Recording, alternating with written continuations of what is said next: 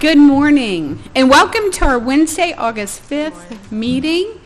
We are pleased to have everyone here today. I'd like to welcome our Honorable Sheriff in your office to our meeting for budgeting. And so I'd like to call the meeting to order. Good morning, Madam Clerk. Good morning. All right, at this time, Madam Clerk, do you have any recommendations or comments? This morning we're going to get right into it, and I'm sorry I'm holding my microphone like I'm going to sing, but it keeps falling down. So I know. So this morning we're going to get right into it with the Sheriff's Office budget presentation, and that would be tab 19 in your books in front of you. And Sheriff Levitt, if you'd like to come to the podium, or any members of your team for presentation. Good morning. Good morning. We received our instructions, so we would adhere to accordingly to your instructions to stay on time. So, all right, this is going to be new to me, so let me see here. All right. You said down, and the down button is not... Cooperating. Deputy Director White.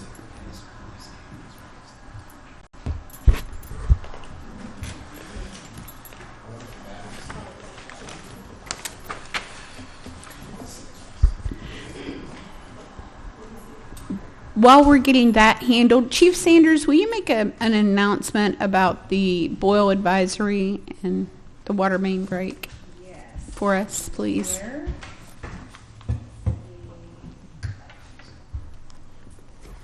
And this is also on social media and the website, but we have issued a precautionary boil water advisory. Rockdale Water Resources has issued precautionary boil water advisory for customers located in the northern part of Rockdale County following damage to a 12-inch water main. On the evening of August 4th, last night, a private contractor accidentally damaged a 12-inch water main near the intersection of Sigmund Road and Rockridge Road, resulting in low water pressure for customers in the affected area. Water crews responded immediately, repaired the damaged water main, thoroughly flushed the affected line, and restored normal water service at approximately 1 a.m. this morning. As a precaution, customers in the affected area are advised to boil all water used for drinking, cooking, making ice, brushing teeth, or preparing food until further notice. Water should be brought to a rolling boil for at least 1 minute and allowed to cool before use. Although there is no evidence of contamination, low water pressure can increase the risk of contaminants entering the water distribution system. Therefore, this advisory is being issued out of an abundance of caution to protect public health. During the advisory, Rockdale County Water Resources will collect water samples throughout the affected area and conduct comprehensive water quality testing to ensure the drinking water meets all state and federal safety standards. The advisory will remain in effect until laboratory testing confirms the water is safe for normal consumption. Rockdale Water Resources and the county appreciate the patience and cooperation of our customers while we complete the required testing. A follow-up notification will be issued as soon as the precautionary boil water advisory has been lifted. For additional information, citizens may contact Rockdale County Water Resources at customer care at 770-278-7400. And can I just clarify? So I've seen where it's a 24-hour boil your water, 48-hour boil your water. So is there a recommended time frame, 48 hours? Initially, it was 24 hours from the break, but Director Peak wanted to get in this morning and consult with the state and do additional testing before he said affirmatively the 24 hours. So that's why they issued that. They would be issuing another advisory once they did testing. All right, and maybe we can do a post update by noon today just to let people know so they don't all have to call the water department.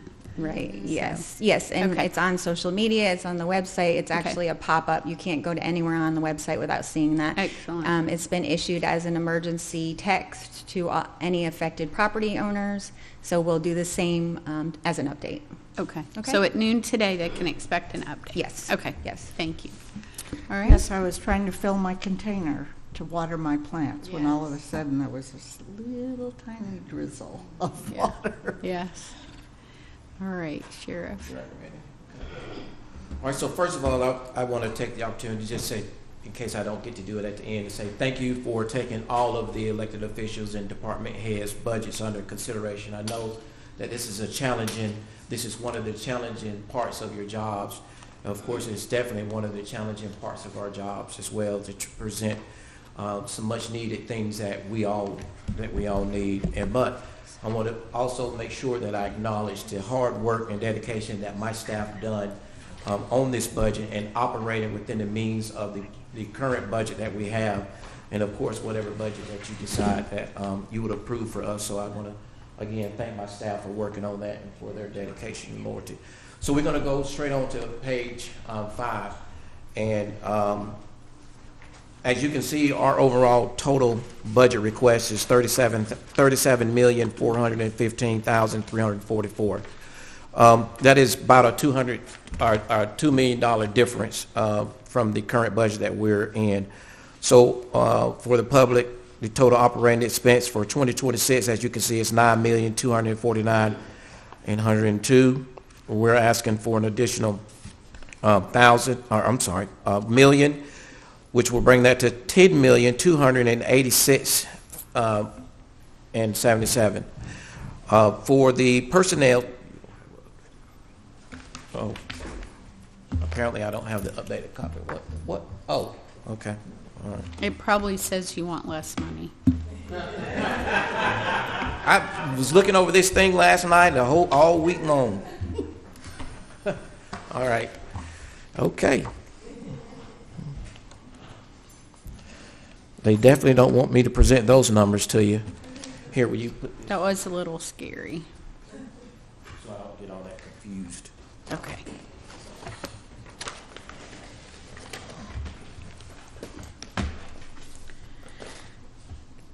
All right.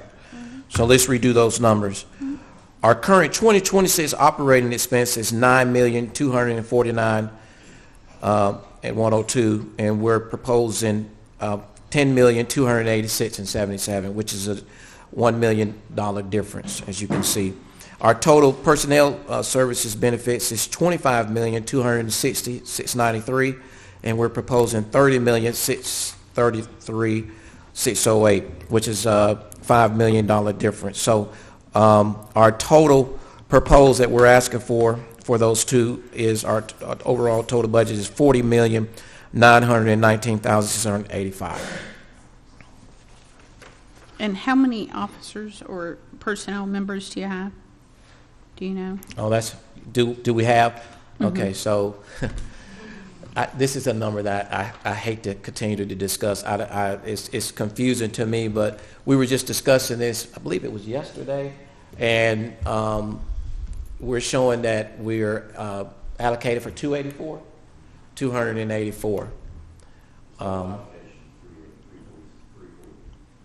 Yeah, currently have 284, but allocated for 348. Okay. All right. Very good. I have the numbers backwards. Let's see, because this slide's a little different than mine. All right. So on page 6, for our operating budget, this is the sheriff's admin budget, by the way, which is the budget that's under my direction. Of course, all of it is, but this is the one that is directly under me, which is line item 3310. We're asking for, as you can see, the current budget is $54,000, and we're proposing $60,000, which is a $6,000 difference. I need everybody to understand that our jail, based upon the programs that we have, we don't have a whole lot of inmates as other jails, and that's one of the fortunate things for our jail. And so oftentimes we use inmate labor to do our work, such as cleaning our admin building, cleaning our jail side building, and also cleaning our south side precinct. Now, there was a lot of conversations when I first took office, and then in the second term and on, about why don't we see inmates on the streets and so forth and so on. And what people don't understand, as much as we repeat it, is that inmates have to qualify for that particular job. We just can't put inmates that have certain charges especially felony charges in those positions. And so we don't have enough inmates that qualify for those positions. And so when we don't have enough inmates, we have to oftentimes contract our services out to get our continue to get our buildings clean. On your slide, you're going to see where they talked about, the lawn services, which is extremely important for us to keep our lawn maintenance up around our buildings, to include the Southside Precinct, and our inmate labor does that. So when our inmates cannot do that labor, oftentimes our employees get on those lawnmowers and do it. And so in order to continue to maintain that labor around the sheriff's office, and perhaps that could extend out, we need certain personnel, but definitely funding. Because either way it goes, we're going to have to contract out either to a lawn service to come and do it. But one thing they didn't add was also we have utilized cleaning services. And so that funding, that extra funding will help us continue to utilize those cleaning service and lawn service. So currently we're working on the $54,000. We're proposing $60,000, which is an additional $6,000 difference for that. The next line item, we're currently working under $40,000, and we're proposing $60,952, which is a $20,952 difference. Again, that is additional cost. We have noticed, as you all know, how cost has gone up over the nation in terms of traveling, airplane tickets, or gas, and so forth, that we have to utilize in order to get to those locations. Or oftentimes we bring instructors in to teach us. Now, you may think that this is a lot. Let me make sure that you understand, every time something happens in one of our communities from a law enforcement perspective, the first thing that people say is they need training. Well, one unique thing about our agency, that we provided a lot of training to our deputies. However, sometimes certain training, especially for specialized divisions that we have within our organization, requires additional training and additional specialized training, and of course you have to pay for that. And so we've been working with the current budget, which has been kind of a little restraint due to the cost has gone up throughout the nation. The next line item, we're working on the $20,000, and we're proposing $31,952, which is $11,952 difference. Again, this is to support our training and leadership training that we have. We have instituted our new training within the Sheriff's Office. That's called the Sheriff's Leadership Institute training. And now we are proposing to implement a women's leadership training as well. And so oftentimes we have to send our ladies off to training to receive that particular training. It's one thing when you have training specific for detention deputies and deputy sheriffs, but oftentimes you have to send staff out, and those civilian staff out to get those additional training, and that's a cost. And so that's why we're wanting to make sure that we continue to invest in even our civilian personnel. So that's why we're asking for that additional funding in that line item.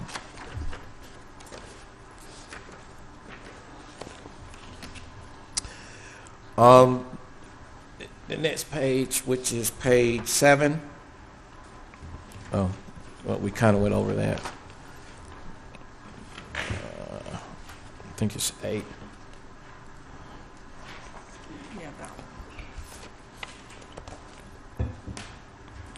Okay, so in our repair and maintenance, this is again, oh, that's not mine. Wait a minute. This slide has got me kind of off because it's a little different than mine. I think that's it for me. Okay. I think page 8 is all your. Say again? I think you're on page 8. Yeah, I think I just covered all of mine.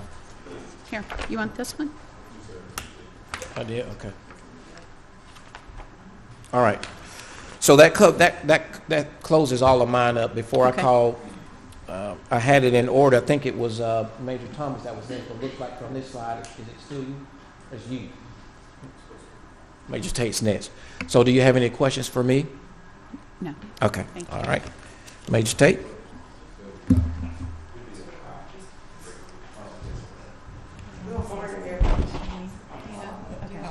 Chair, I'm sorry, one second. Chair and Commissioners, the streaming is down right now. Technology Services is working on the internet, but these, it's being recorded, so we'll post it later online, but I just wanted you to know that. Very good. Thank you. Okay. Thank you. Good morning, Clary. Good morning. This next divisional function we have is 3355, which is our Sheriff's Office and Buildings. Pretty much with Sheriff's Office and Buildings, currently we stand within our repair and maintenance at $70,000 and some change. We're asking for an additional $10,000 because what happens is the Sheriff's Office and Buildings line item supports majority of the agency where the other areas may fall short, such as our Southside headquarters, precinct, as well as our headquarter buildings. So therefore, when we have different issues, repair and maintenance problems, elevator going down, we have the other things that may go on that we need the additional support. We need flooring at the Southside precinct. This is where 3355 comes in to help support that. Currently, we are over the $70,000 threshold as we speak. We requested funding last year to increase this line item. We did not get the adequate funding, and as a result, here we are in a budget deficit in this particular line item. We understand you can do budget amendments, things of that nature, but there are also always growing needs within our agency. So as you all can see, we are requesting an additional only $10,000. We wanted to play it safe, but we wanted to make sure that we got the right increases that we need, at least to get us somewhere out of the $70,000 threshold. Right. So that's pretty much it with that. We're not asking for much in 3355. We were very budget conscious on the things that we asked for, ladies. This go around, we made sure, again, as always, we prioritize our needs, not our wants. So this is the Sheriff's Office and Buildings, 3355. Okay. Now I will bring up, as that Major Thomas come up, go ahead, sorry. Okay, question. So can you tell us on this list right here what those projects are? You mentioned flooring in the South Side precinct.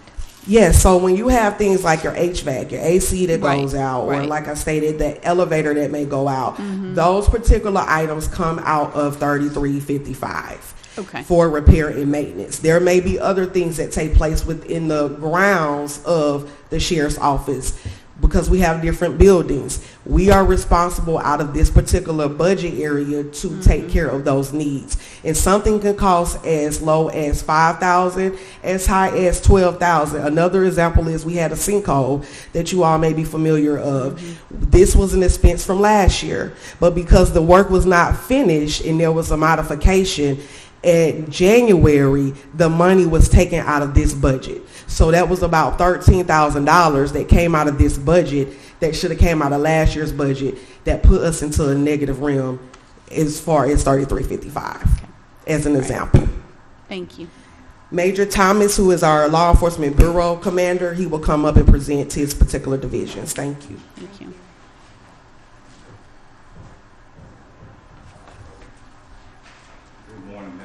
Good morning. How are y'all doing? Good morning. Okay, like I said, I'm Major Thomas. I'm the commander of the Law Enforcement Operations Bureau.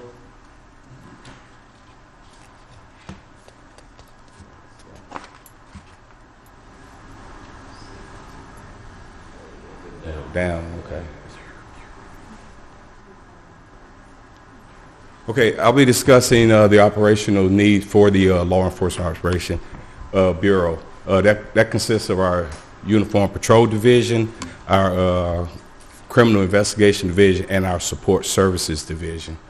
As you can see here, one of the items that we're going to be requesting is an additional funding to meet our Uniform Patrol increased travel needs.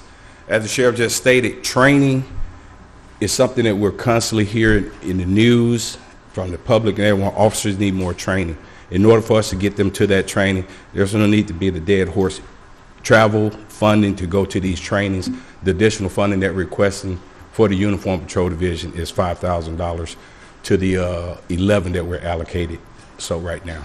So you have to have other training dollars besides this?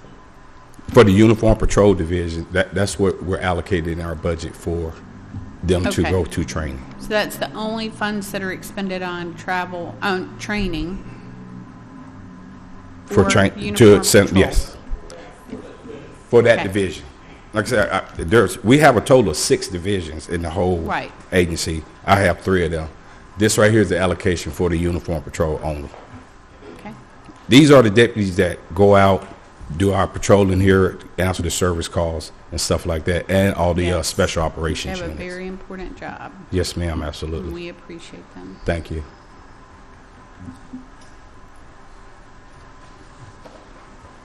Okay, 3350, this is our support services division. Now, one of the areas that we're really needing a lot of funding in, increased funding in, is our technical services. One of the technical services increases that we're asking for is in the range of $389,124. That is mainly due to Axon. You sat in on briefings with us last year.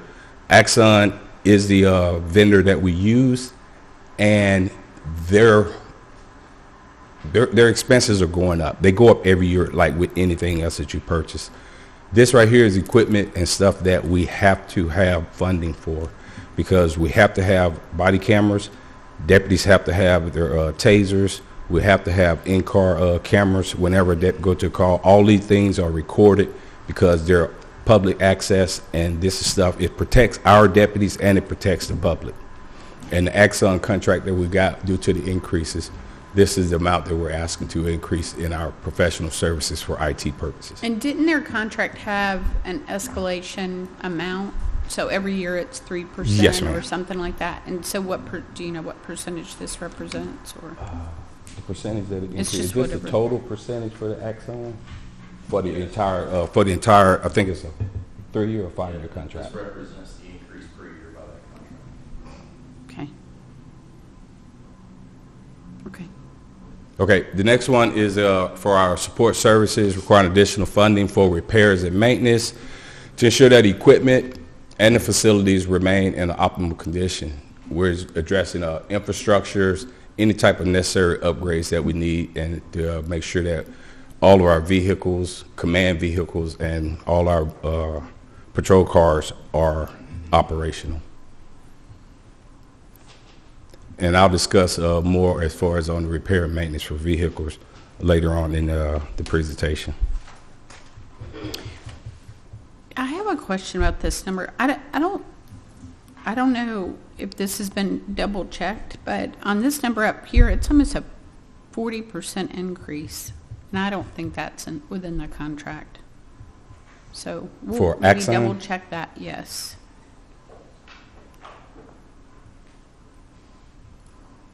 I'll have to get back with that to find out exactly what the Axon contract is. Yeah, it's like now. a 42% increase. So with Axon, we're going from about $500 to $72,000 to $980-something thousand as far as our annual fee for Axon as of the fiscal year 2027 coming up. This particular number also includes the increases for our other software maintenances that we have throughout the agency. We have over 20 different software things that we utilize, and so this number 389 incorporates those things as well, but a majority of it is from Axon. Okay, so maybe we can sit down and look at that. That would be helpful. Okay. Thank you. I appreciate it.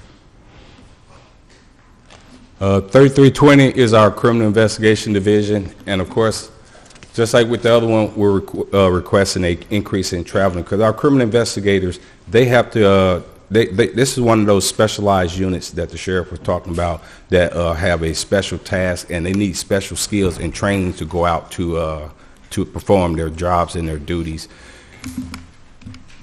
Okay. We're asking for a $5,000 increase onto their travel budget.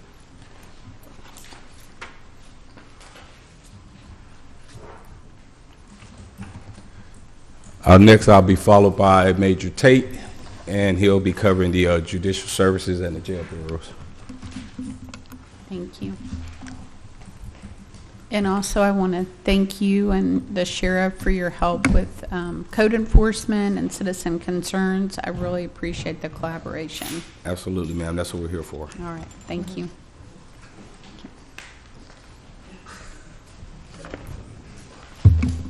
Good morning. Good morning. So I definitely know that a lot of what is here, you'll hear that it's oftentimes repeated because we all pretty much need the same things to ensure that our divisions run correctly.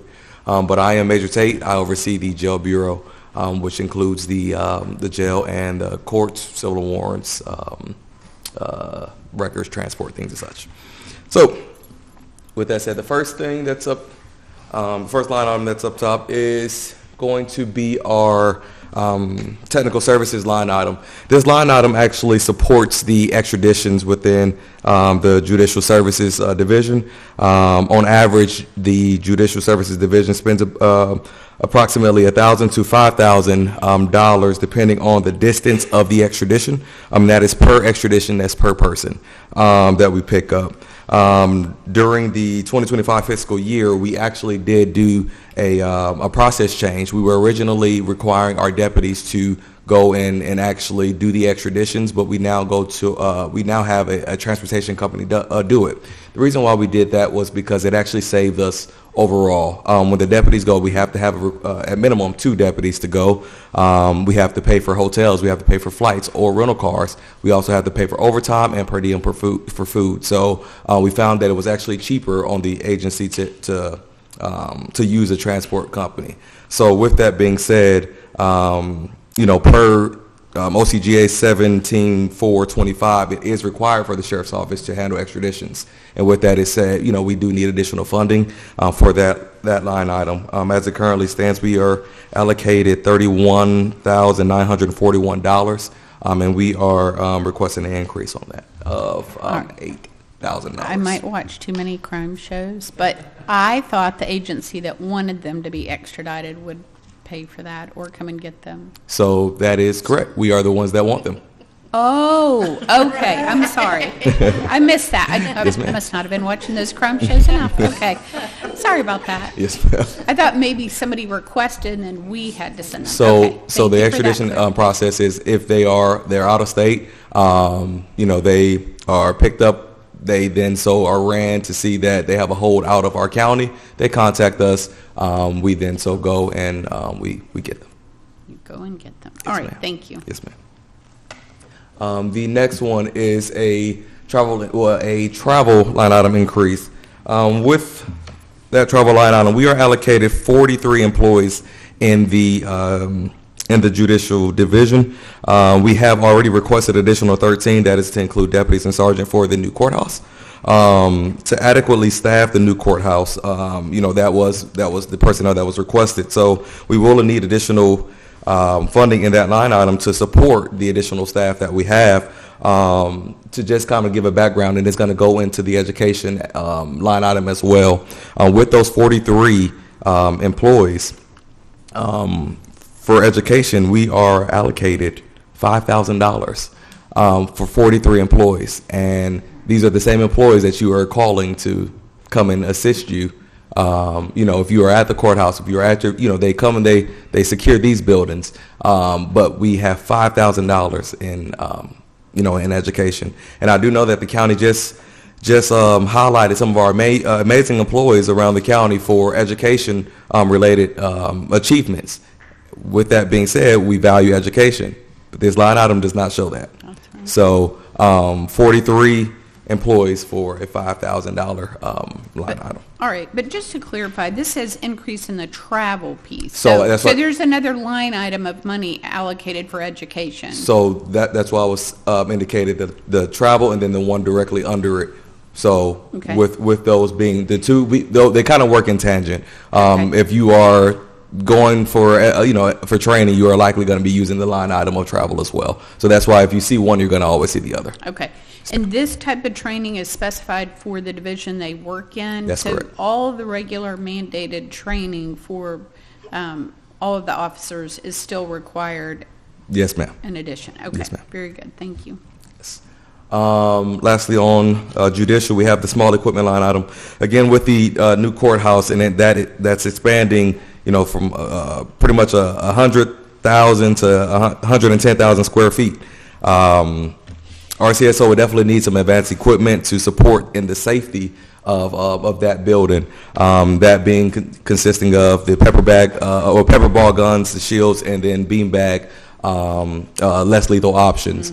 As it currently stands, we do have the shields, but when you start talking about increasing the number, the square footage, you have to get additional equipment to include additional employees to cover that. Okay.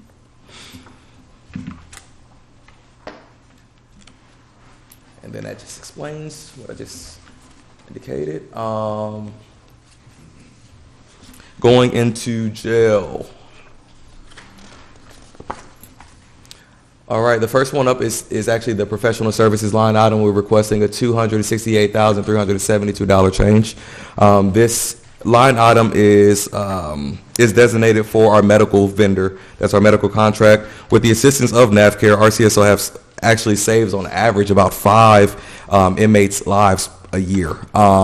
This is simply just because we're being proactive, we're working together, and then their medical services are great. So we want to make sure that we continue that working relationship and actually continue with that contract. But in order to do that, we do need that increase because once we went into the contract, we do know that there was an increase annually. So this is that increase for the 2027 fiscal year. Can you give us a jail count as of yesterday?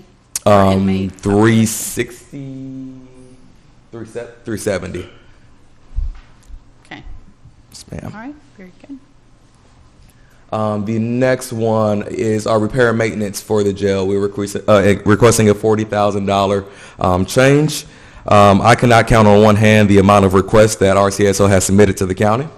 You guys probably can't count either. In reference to the jail and the repair of equipment, and then as well as the structure in general. With that being said, we do have an aging building, and we have to upkeep it. If we don't upkeep it, we have things happen like the ceiling tiles falling in when the roof is not fixed and things as such. We still have, different leaks around the jail as it currently stands as it pertains to the roof. We're still having to deal with those things. The brand new roof? Yes, ma'am. Uh-huh. So with that being said, we have to do what we have to do in order to make sure that the inmates, the deputies, and any other citizen that comes inside the facility is actually safe.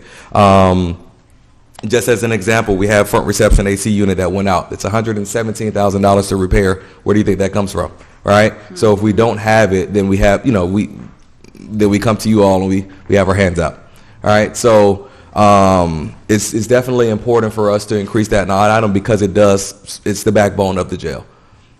And talk to me about how we, over in your office, how we hold our contractors responsible. So, for instance, the warranty on the roof that was just put on this year? Yes, it was finished this year. Okay. So with that being said, we actually, for the roof, we go straight to General Services. As General Services was the one that actually secured that contract, right. We go through them.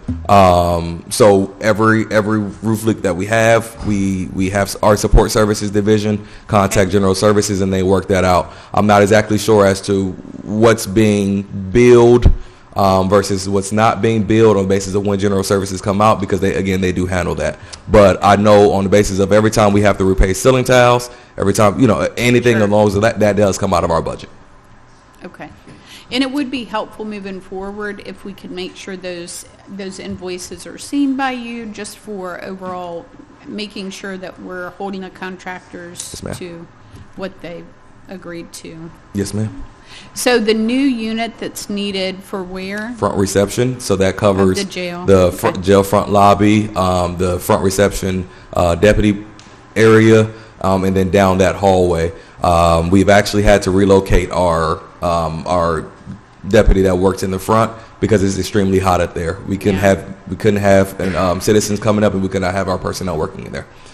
Well, we see that in other areas. I think everybody's struggling with the heat this summer, so not so unusual, but certainly we want to stay on top of that. Yes, ma'am. Thank you. Yeah, absolutely.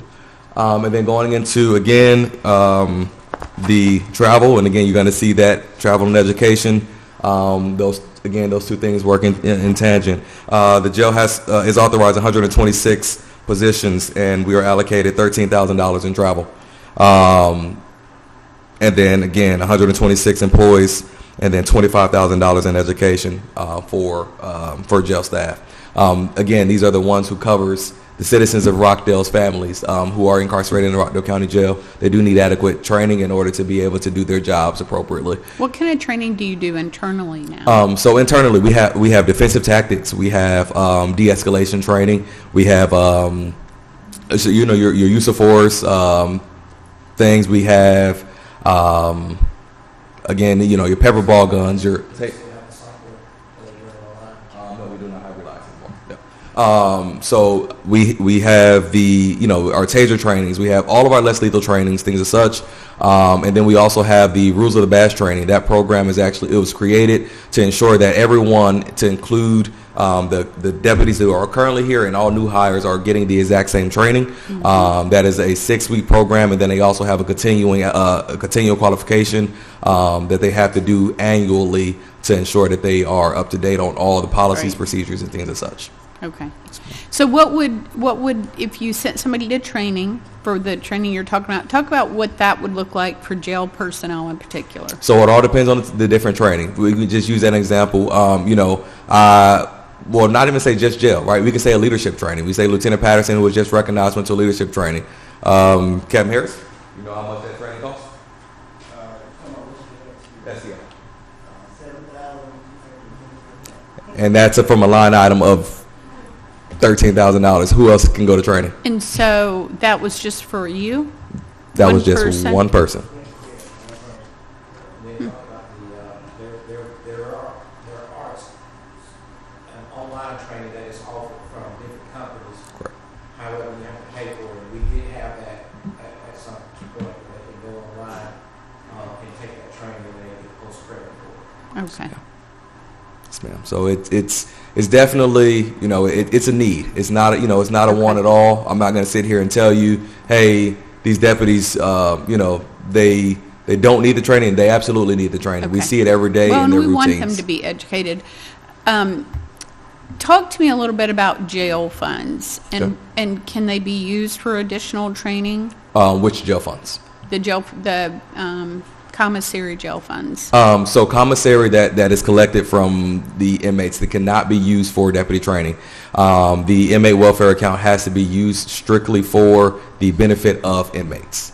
We cannot use that for, and you can try to tie it in and say, oh, well, you know, if the deputies are properly trained, then it's going to benefit the inmate. However, we always contact the our representative from the Georgia Sheriff's Association, which is Major Cash, and she works in Forsyth County, and she does give us feedback as to what is approved and what's not approved to be used. And what are some of those examples? So, for instance, we bought a fingerprint machine.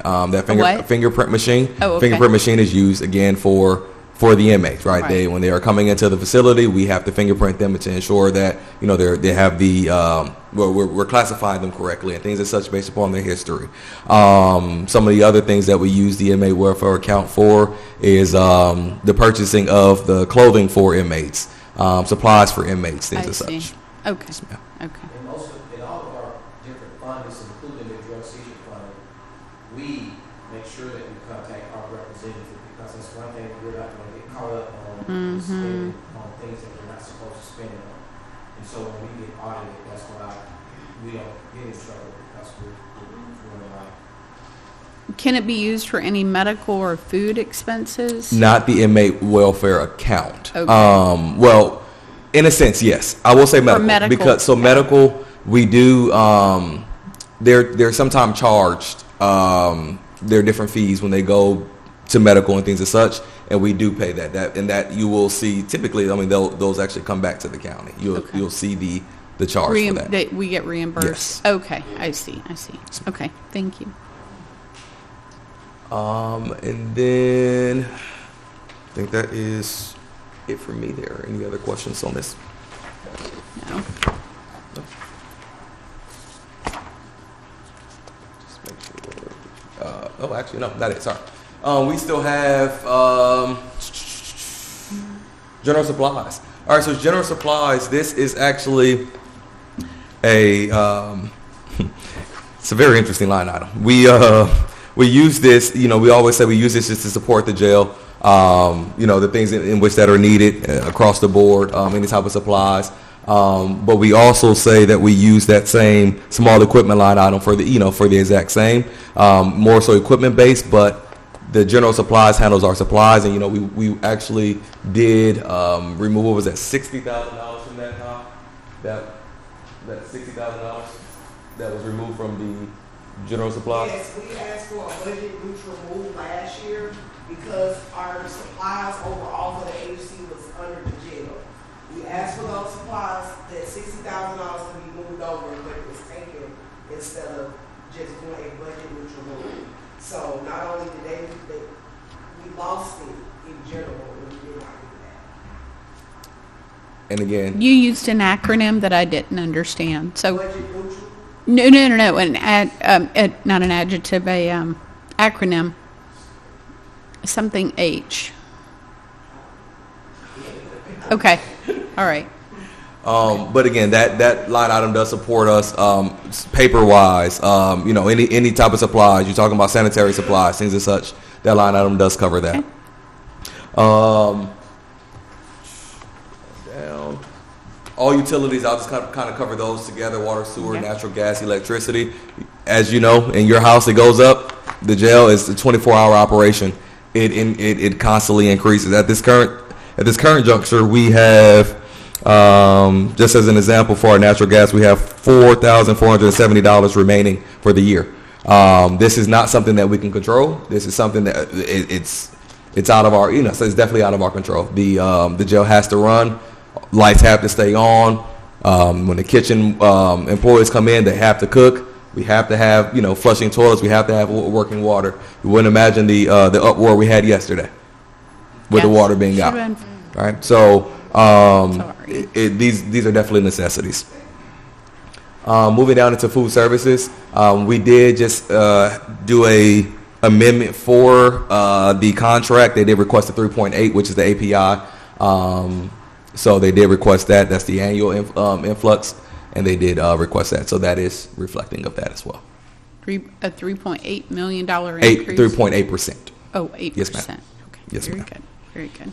And then lastly, I believe, just make sure, yes. Lastly, we have the small equipment line item. Now, we presented this same thing last year. We did not get the funding for it, but this is a vital line item. This line item is now used for stat vests and ballistic vests of employees in the jail.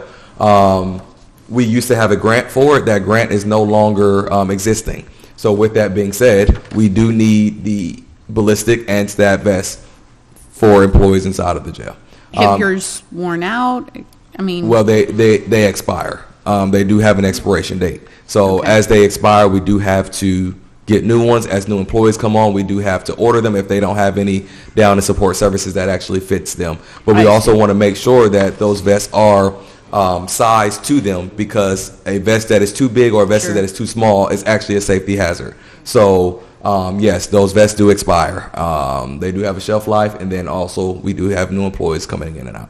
okay, thank you. Any questions? No, All right. Thank you all. thank you.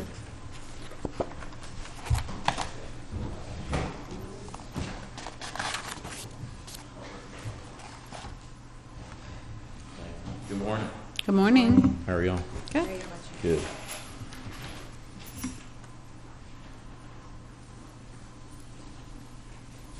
All right, so our personnel budget requests, what I'm going to be going over this morning.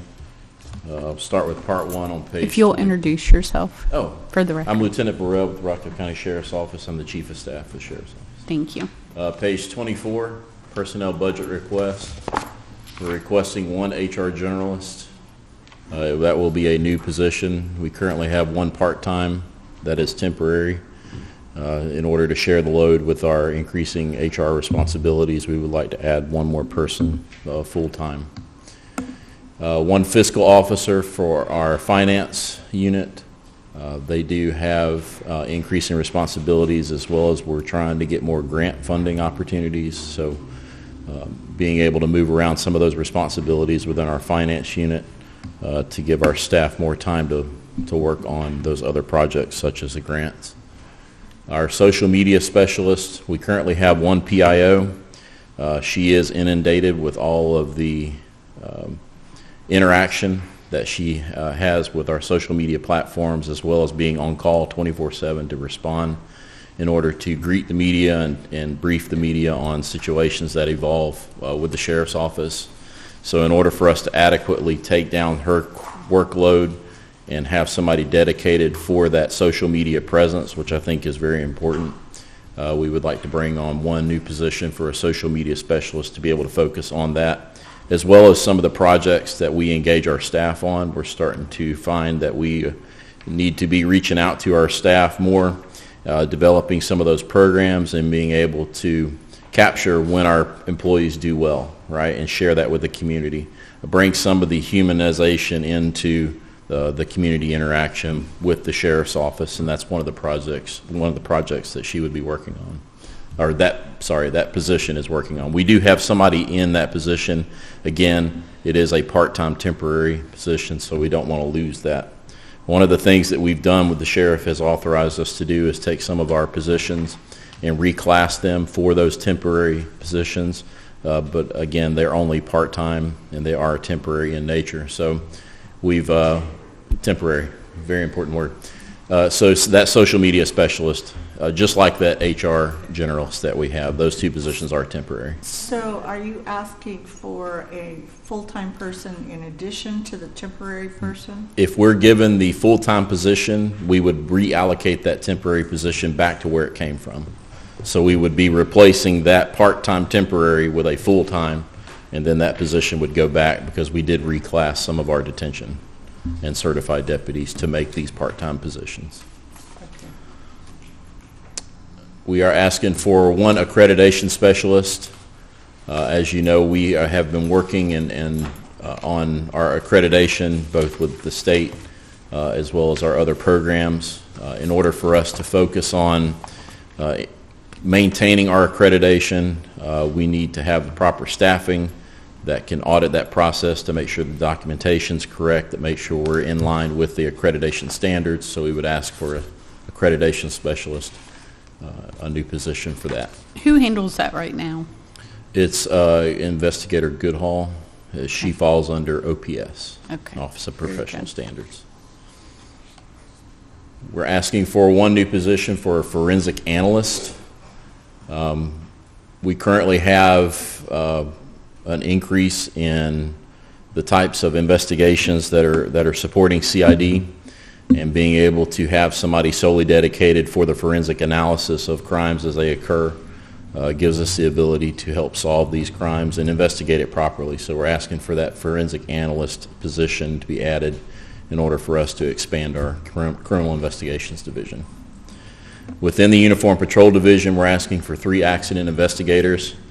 These investigators are solely tasked to investigate crashes, both serious injury and fatality. We've seen a rise over the years in serious injury crashes.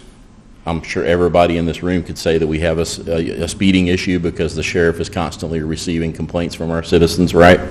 And we know speed is one of the main causes for serious injury and fatality crashes. So as we see an increase in that, we would like to add 3 positions so that we can bring them in the house, get them trained up so that they can be the best that they can be and investigate these accidents properly. And they also are doing hit and runs.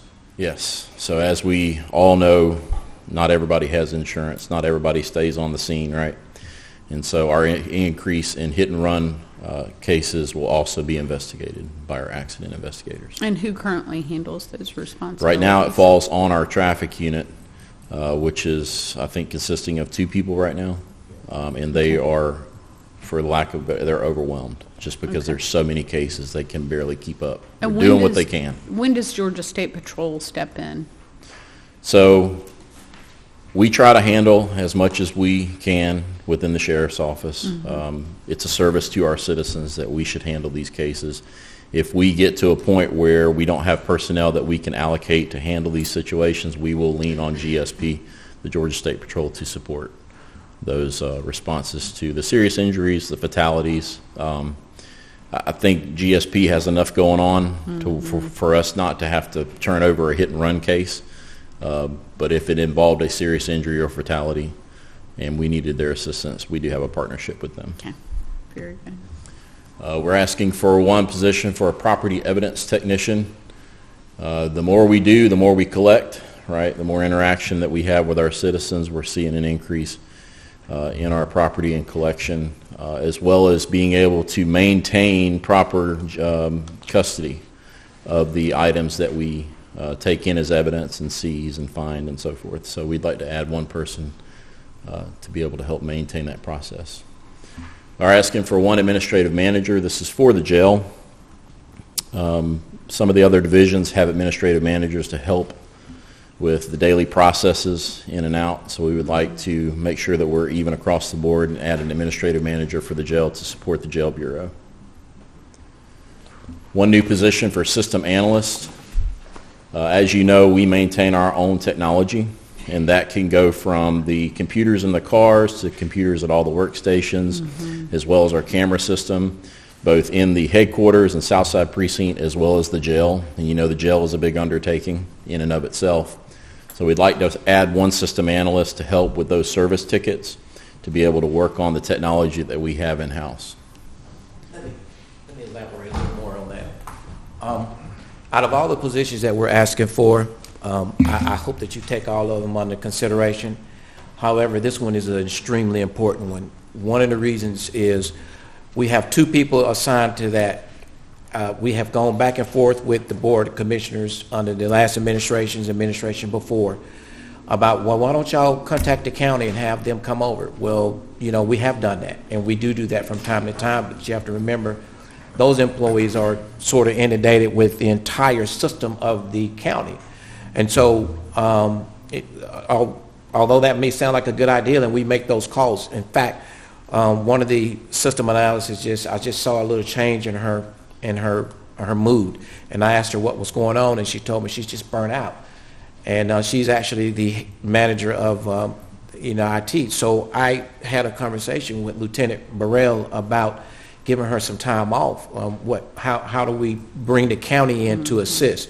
Understand the county don't know a whole lot about our system. Well, remember they are controlling every last one of these systems to include all of the softwares that we have for cameras to the office desk and so forth. It's on iPads and not even our cell phones. But that's just one area. Well, you got the jail that has to continue to run.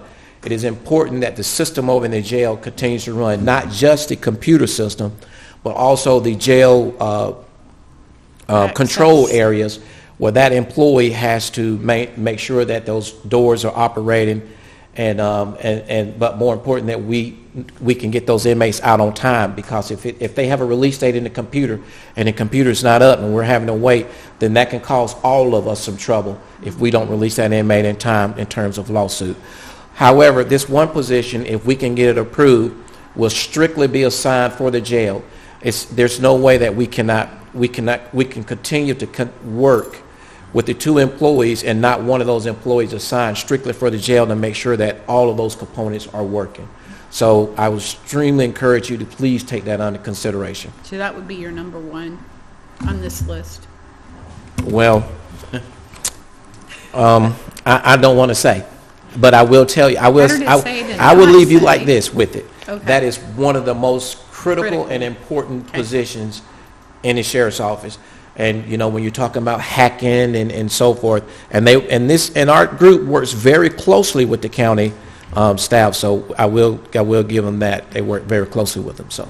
And have you been participating in the ERP process for an enterprise software system? You have, I believe. Okay. Yes. Involved with Okay. them. Very good. Yeah. All right. And that's one of the things we're looking at doing. One of the sheriff's objectives is for us to become more efficient, more effective in how we operate. So we've been looking at consolidation. I know is a big thing for us.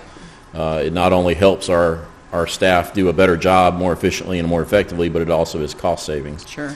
And so we're looking at that. I think we had even presented on a previous slide an increase in a line item for those cost areas for that technology. So we will see an exchange and reduction of cost if we can go with these consolidated systems. The last three items on page 25 are for the courthouse. We're asking for 2 certified deputies in judicial to help with civil warrants. I'm sorry, before we get into the courthouse. Those 2 positions are for civil warrants. Our numbers are staggering, as many as the civil papers that we have to serve each and every day. I think we're in the almost 3,000s by now, and that's just unacceptable. But we need more manpower to put out to get these civil papers served, to get them processed. So we're asking for 2 certified deputies to assist with that process. Have you priced using a private service? So some of the different things that we have implemented so far within that division is actually we have our records clerks, and then as well as some of our GCIC operators who are becoming certified civil processors, which will then so allow for citizens of Rockdale County to come into the sheriff's office, not require a certified deputy to serve that paper, but to actually allow the civilians who are sworn in by the sheriff to serve civil papers. Additional thing that we did is we started to mail out the first notice. The first notice that goes out is actually by mail saying, hey, you have mail at the sheriff's office, civil paper at the sheriff's office for you to come and you can pick up. Reason why we did that is because it now, it reaches where we can't necessarily reach at the time. I think that's a great idea. It's a lot more efficient. Yeah. I think anytime we can get them to come pick up those papers and be served is great. You used the keyword efficient, so your question was Efficient, other yes. organizations that come in. That is one of the things that the GSA frown upon. They restrict us from allowing other companies to come in because of not following the rules and the processes properly. And what organization said Georgia that? Sheriff Association.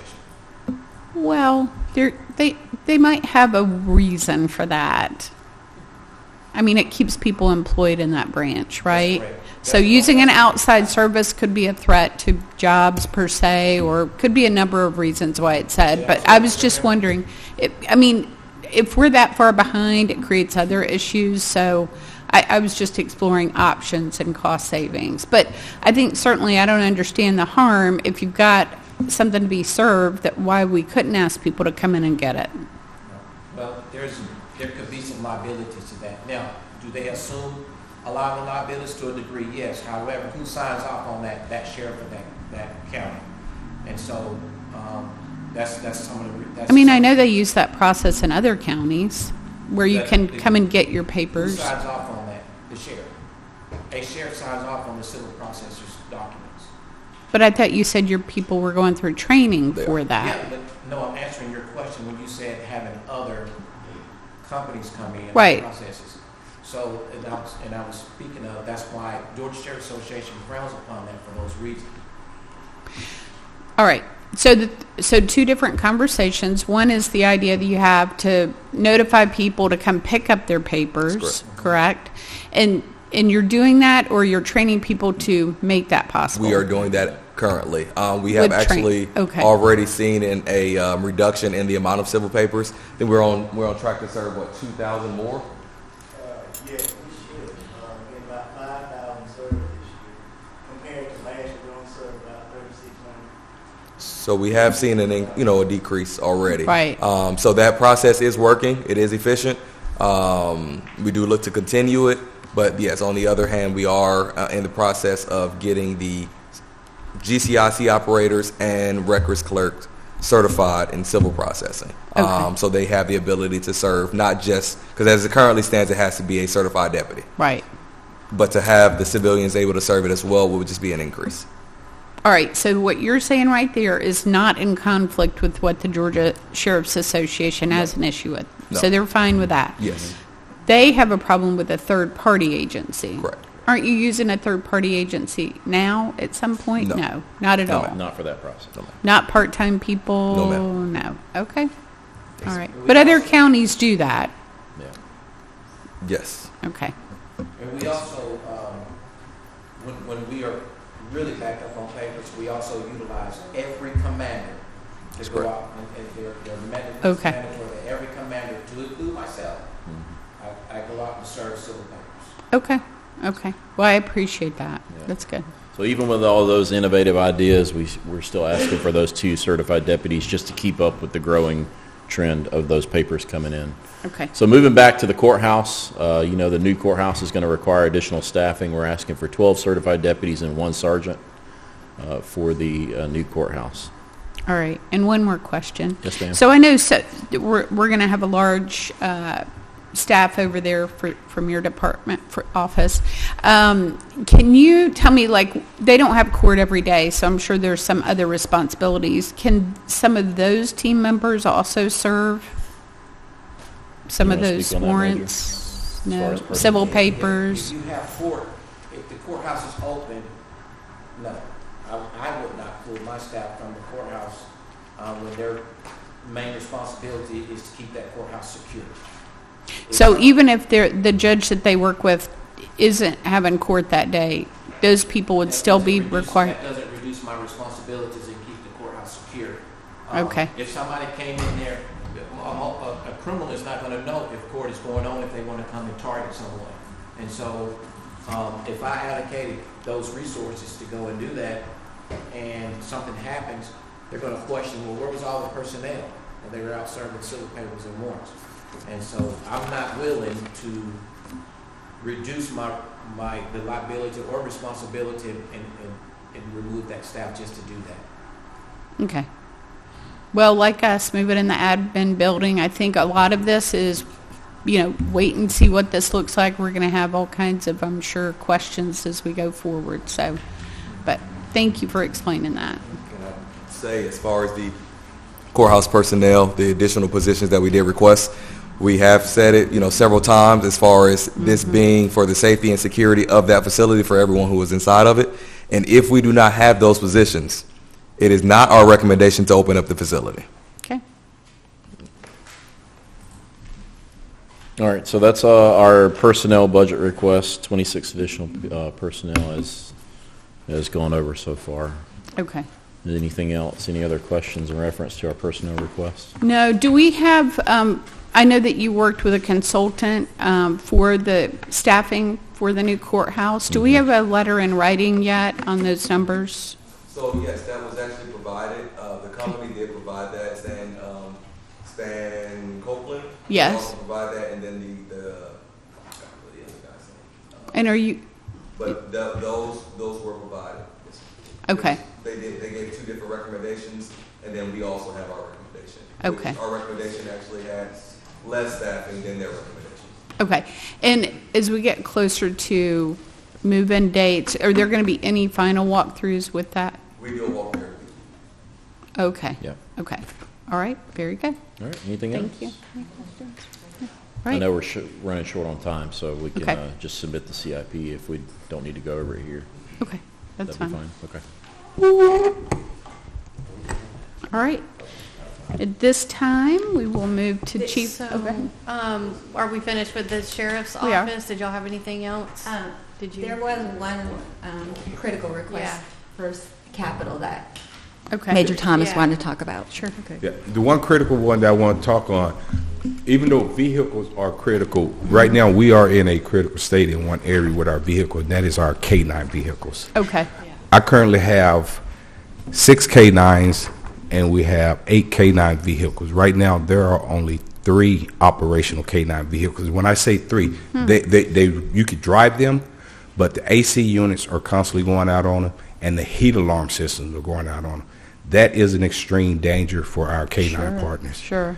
So what I am requesting that funding be put into this, from the CIP, be put into our budget, not for 2027, but we need that immediately, because right now I have 4 K-9s who are not deployable because we cannot bring them to work in the heat conditions in which they would be inside those vehicles. Is this request for repair or for replacement? This is for replacement. Our K-9 vehicles, currently the K-9 vehicles we got, the lowest mileage we have on a K-9 vehicle right now is 81,500 miles. I have 3 that's well over 122,000 miles on them. We have spent Since I took command in March of 2025, we have spent over $46,000 repairing those K-9 vehicles that are constantly breaking down. That right now, that is not budgetarily sound. It's not cost effective. What year are those vehicles? These vehicles range from 2020 to 2021s. 1, 2, Doesn't seem five like of them they are should be- 5 of them are 2020. That doesn't seem like they should be breaking down like that. What kind of cars are there? These are Chevy Tahoes, 8-cylinder vehicles. What you have to understand about a K9 vehicle, those K9s are in those vehicles doing the entire 8 to 12-hour shift they're on. Those vehicles are constantly running. Those vehicles are constantly moving around the county. They're getting high mileage on them, and also it's a lot of wear and tear on the engine because the vehicle has to stay running when the K9 is in there. Otherwise, we're going to have Pete all over us if one of them get too overheated and something happened to one of our K9s. So it's not a specially equipped vehicle, it's just a regular vehicle that you run air conditioning in? No, it's specially equipped because we have to install a K9 cage inside of the vehicle. In addition, we have to put a special cooling system that runs into the back of the vehicle where the K9 is at. And also there is a heat alarm system that's built into the vehicle. If the deputy is away from the vehicle, say they got to go to court or anything like that, they have to leave the vehicle, in the K9 inside the vehicle while they're in the court. And sometimes they're sitting in the court for 2 or 3 hours. So that's interesting. We didn't make any arrangements in the building, the new courthouse, for the K9s. Was that ever a consideration? So Inside they the didn't have to courthouse? stay in the cars the entire time? Do we They're- make any arrangements? They're not just for the courthouse. These aren't for the courthouse. This is for the uniform patrol. Okay. Okay. These are the ones that are out on the road. Okay. All right. Just to expound a little bit on what he is saying, we also get requested from other agencies, K-9, that says that they don't have a K-9 unit on duty, and we have one on duty. But there was 2 proposals that he proposed to me just last week. He's proposed to me a month ago, and he has proposed to me, and I've kicked him out of my office every time. I mean, literally, I said, go, don't come to me with this unless you have another solid plan. And I told him to schedule a meeting with Sue Sanders, and then after they schedule that meeting, to come speak to me. But one of the proposals I'll share with you, it is to take 5 of our commander's vehicles and turn them into K9. That is how critical it is. And so we would then have to put those commanders in different vehicles. So we've looked at the mileage of those particular commanders of his proposal. And so it is extremely important that we can really take a look at this, even before this budget is passed, if there's a solution that you know of. Okay. If we can sit down. Yeah, we'll definitely work on that. All right. Thank you. Thank you. All right. Have a nice day. All right, so anything else for the sheriff's office today? No.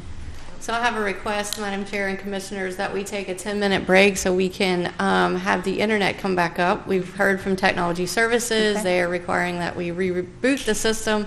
So if we can take just is it a 10-minute break? 10-minute break, and then come back for fire rescue. And also, while we're talking, there's been an adjustment to the agenda. So when we get back from the 10-minute break, we'll hear from Chief Robinson with fire, and then we'll hear from Chief Sanders with the Board of Commissioners. Okay. Thank you. All right. At this time, we'll take a 10-minute break. Okay. Thank you. Thank you for having me here today and allowing me to do my budget presentation. Good to see everyone. So our department is doing. We're doing well. Of course, after many incidents, we're definitely taking care of our folks and ones. And thank you all again. I've said it before, but I'll say it again for all the support you showed throughout this time. We're having recruit class going on still. We've actually added people to the recruit class. So we have people that were fire certified, not EMT certified. So now they are starting EMT school, starting next on Monday. So they're finished with fire. So we're actually adding at least one to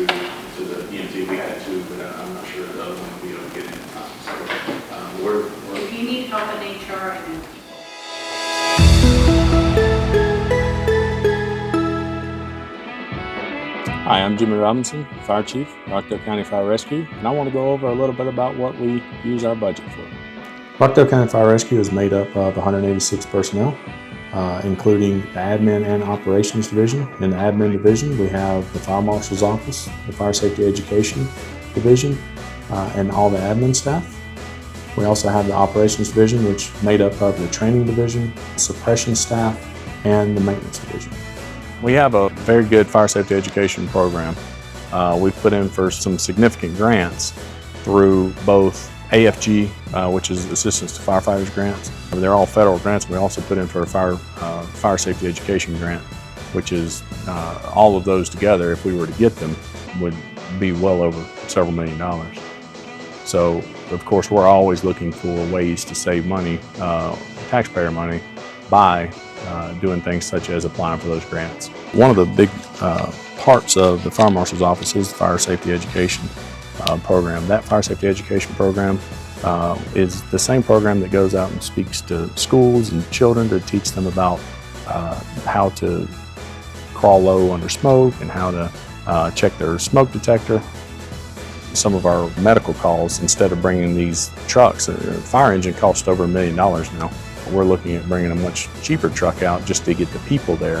Having more people on scenes will also help with our ISO rating. That ISO rating currently is at a 2. Every time it goes down a notch, which we can get to a 1 still, but every time it goes down 1 point, it saves the taxpayers money on their insurance rating.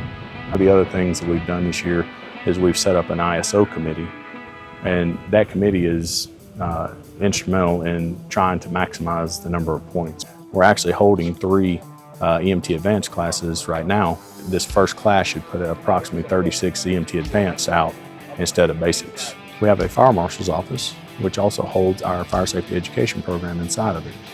One of the core objectives of our organization is to prevent fires from happening before they ever happen. We also have a plans review division, so we look at our own plans. A lot of other agencies may use outside agencies to do plan reviews. We have our own plan reviewers in-house. Obviously, fire suppression is one of the biggest things that we do. We also run EMS calls, technical rescue. We have vehicle extrication. We do rope rescue, confined space rescue, trench rescue, swift water rescue. We have a dive team. We have a hazardous materials team. We work beside Rockdale County Sheriff's Office and with our SWAT medic program. We have drone operations. We have a peer support team, and also we have an honor guard team. Currently training, we have 9 recruits that are going through the training process. The recruit school it's 14 weeks of fire training.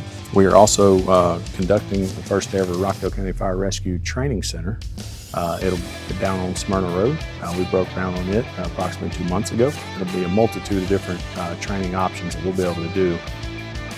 So you see, with so many different divisions throughout our organization, it's imperative that we do not let any of our responsibilities fail, because failure of our responsibilities could mean someone's life. Thank you for watching this video from Rockdale County Fire Rescue. I'm Fire Chief Jimmy Robinson. You hear it like that, we go a lot. I think we all know we do a lot. So we're grateful. All right, well, again, thanks for having me. Go over the budget presentation for 2026. Our vision, mission, and values all align to ensure that we do our best every day to help citizens and help save lives in whichever way we can. So some of we have a lot of successes over the last year that I'm excited about. Some of the major ones, you heard some of them in the video, but our EMT Advanced class, that's a big undertaking, and it is I really want to highlight it because it's something that is going to allow us to bring a much higher level of medical care to the citizens when we run these calls. As you know, 70 to 80% of our calls are medical. And if we can bring that higher level, we'll be able to do IVs, get drugs, and do things that we've had people that are trained to do it, but we've nowhere near the amount we're about to when we finish these classes. So this first set of 3 classes is 12 people in the class. There's 36 people that will come out in December with being EMT Advanced, which is basic as our base standard. So it's a big undertaking. We're also doing hazmat technician classes, and the technician is the highest level of hazmat that you can attain. We have not done it in-house in a very long time, and we're actually holding two. We're going to have, I believe it's 48 students before the end of this year. So we'll be able to handle a lot more of our own hazmat instead of relying on outside agencies to come in and handle those for us. And of course, I've already mentioned the recruit class that we have going on. We do our own in-house recruit classes. We don't send them out to other organizations, which saves us in time, fuel, and meals and everything. So we would have to pay for it. Do you partner with Georgia Piedmont? They have a program for fire and rescue now? So they, as far as I know, they do not. I actually started that program years ago when I worked there. So when I left, it went on for a little bit. But as far as training the firefighters, I do not believe they have a current firefighter one training. That they at one time were doing the degree program, but that doesn't give them the training to be a firefighter. It just gives them a degree, not the PE certification. Do you like that? If there was one in place? I think we have to put. It would be great if we were full in staff. And we needed one or two, and I think that would be great for all agencies around us. And that was the idea originally, was that when I worked there, for us to train 30 people, and then agencies come and pluck out of that group. The issue with that is we need to continue. We're doing it right now. I need 18, and I'm looking for another 18. So I need 36 people, and a program like that, I believe, could sustain. Also, those programs they go a little bit longer. And the personnel aren't vetted qualified, we vet here. And then they only go to firefighter one generally, and they need to be firefighter two and EMT as well. So it would be great to partnership with someone like that. And even RCA, we've had partnerships with them in the past where we kind of do some of the EMT program stuff, and that would all be great. We're able to put them out. I need people today. We're able to put them out 28 weeks versus sending them to where they go a couple of nights a week. Even a couple of days a week. It takes a lot longer to get there. There's a lot of certification. When you see our guys in the truck, guys and girls in the truck, they're certified alcohol. You just don't realize how much certification our has. It's a lot. Maybe you should let them come and tell us at one of the board meetings. I'm sorry? Maybe you should let them come explain that at one of our board meetings. Oh, absolutely. I think that would be interesting for people, and also maybe spread the word about your search for additional opportunities for fire recruits. Absolutely. And just, again, shameless plug, we're about to open up our recruit school. I want to start one in October. So anyone who's listening or has someone they know that wants to be a firefighter for various organizations around, this is now is the time to put in an application. It should be open in the next week. So what is your ideal candidate? Honestly, 18 years old, high school educated, or must have a high school diploma, or GED, 18 years old and have no felonies. Past that, we'll bring them in. We do, it's a full process, and it takes 2 months to get through a process, but we want to make sure we get the right people in the seats so that we're the most successful they can be coming out. So physical agility, they have to be somewhat physically in shape. We'll work through that, but they have to pass physical agility, they have to pass a written test, they have to pass background, and they have to pass a lie detector. Or we do our own in-house voice stress analysis test. So we do a lot of vetting. As long as they can pass all that, we'll take folks and we'll mold them into to what we need. So anyone sitting at home thinking I can never do that, that may not be the case. A lot of people get surprised themselves through going to our program or into our program. It is a very good profession for anyone to get into that is looking to help their community. So some of our opportunities, we want to staff additional frontline apparatus, and I'll talk about that in depth here shortly. So we want to replace aging apparatus. We have secured we're going to try a new type of truck. It's a little bit cheaper. We're actually coming forward for the next commission meeting. We're going to get a commercial truck. It doesn't work, a commercial cab truck, like a Freightliner truck. It doesn't work in every area because it doesn't have a turn radius to turn around here. But out at Station 4 or Station 10, which is Union Church or 138 North up there, they're long roads. And they actually do better than you're on those and things like that. So We're just trying something different, about half the price of what an engine costs these days. So we're looking for new innovative ways to make things happen. So we want to expand the firefighter wellness and peer support team. Talk about that here shortly. The training facility, we are now doing our we are doing our new training center on Smyrna Road, which we're very excited about. I'm hoping that it is open sometime in November. We'll do a ribbon cutting to that. ISO rating opportunities. We're always looking to increase our ISO rating to save taxpayers on their insurance premiums. That's a big part of your insurance premium is your ISO rating. What's the committee? You have an ISO committee. What do they do? So ISO is made up of 50% of the fire department. The scoring is 50% fire department, 40% of the water department, and 10% of e-911 communications. So we're bringing in all of the stakeholders that have any ability to make the number better and making sure that we are maximizing those points. So the water department's involved, e-911 is involved, we're of course involved. The people at ESG that does our hydrants and distribution is involved. So any stakeholder that, and we kind of chair that committee, but at the end of it, it's like, hey, these are ways what can we do to do this? So we're actually working with the water department now to do hydraulic modeling of the water system. And if they do hydraulic, and this is something that was identified in the ISO committee, if they do hydraulic modeling, we no longer have to send out fire trucks to do full function test. We function test the hydrants, but we don't have to do full flow testing of hydrants. So that's a lot of money that's saved on wear and tear on trucks being out of service, not having to have all the calibrated test equipment and all those things because it's done electronically now, and that's accepted in ISO. So those committee recommendations we take into account. Is the bang worth the buck? And if it is, then we certainly go with the recommendations. So how do insurance companies know that the homeowner's ISO rating has gone up? So ISO sends us a letter. They also send insurance companies a letter, and it's based on where you're at. So as long as you're within 5 miles of a fire station that has that ISO rating, and you're within 1,000 foot of a water source, which most people in Rockville County are, both of those things.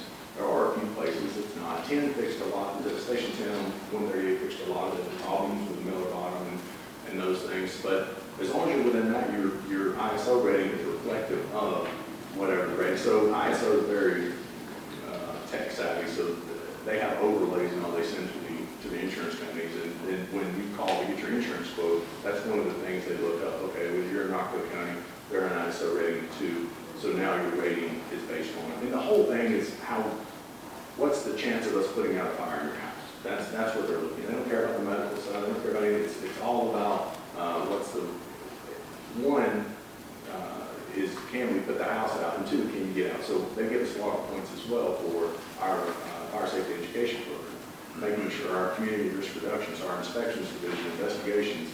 We investigate fires. We try to it limits or reduces the amount of fires because we know what's starting, and we can try to reduce them from starting. Our inspections goes out and does a certain number of inspections. They give us more points because if we go out and test the hydrants, they give us more points because the hydrants we know they will function whenever your house or someone's house is on fire. So there's a lot of different points, big calculus formulas and all that goes into this, so there's, I would say there's 400 or 500 data points that we can grab points from that we work towards.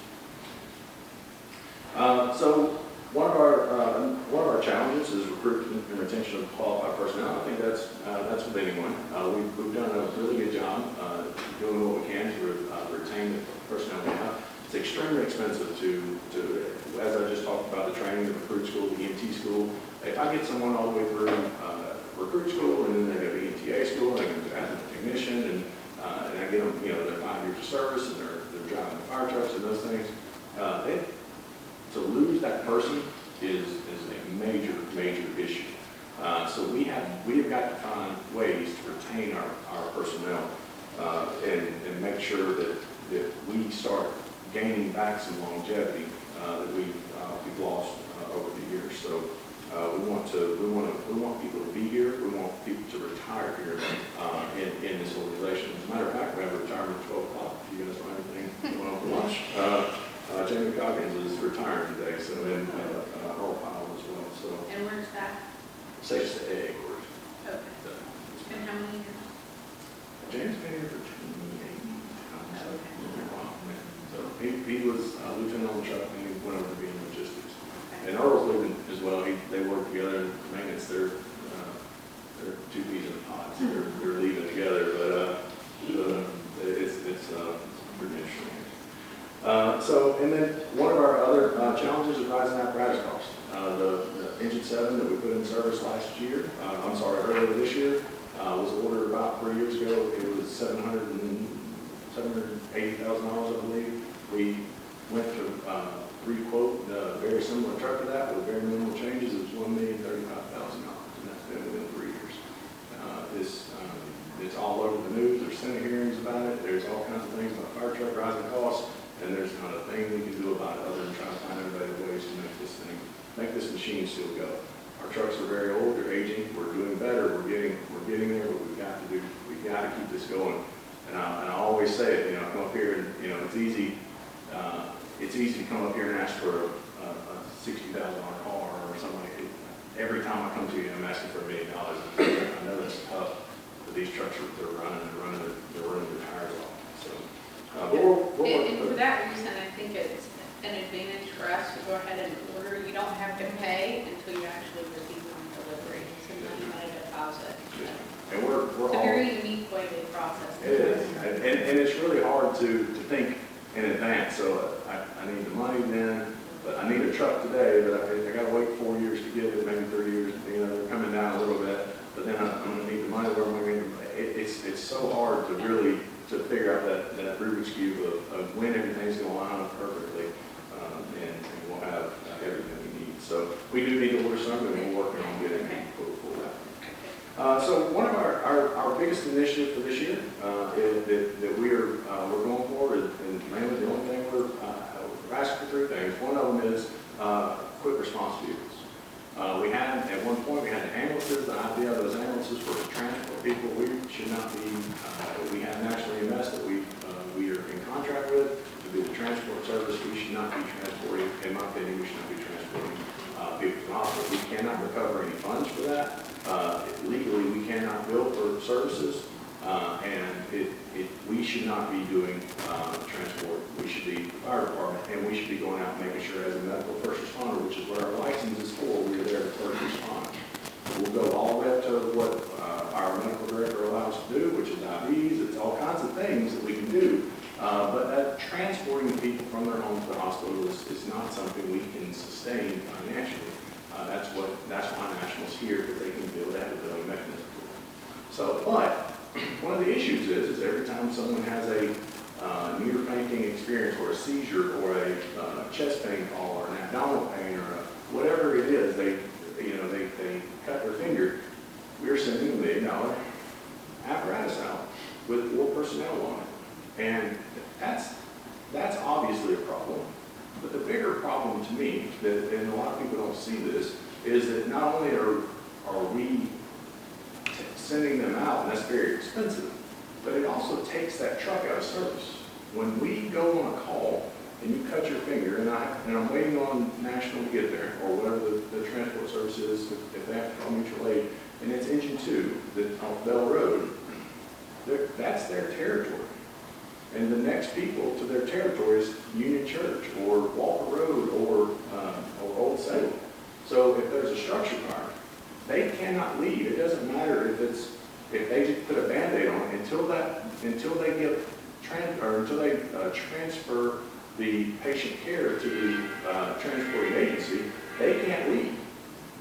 So that structure fire could be half a mile down the road, and you're waiting on units to come from all over the place to get there.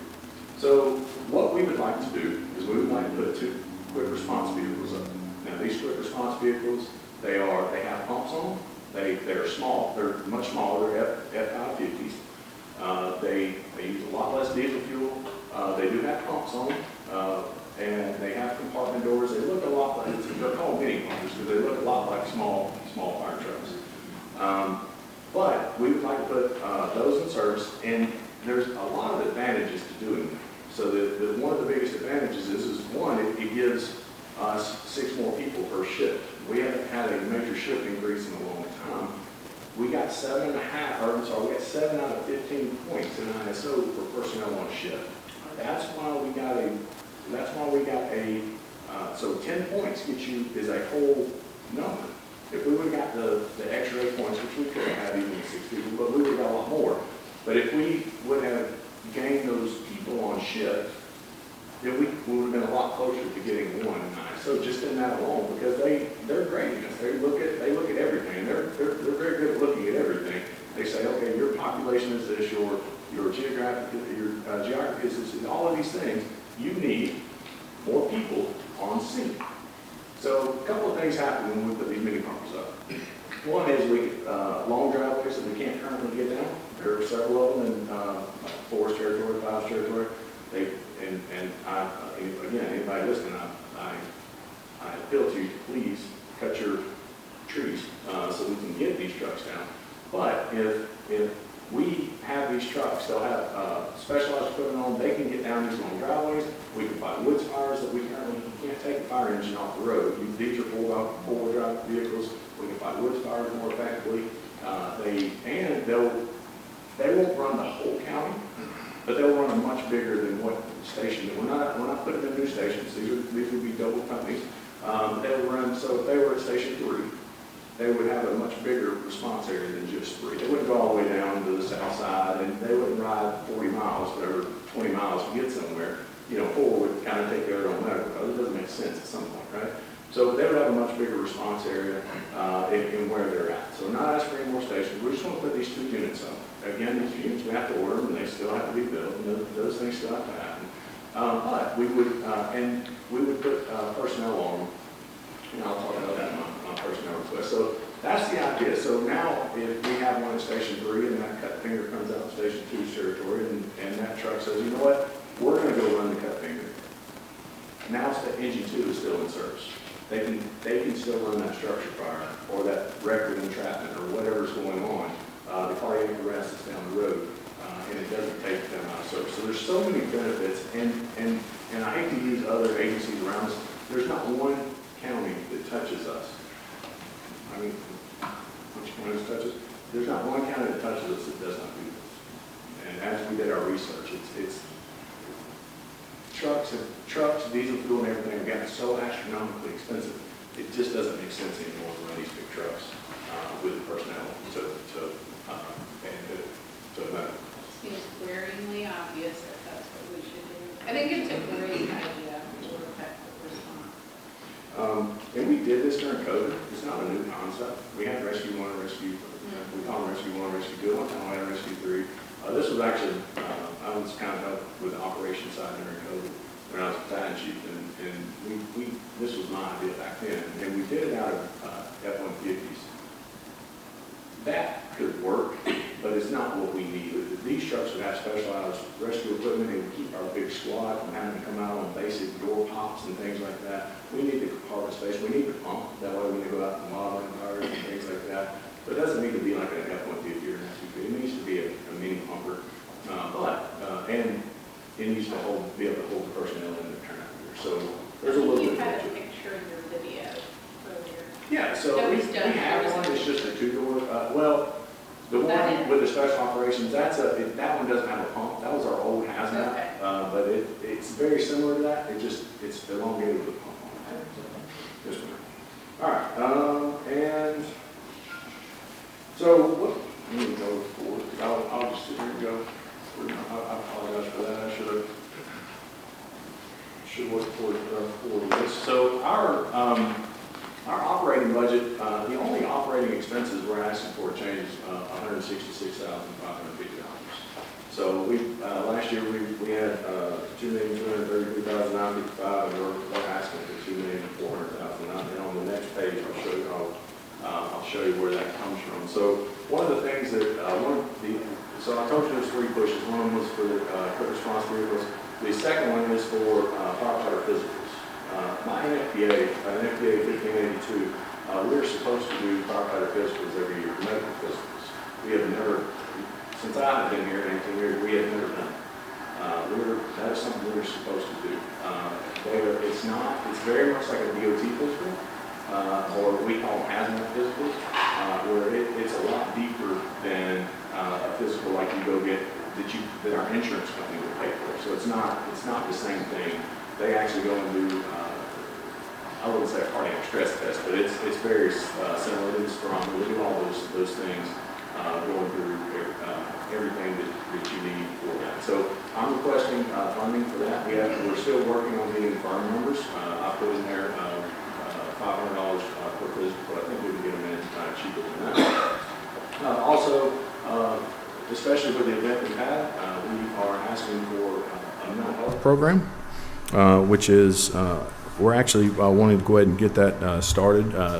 There's a company that is firefighter based that has clinical psychologists and has, they're part of the Next Rung. You met some of them during our event. Some of the same people that run Next Rung, which is a nonprofit group, has started this company where it's more long term, and it's not about there's EAP that can do those things, but this contract is more about the education piece of mental health instead of being reactive to some of our issues that we have. It's being proactive in how we can. The day-to-day calls that you may not know that's affecting you. There's a plethora of calls. These folks are running, like I told you before, we're running 13,000 calls a year. They see a lot of stuff, and they're not decompressing like they need to. I see it. We all hold in really well until we don't, and I don't want to see that. We've had some suicides on duty, and not on duty, but we've had some people that actually work here commit suicide, and we got to do something about it. And this is a way to do that. So we're actually going to come forward with it's a monthly contract. We're going to come forward. This is just the funding behind it. We're going to find the funding for the rest of this year, and this is just for next year. And then an increase, we've already, as you can imagine, we have 12 buildings. We're also adding the train annex. Our maintenance costs have gone up just like everyone else's. You heard the Sheriff's Department say the same thing, and I'm sure everyone's saying the same. With inflation and all of the things, we've had 2 air conditioning units go out in the last 2 months, as everyone else has. Those were $13,000 a piece, and we had $60,000 total in there. So you can imagine after I spent $26,000 on air conditioning units, now I have no money to actually survive. So this is an increase for that. And then fuel, obviously with everything going on in the Middle East, fuel prices have gone up, and we are all feeling the strain of that. And with these big diesel trucks that we have, it definitely takes a toll on us. And then gas, natural gas for the vehicles, for the actual stations.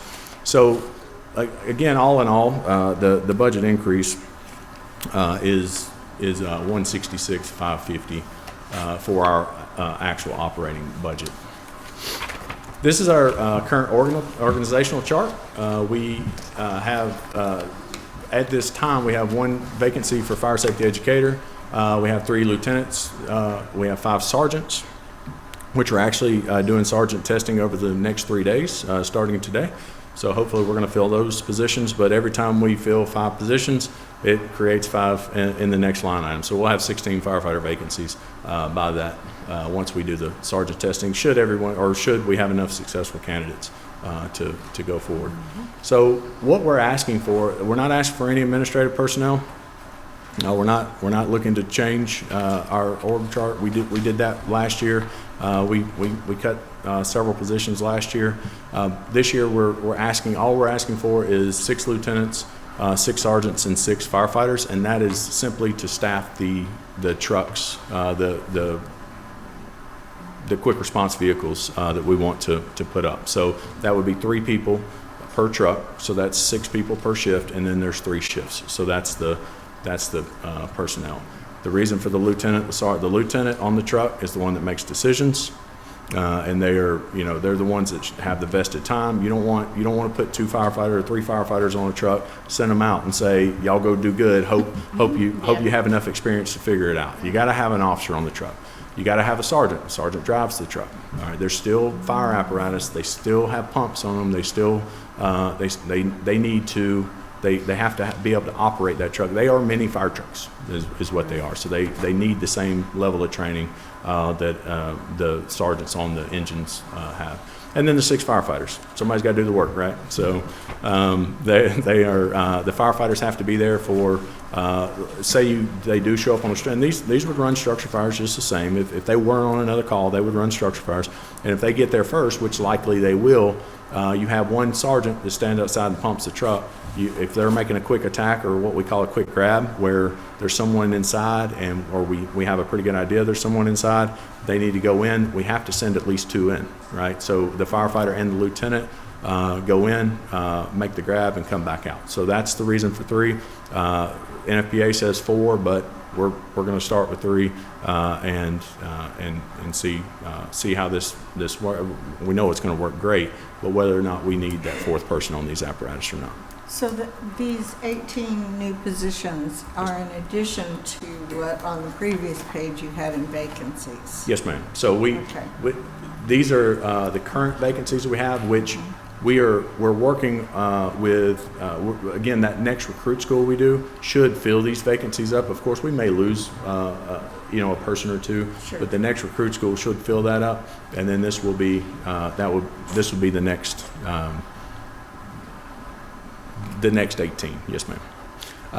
Now, I will say this about these 18 people, and I have no idea how this is going to turn out. I have put in for a SAFER grant, and SAFER is staffing adequately firefighters. I don't know the exact acronym, but it's part of AFG, Assistance to Firefighters Grants. We put in for 18 people in the SAFER grant. We should know something in September. I need the people either way. And they fund firefighter positions, so there will be some discrepancy in the little bit of money for the sergeants and lieutenants. But I'm hoping to get that money, and we will only be responsible for 25% of the what we have to pay. So for the first 2 years they pay 75%. We pay 25%. I think that's the split.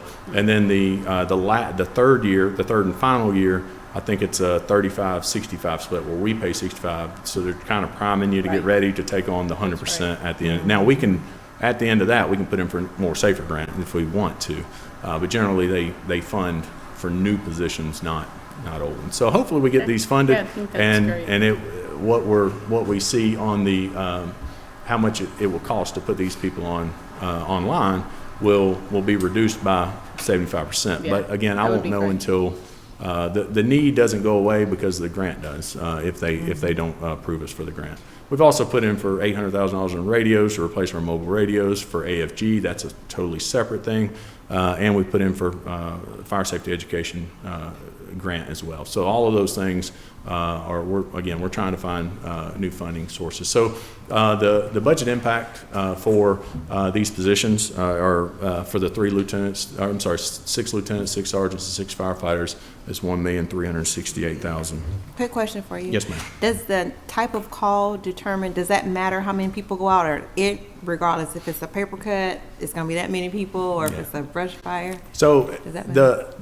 If you're assigned to that truck that day, then you go. Everybody. Yeah, because there's so many times that we're out, and you might say, "Well, I can go handle that call. It's just helping somebody in their, whatever it is." But it doesn't mean that while they're out, another call might not come out. Even if we're cooking dinner and there's 4 people on an engine that day, and that 4th person's the one cooking dinner, you cut everything off and you go get on the truck, because even though it might be a lift assist, that structure fire might be right down the street. So, or before they ever get back to pick that person up. Yes, ma'am. Now, how many apparatus goes is what this is going to allow us to do is, instead of right now, if we have a structure fire, I have to send 5 apparatus, and 5 apparatus from 5 different stations all over the county coming in. Now we'll have a couple of stations that have, because what we're trying to do is get the amount of people we need on the scene. So now we'll have 2 stations that are kind of central And they'll have these 6 extra people, so now I don't have to bring these trucks, I don't have to bring Station 1 Right. all the way down to Walker Road or Station 9's territory. So that'll cut out a lot of potential for accidents and of course fuel, just the same. So, yes, ma'am. Okay.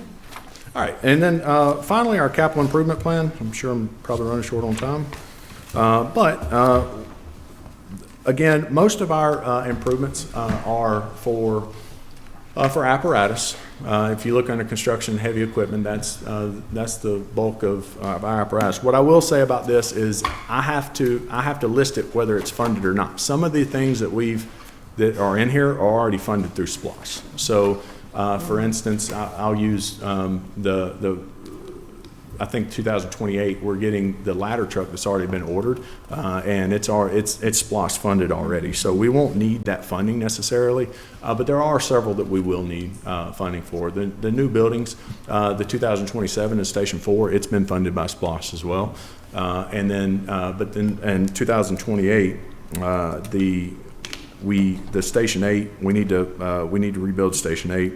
And we also need to start working on Phase 2 of the training center. Those we're working through SPLOST overages and seeing what's available there. So we're putting all of the things that we need on this list. So we have a plan to go by, but some of it doesn't need to be funded. But currently we have 2 apparatus and Station 4 rebuild is funded in SPLOST. So those things don't have to be funded here. So.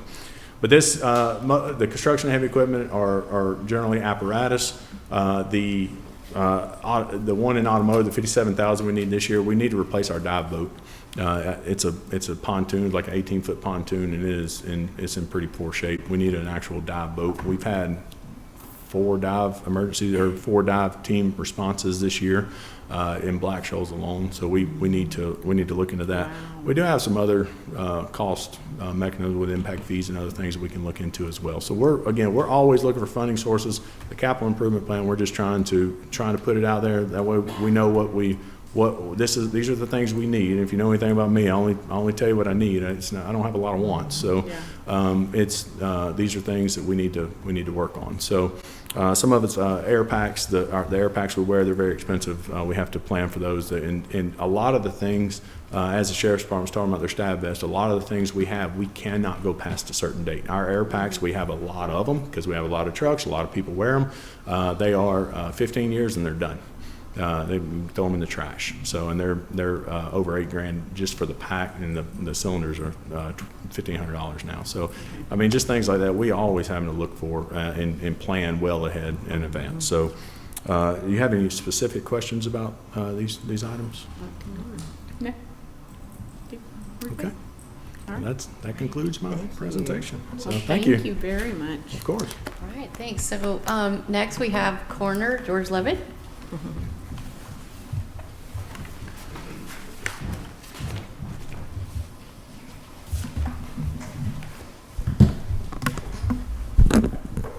And I just want to announce we are streaming. That has Good, come back thank up, you. so.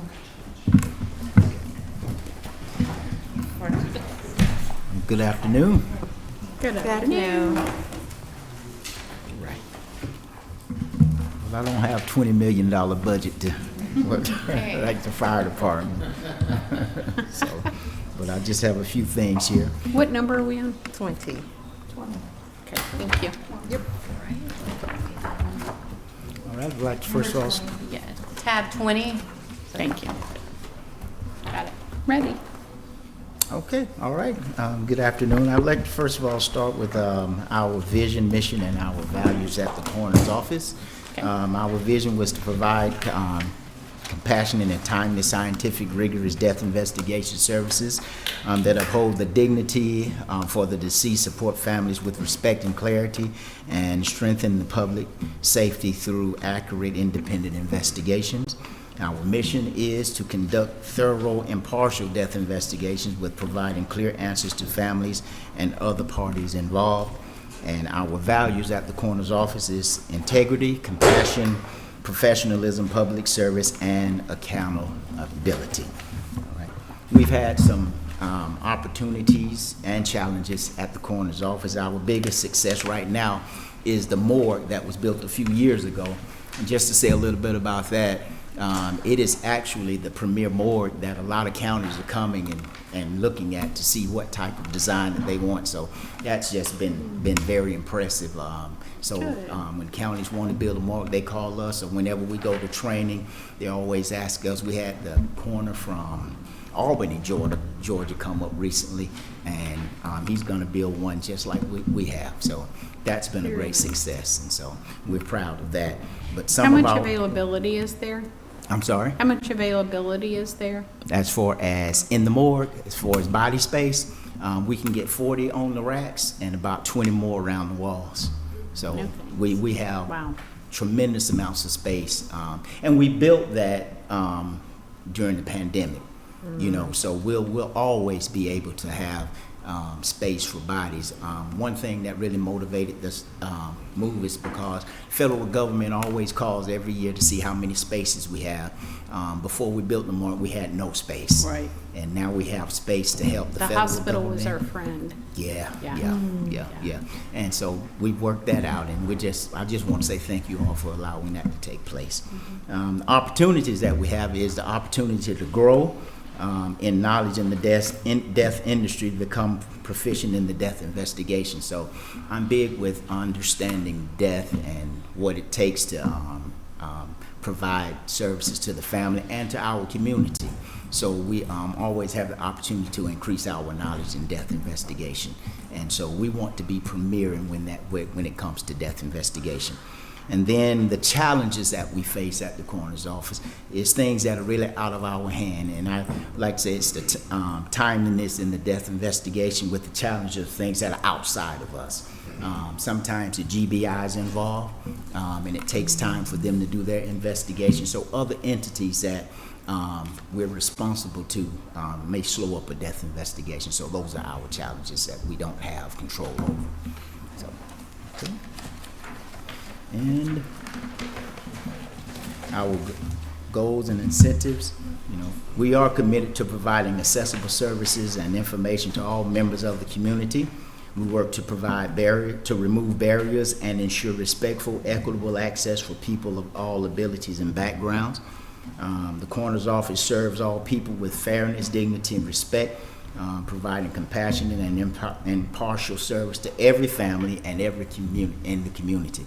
I just feel like that death is such a sensitive issue that compassion and accountability should be our #1 priority, along with doing a thorough investigation, so that people will understand that we're not just picking up bodies, that we are actually a coroner's office that is really trying to provide a dignified service.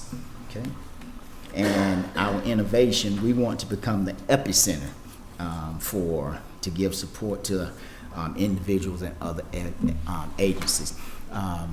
Whenever there is a change in DeKalb County or some of the other counties, those medical examiners may call us, get our opinion, and we'll get on board and sign off.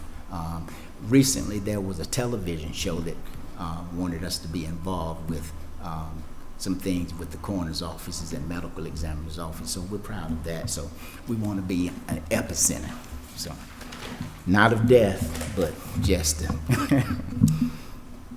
and services. I'm sorry? Of services. Of services, correct. Correct.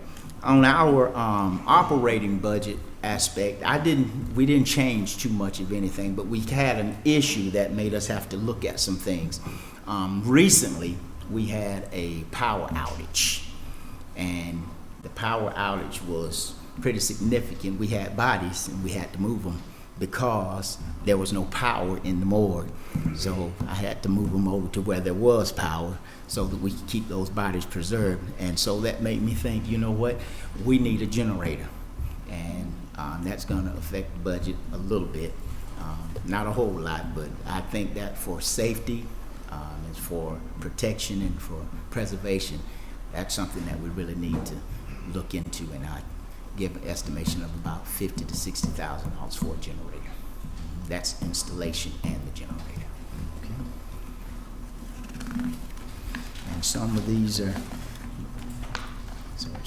things we didn't look for any change, I'd like to move to the organizational chart, because there's a little bit of change in our organizational chart. And that change is, you have me, we're gonna have a chief deputy. We had a chief deputy, but we changed that position to a contract position, but we're changing it back to, from contract to pay. And we have. Why is that? Why? Well, we did it contract because we thought that the individual would want to make more money doing individual cases, but because of the responsibilities of that chief deputy, they'll have the same responsibilities as I will. Meeting with me on a weekly basis, discussing the cases, and making sure that every deputy has everything that they need. And if I'm ever out, that chief deputy can step in and do the same thing. And what they will be making is somewhat average to what the deputies are making on a monthly basis anyway. So I think we were at $1,700, the last chief deputy, and we just increased it a little bit to $2,400, to $2,000. Okay. And organizations, myself, my administrative manager, chief deputy, and then the deputies fall under that. And we just put in for the, as far as the personal budget, the only change in the finances is the administrative pay and the chief deputy's coroner's pay to $24,000. So it is full-time or is it as needed? It's still part-time. I'm part-time. Okay. You know, so the chief deputy would be part-time as well. So Extra all part. coroners are So part-time. the salary for that person would be $24,000. Yes, yes. Okay. I didn't want to give too much more because I barely make that myself. I know, right? And how busy is your office? How what? Busy is your office? It's very busy.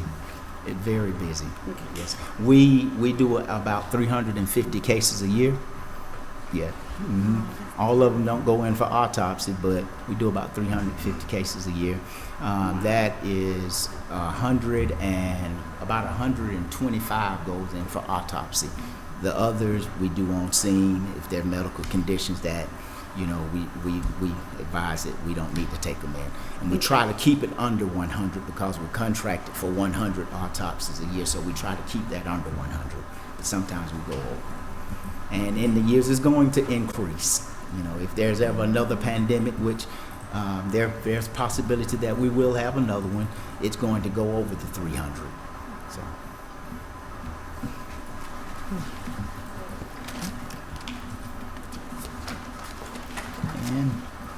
And for the next 5 years, I really didn't increase anything too much, just the automotive costs for 2027, and the building improvement would be the generator, which would take us a little over $115,000 for 2027. And then each year we just added enough to make sure that fees are taken care of, maintenance is taken care of in those with those vehicles and with the generator and the building. So.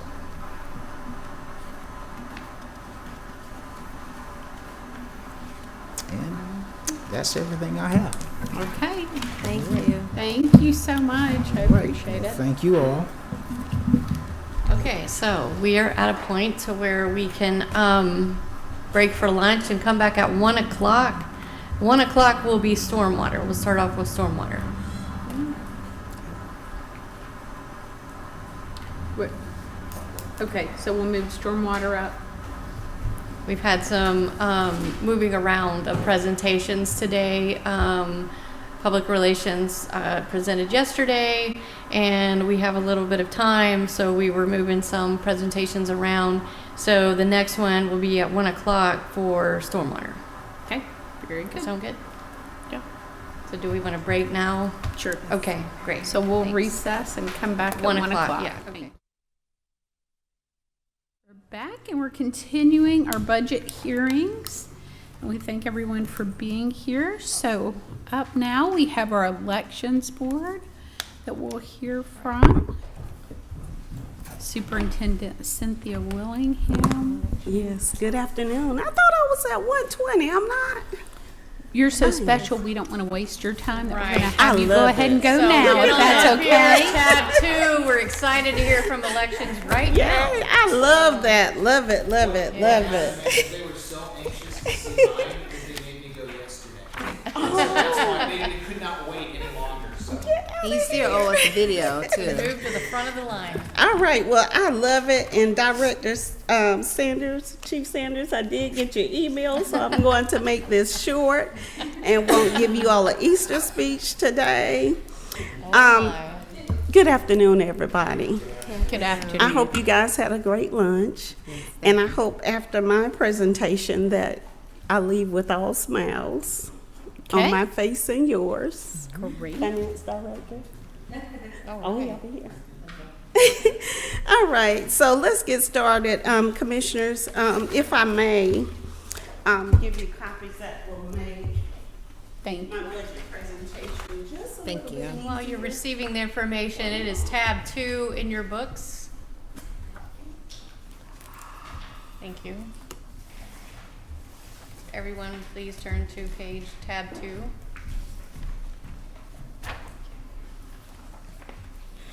All right. Before I go into my 2027 operating proposed budget, Commissioners, I just want to give you guys a couple of statistics about the Board of Elections office. Right now, Rockdale County, as of 2025, we're sitting at 98,000 population. Of that population, those that are 18 and over eligible to vote is 76,765. We have 70,000 of those voters already registered. Great. So we're close to 90% of those that are new coming into the county, as well as those that have been here for years. And can you give us those numbers one more time for the count? Our population as of 2025, we're estimated at 98,416. And those that are 18 and over eligible to vote, 76,765. Our current voter registration record showed that we have 70,000 voters, which with 65,000 of those being active, and the remainder, about 3,500, those are inactive voters who are still eligible to vote. So, as I stated right now, I think we're doing pretty good with our voters getting registered, and that can be contributed to when you go to the Department of Driver Services to update your driver license, you have to opt out of updating your voter registration. Which is a change. It used to be you opted in. It used to be opt-in, and now you have to opt out. So we sometimes get complaints from people that want to live in Rockdale, but get a tag in another county. So in order to get your tag in Rockdale, you have to have a driver license with the address on it. So now those individuals have to go to the Department of Driver Services.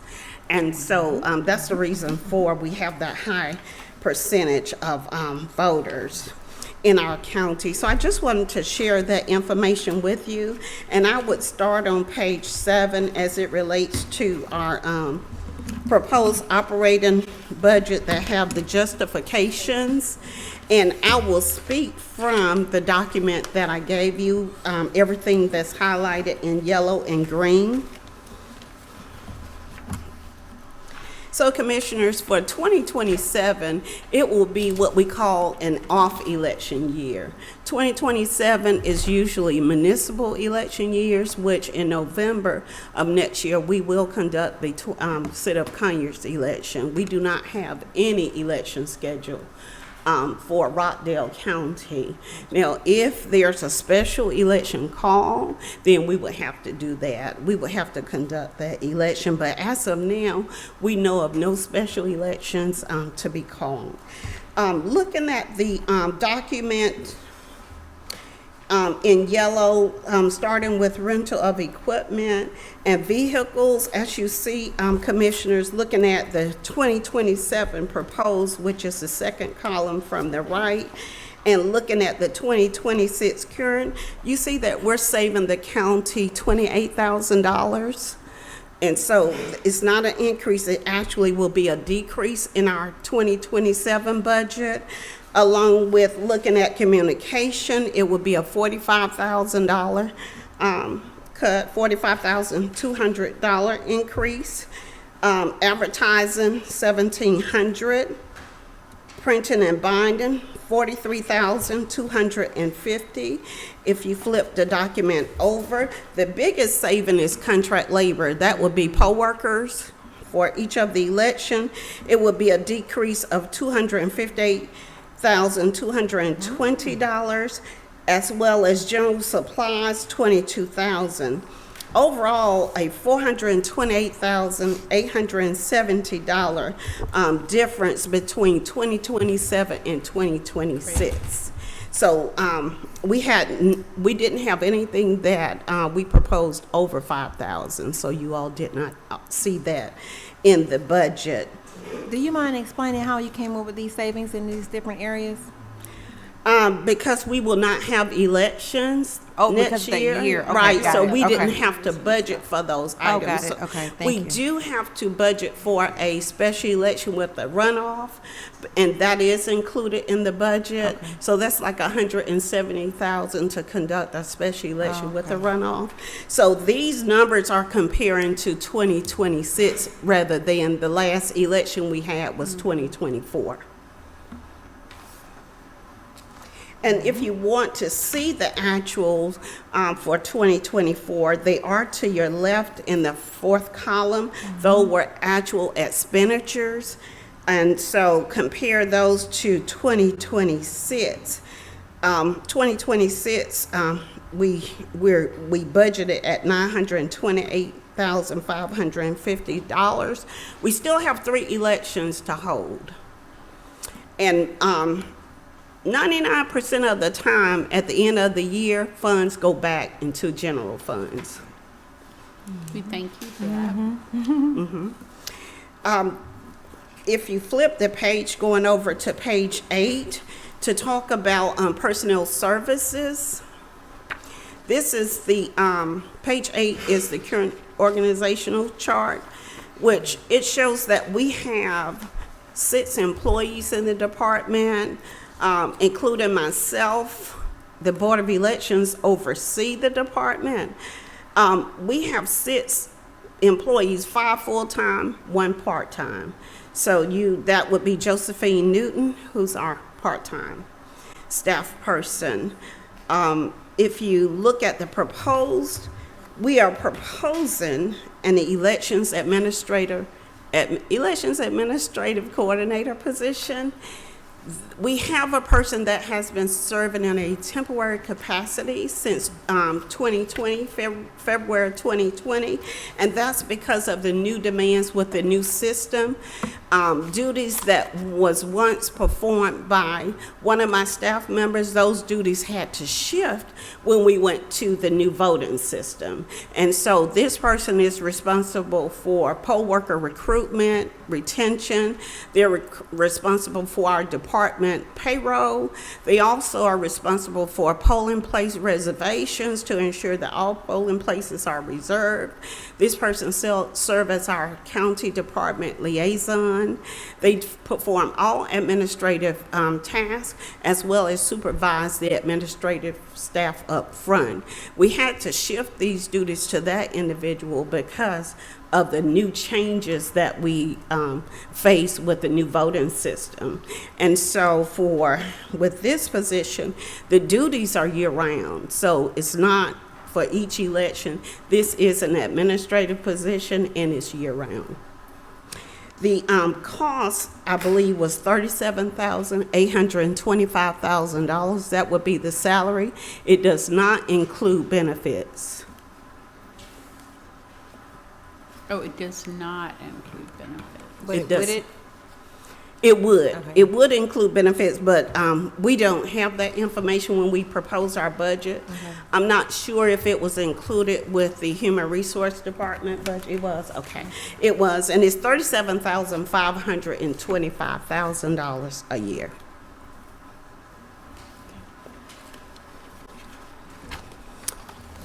We have no capital improvement requests. So that would end our 2027 proposed budget request. Well, that's easy. So it's just the person, just the position that you're asking for, that's all? That's it, yes. That is the only position. Now, when it's not election time, what goes on with your staff during that time? Believe it or not, a lot of people, until they work in our office, they're like, I didn't know you all had this type of work. But after elections, we still have to audit every street in Rockdale County to ensure that we have voters in the correct district. We go through redistricting, which we've been going through a whole lot lately. We also go through recruitment of poll workers. We're constantly recruiting poll workers, so it doesn't stop with each election. We also still do voter education. The next 2 years will be critical for the Board of Elections because we will be going to a new voting system. So voter education will still be important, and that has to happen the year before. So the legislators in Senate Bill 3EX, which did pass during the special session, has already established a committee to recommend a new voting system by January of 2027. So very likely come November of 2027, we will be conducting the City of Conyers election on new voting equipment.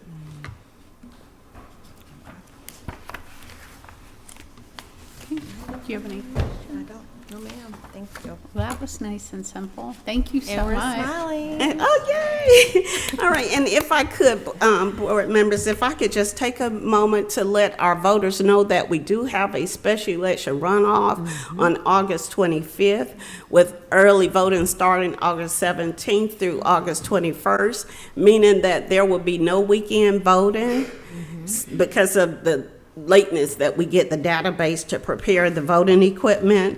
As I stated, election day is August 25th. All of those that were eligible by June 29th may take part in this election. It is not a party election, even though on the sample ballot you see party next to each individual name. That's the candidate's choice, but this will be a special election where you do not have to choose a party. And I left sample ballots out front. Oh, that was nice of you. Thank you. We'll take some of the extras to our office too. Please and do. downstairs. Yes, thank Okay. you. Thank you. That's it. That's it. Y'all smiling? Yes. Thank you. All right, take care. All right, so next up, we have stormwater video. And yeah, it will be tab 29 when we get to the presentation point.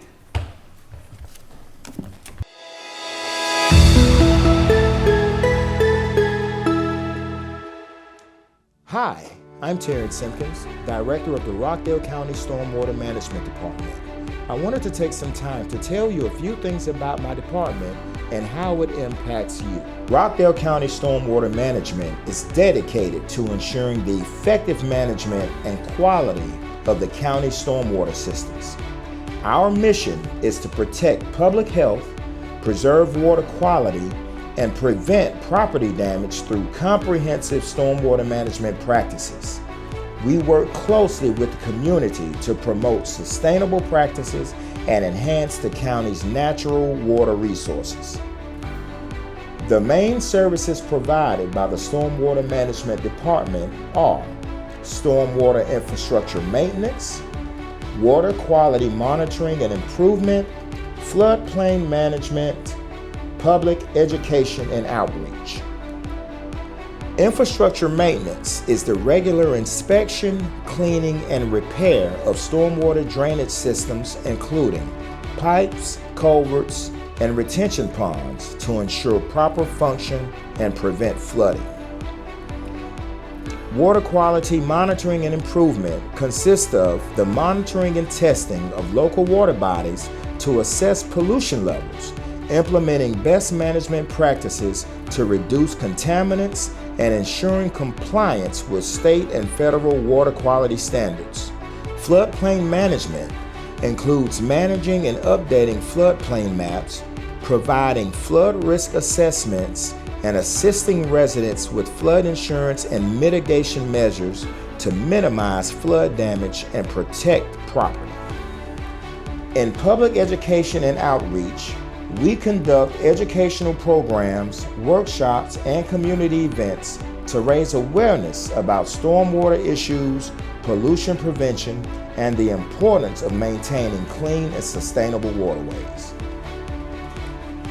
Rockdale County Stormwater Management Department is committed to embracing innovative infrastructure rehabilitation technologies, including shotcrete structural rehabilitation and cured-in-place chemical pipelining to maximize the value of taxpayer investments. These trenchless and minimally invasive methods extend the service life of existing stormwater infrastructure while significantly reducing excavation, traffic disruptions, utility conflicts, environmental impacts, and restoration costs associated with full replacement. By rehabilitating deteriorated structures rather than replacing them whenever technically feasible, the county can complete more projects with available funding, reduce long-term maintenance expenses, and improve the reliability and resilience of the stormwater system. Thank you for taking the time to learn more about Rockdale County Stormwater Management. By working together to protect our drainage infrastructure and local waterways, we can help ensure a safer, cleaner, and more resilient community for generations to come. Thank you for watching, and thank you for doing your part to protect Rockdale County. If you have any questions, please contact us at 770-278-7155. Have a great day.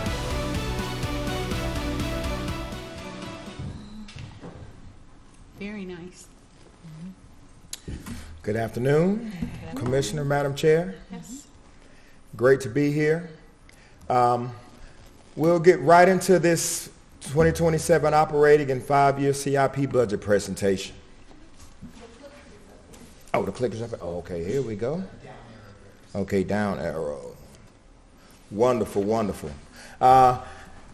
I'm not going to go through and read this word for word. One thing about stormwater management, it is constant and it does not change. We have the same needs, the same desires, and that is really to continue providing our level of service for Rockdale County residents.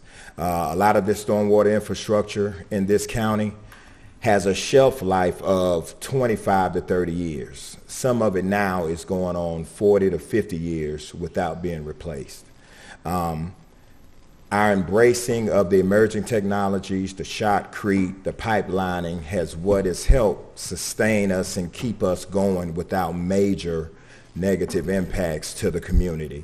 With this weather and these storms that come through, if you have major deficiencies in your pipe systems, they show up and they show up fast, and they can be really expensive when you're going through emergency replacement. So we're just trying to kind of be more proactive instead of reactive.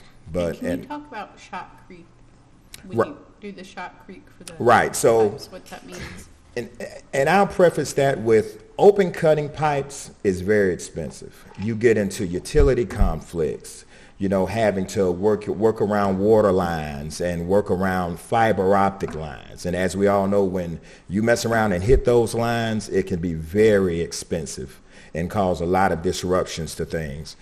Embracing the shotcrete and the pipelining allows us to rehabilitate pipes without open cutting them at all. That reduces the chance of us negatively affecting other utilities. So shotcrete has been very effective for us.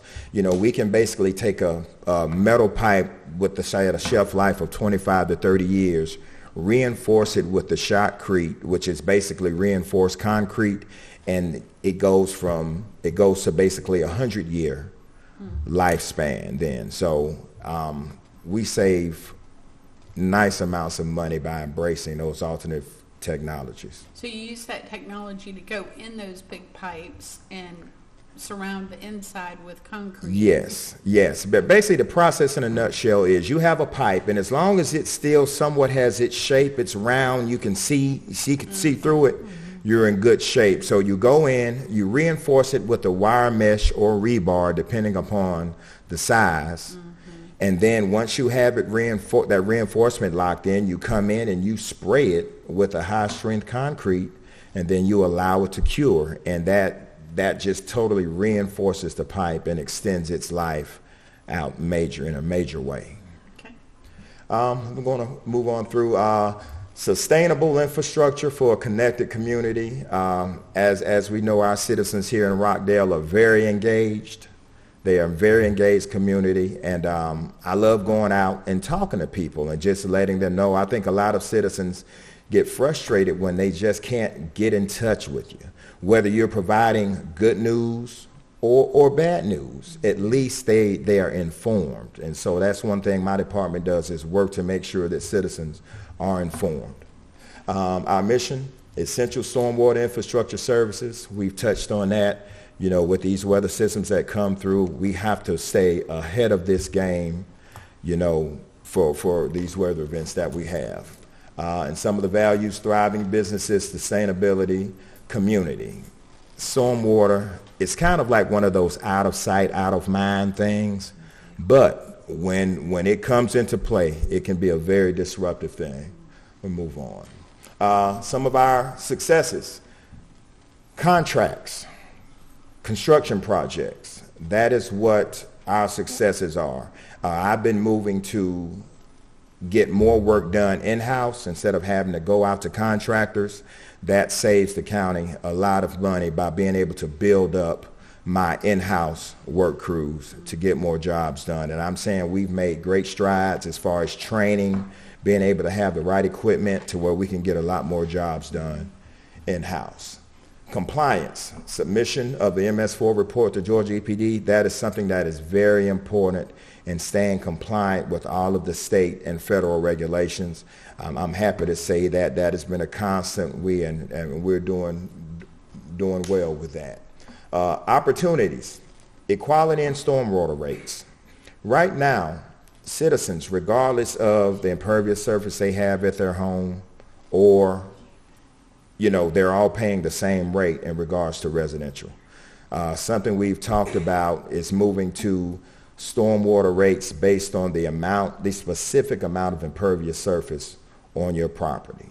That is something that, people with, say, a 10,000 square foot home would pay slightly more than a person with a 2,000 square foot home. And that just speaks to bringing equality to the stormwater rate process. Customer service and outreach, something that we are really big into. Like I said, staying in touch with the citizens, keeping them informed, and also educating them on what stormwater is and how important it is to the community. The master plan is something that I've talked about, and I will continue to push for our master plan, to where a lot of times we're making decisions with jobs, we're being reactive. The hole is there, okay, it's an emergency, we have to go out and fix it. The master plan will allow us to have an inventory of all stormwater structures and conveyances in the county. Then that way, combined with hydraulic and hydrology analysis, we're able to know, hey, under certain situations, this roadway is going to overtop during certain rainfall. We're able to go and plan out and get ahead of some of these projects that we know need to be done. So that master plan is going to be very important. Some of our challenges. Dates of inception on there as well? So Yeah. you'll know to pre-plan, you'll know how long it's been there? Yes, yeah. That inventory will show how long it's been there, its current condition, and then the analysis part will show what really needs to be. So there may be a situation where there's a 36-inch corrugated metal pipe in an area. and that pipe cannot handle with development and runoff in that area. It can't handle it, so that roadway may overtop frequently. That master plan will allow us to know exactly what size pipe needs to be there to keep that roadway from overtopping, to keep citizens safe. Some of the challenges, funding, it all comes down to money. And these pipes, this concrete, this equipment, it's not cheap. It's not cheap. But like I said, we're doing what we can with what we have to ensure that these citizens are safe as they travel throughout this community. Ordinance enforcement, that's something that is in the works with our updated ordinances that's coming. That's going to help us greatly. Let's move on. Some of the goals, and like I said, I've talked about it. The stormwater utility rate system, alternative technologies, the ordinances. No, it's really cut and dry. Let's keep going. Our budget. I will say, and I will tell you publicly, thank you very much for helping us to stabilize our financial situation, updating our permitting schedule, helping us, and which that leads to helping us deal with our plan reviews and getting these LDPs out. We are no longer in the hole in regards to our plan review process. That fee schedule update helped us greatly. Also, thank you for, with the utility rate, some minor increase. It wasn't the large increase that we asked for, but you did what you could, and that is going to greatly help the citizens. And I want to publicly thank you for your assistance with that. Seeing is believing, so they want to see Right. how those monies are used. Yes, ma'am. Thank you for what your team Yes, does. ma'am. Let's move on. Some of the major changes in my budgeting request, professional services. We wanted to add just a little bit to professional services, and that was to get started on that master plan. The disposal, the additional disposal, that goes back to us doing more jobs in-house. So as we do more jobs in-house, there'll be situations on jobs to where we'll have more material that we'll need to dispose of, material that's bad or that we can't use elsewhere. We'll have to dispose of that. So those are really the only two requests that I have for this upcoming budget. Like I said, that's cut off, but it's the professional services because we do our plan review. So we also have our plan reviews that we do, and also to get that master plan going. And as you can see, increased projects being done by in-house crews. Organizational chart-wise, really we're in pretty good shape. We've got a staff that's going to be retiring soon. And so we're going to be needing to replace a couple of positions, which are inspector positions. They go out and they inspect subdivisions, ensuring that the pipe is put in right, considering that the ponds are put in right. They also inspect the erosion and sediment control to ensure that when they're disturbing that dirt, that those areas are protected and that dirt cannot escape off-site. So those inspector positions are very important. Those are some that we're going to need to be filling. Really, that's about it. We're definitely set up for success. I think we just need to kind of keep pushing and keep going. I think we're on a great path. And actually, that slide right there shows the erosion and sediment control specialist position. That's really about it. Now, as far as the capital improvement plan, we have jobs that have been kind of like on hold. We've kind of done what we can with our funding that we have, and we have to kind of budget. But with this upcoming, thanks to finance giving me good news, I've got a little extra funding to start getting moving on some of these other infrastructure projects. So that's what that funding is for right there. If you ever need a detailed list of projects, I'm able to provide a detailed list of projects with estimates and invoices for past jobs. I think that would be good to share with the community. I think Okay. they really appreciate seeing Okay. what that list looks like. So what I'll do is I'll get that list and I'll get that up on our website. Okay. in the next week or two, and people will be able to kind of put their eyes on specifically where that money's going. That's really all I have. Any questions you have for me? No, I don't have any. Thank you. Okay. All right. You all have a good day. You too. All right. Moving right along, we've got the Board of Commissioners next. Woohoo! Yay! I like those people. I like those people. Well, that was the day that the chair wanted you to have like 8 more. Did you hear all that? What did you say? Oh, it's got to be a regular view. All right, and introducing Chief Sanders. Okay, section 1. Good morning, or actually now afternoon. My notes say morning. Chair and Commissioner Smith. I am Sue Sanders, Chief Operating Officer for Rockdale County in the Board of Commissioners Office. So I'm not going to read through all of this, but essentially the Board of Commissioners is committed to serving and representing the citizens of Rockdale County by listening to the community, addressing needs, and making decisions that support the county's mission, vision, and future. So I took the liberty of switching up the presentation a little bit and putting our org chart first. We're not asking for any new positions for 2027, but I did want to talk about what we do just briefly. So as the legislative body of the county, the Board of Commissioners Office serves as a critical point of review and coordination for a wide range of government functions. In addition to legislative responsibilities, the chair is responsible for the day-to-day operations of the county and 14 departments, while all 3 commissioners lead their own initiatives and remain actively engaged in responding to citizen needs and concerns. The board office operates with a lean team of staff members that you can see above on the screen. There's no other org charts, it's just this one that operates the Board of Commissioners. With a significant workload that directly support the operations of the county and the priorities of the board. Every contract, requisition, resolution, amendment, memorandum of understanding, policy, ordinance, volunteer appointment, lawsuit, land transaction, personnel action, surplus item, budget ordinance, budget amendment, and open records request is reviewed and processed through our office. Last year alone, 603 items were voted on during commission meetings.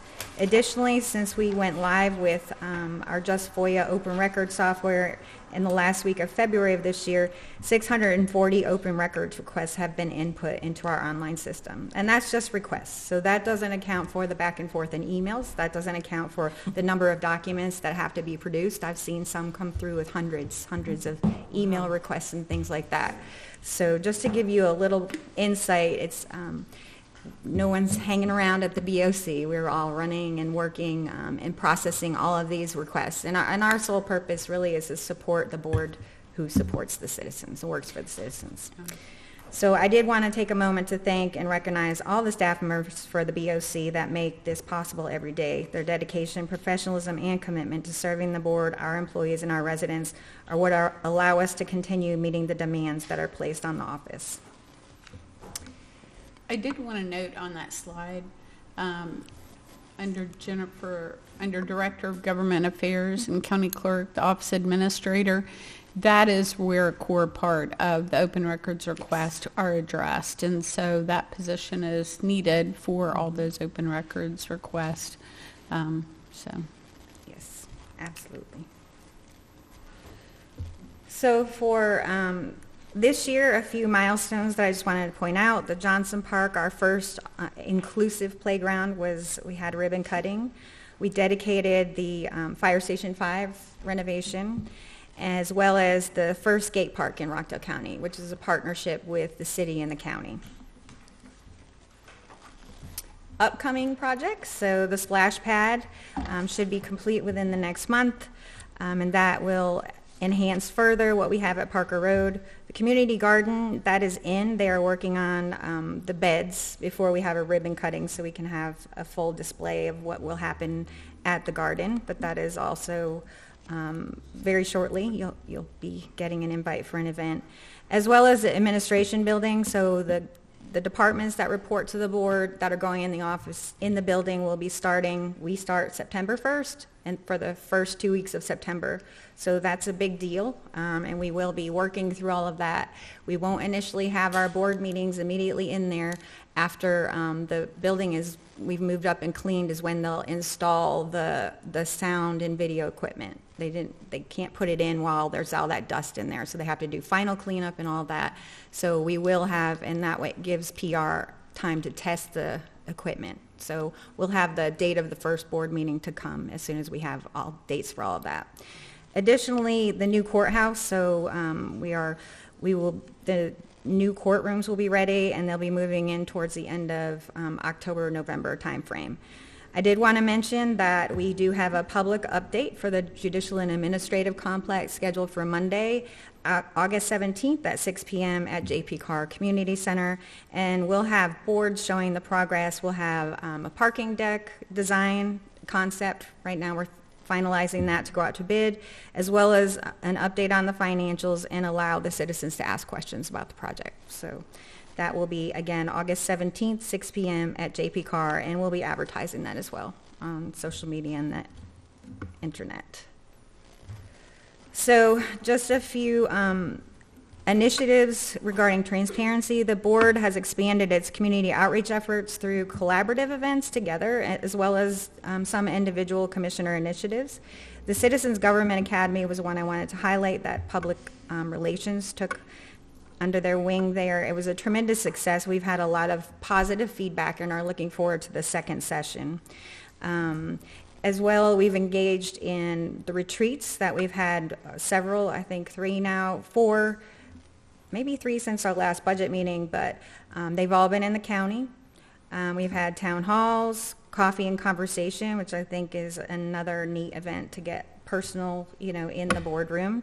It'll be even better when we have a bigger room to have it in, so we're not all cramped around the table. As well as creating many citizen advisory committees. I wanted to point out also we had listening sessions, the recycling center listening sessions. One of the things that I have valued about this board is sometimes there are things that come up, like the changes at the recycling center that, were not taken well initially by the public, and we had the listening sessions, talked to the board, and we modified the policy and we moved on. So it wasn't like whose fault, or we're listening to the citizens and we're changing and moving. So that's important, and it shows that you're working towards transparency and listening to the citizens. Thank you. The Unified Development Ordinance Stakeholder Committee, there was an initial one, and now you formed a second one to continue looking at that ordinance while you deferred that item on the agenda. The Housing Study Committee that ultimately had made recommendations for the study that was that you all put into place. Planning Commission training was held by Director Rutledge as well as Attorney Meeker to really get some training, and that's a continual thing that needs to happen. I talked about the open records request, the ROC GA mobile app, and then one meeting, which is our agenda management software. Just talking a bit about fiscal responsibility, I think probably I should have put number 1 and highlight in all caps, lower millage and a balanced budget, right? So that's, I knew, it is number 1, but I should have made it bigger because I know that's a big deal. But some other things that came out of the past year, the benefits broker bid, which was important, conducting the competitive bid there to ensure that we receive the best value, service, and range of options for our employees. So HR spearheaded that, but again, it was a request of the board just to see what is out there and make sure we're being competitive. The other item I wanted to note was the auditing services, which are currently out to bid. So that is our annual audit, which will, periodically you do change auditors just for the process, but that is out to bid. We've also been providing budget updates. Finance has been doing that. We're doing budget amendments in real time when there are effects to the budget, as well as our agenda items now say SPLOST or what kind of funding or what kind of change to the budget. So those are all positive things just to be explained a little bit more to the citizens and maybe reduce some of the questions.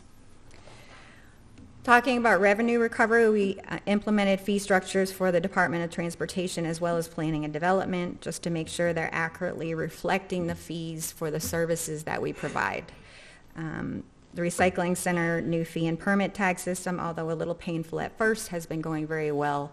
And it's actually streamlined the process a lot for the people out there as well as the citizens, a lot of positive impact. And most of the people that we had sold the tags to initially were our senior citizens. So, they are on board with that.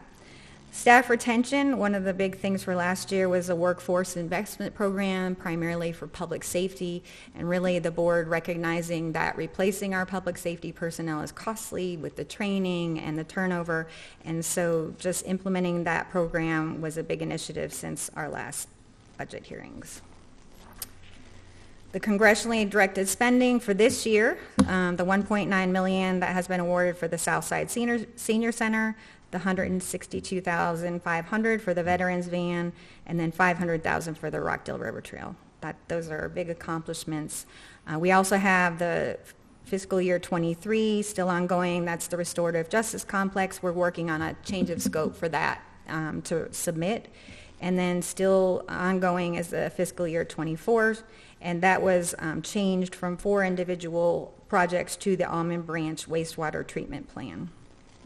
So trying to leverage some of those funds to do projects that otherwise would come from host general fund and in water's case, their revenue fund. Focusing on smart growth, moratoriums were put in place for residential development, data centers, battery storage systems, and residential care facilities.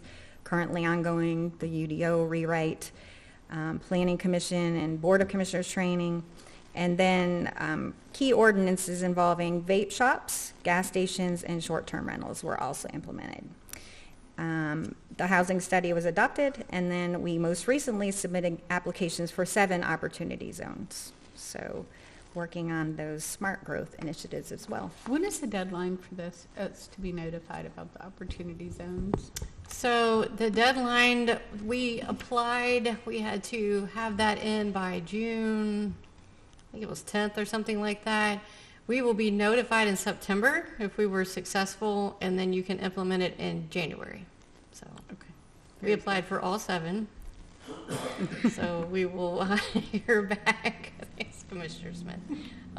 We'll hear back in September if we were successful. So, how many were successful for? Surely out of those 7, we should have a good number. I would hope so. I mean, the criteria was adjusted from Opportunity 1.0 to Opportunity 2.0, and some of the criteria changed, and we were more aligned with that, and since we'd already had a housing study and a couple of other items worked in our favor as well. So, okay. Yeah. All right. Okay.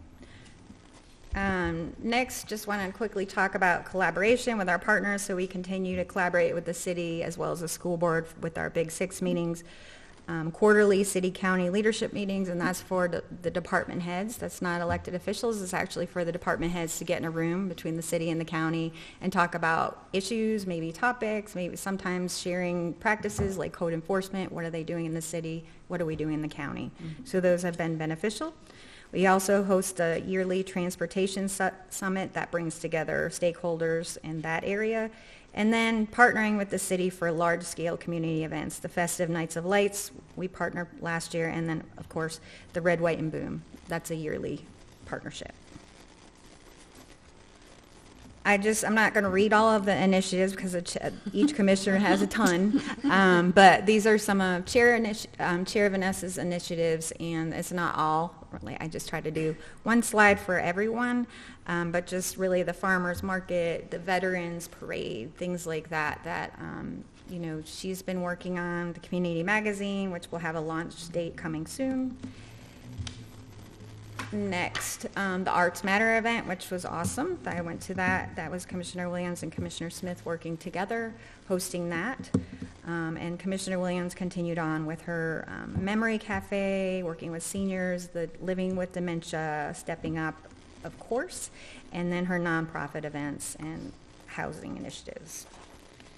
Commissioner Smith had a lot of things going on.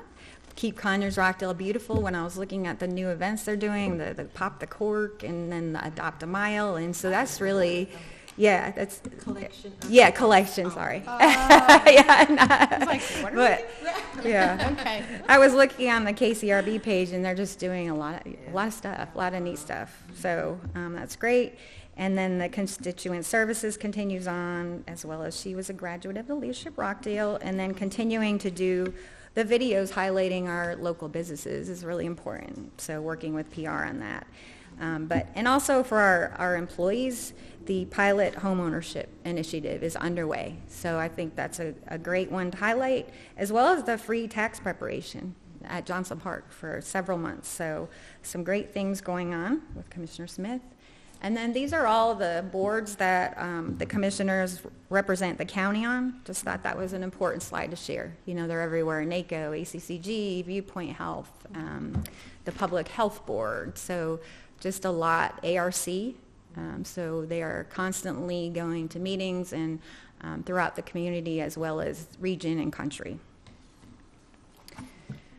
Our operating budget shows a slight decrease, so I'm sure that makes the chair smile. Lead by example. Yes, and so our budget primarily consists of, we have 55% staffing, and then 32% of our budget really is legal fees and professional services. So that's a big part of our budget, and then the remaining 13% is purchase services and contracts and supplies.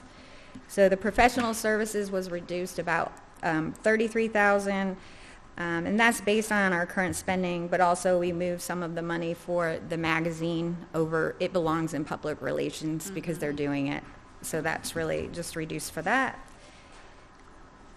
And that's all I had. All right. Well, thank you. Any questions? No? Okay. Yay. Way to go, board office. All right, so did y'all have any questions for yourself? No. Okay. Just figured I'd ask. I mean, you know. We already answered them in our heads. You did. That was a very good presentation. Yeah. So, the district attorney's office, DA Johnson?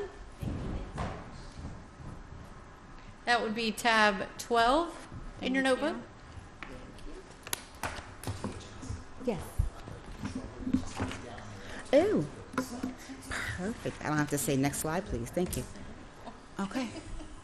Well, good afternoon, everybody. Commissioner or Chairwoman Van Ness, good afternoon. Commissioner Smith, good afternoon. Thank you for this opportunity to present the 2027 budget for the District Attorney's Office in Rockdale County. Before I begin, I do want to take a moment to express my sincere appreciation and gratitude to my office operations manager, James Cabe. Preparing a budget of this magnitude is not simply a matter of adjusting a spreadsheet on numbers. It is requiring the thoughtful evaluation of the operational needs of the office, careful planning, and collaboration, which means a lot of meetings across various departments. And so what you will see before you today is not just a list of wish list items, but it is necessary requests based on comprehensive, data-driven budget that reflects the actual needs of a modern prosecution office. And so every request has been thoughtfully evaluated, justified, and tied to our office's mission. And so while I may stand at the forefront, I could not have done this alone. So I thank you, Mr. Cave, for all of your hard work and effort, truly. So I want to begin here by saying every budget tells a story.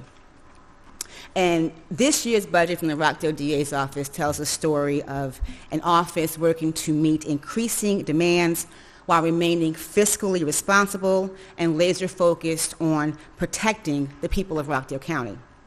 These requests are not simply operational expenses for us.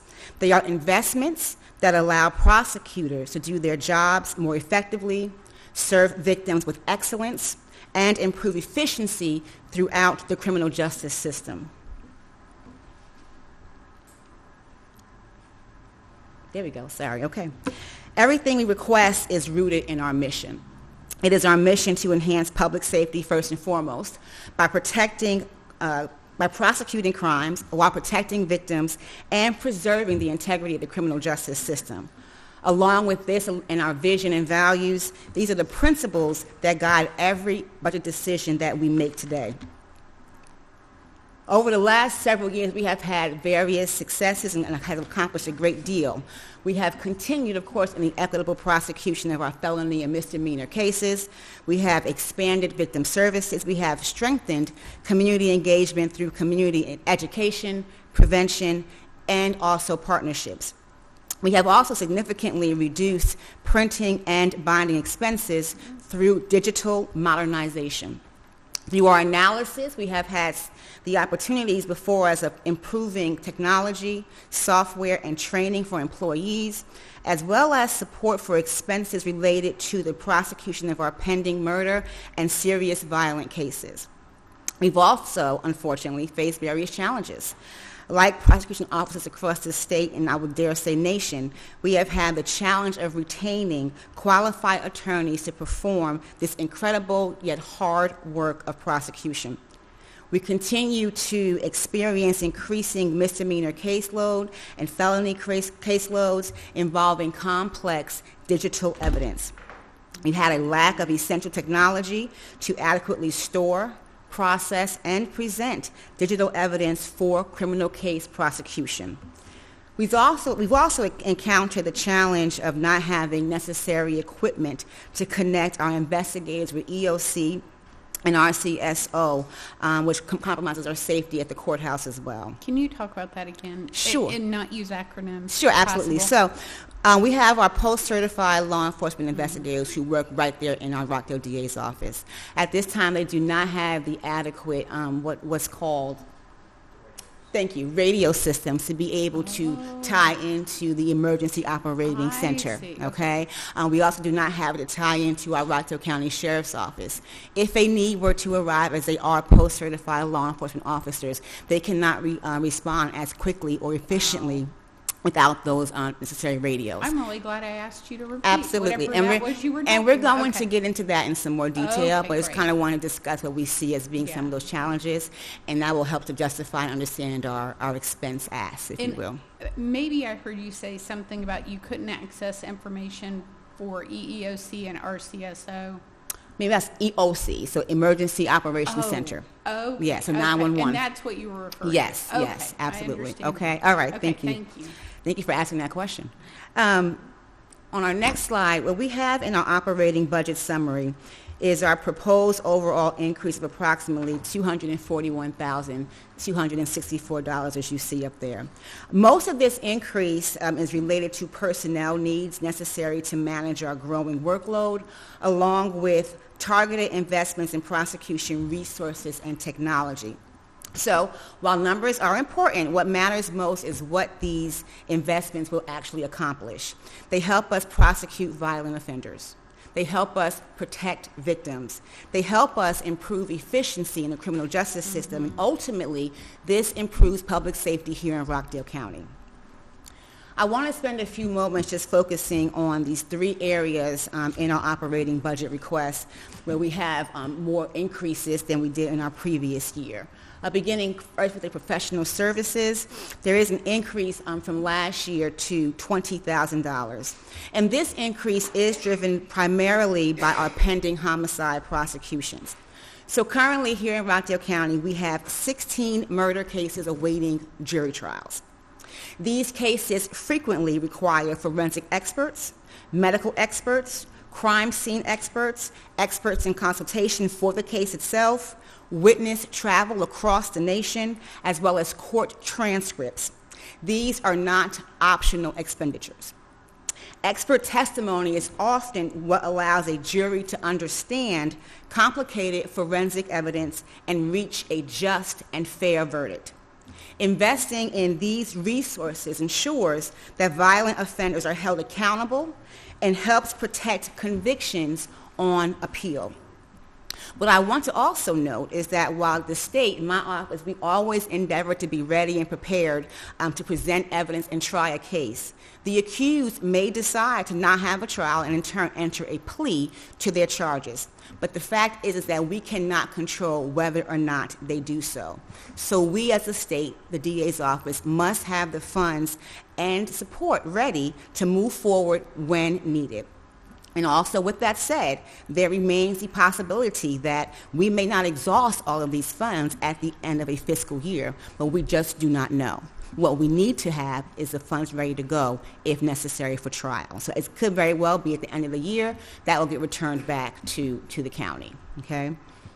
Technology has become one of the most important tools in modern prosecution. When I started 20 years ago, we had a flip chart and a VHS tape, and that was it. Times have changed, okay? So our request is for 3 iPads for our victim witness advocates, a high-speed scanner. We are asking for Adobe Pro licenses for our office, as well as software supporting digital document management. These investments will significantly improve efficiency. Now, the high-speed scanner will allow us to digitize thousands of archived files that we have currently stored in Parker Road. Then we have 4 locations in the current Rockdale County Courthouse, and they are all over the place. It helps us to also reduce the physical storage of these thousands of files that we currently have. It will also help us to improve our open records request times to be able to scan these items quicker, to be able to get to those who are requesting the open records request. And do you have a lot of those? We sure do.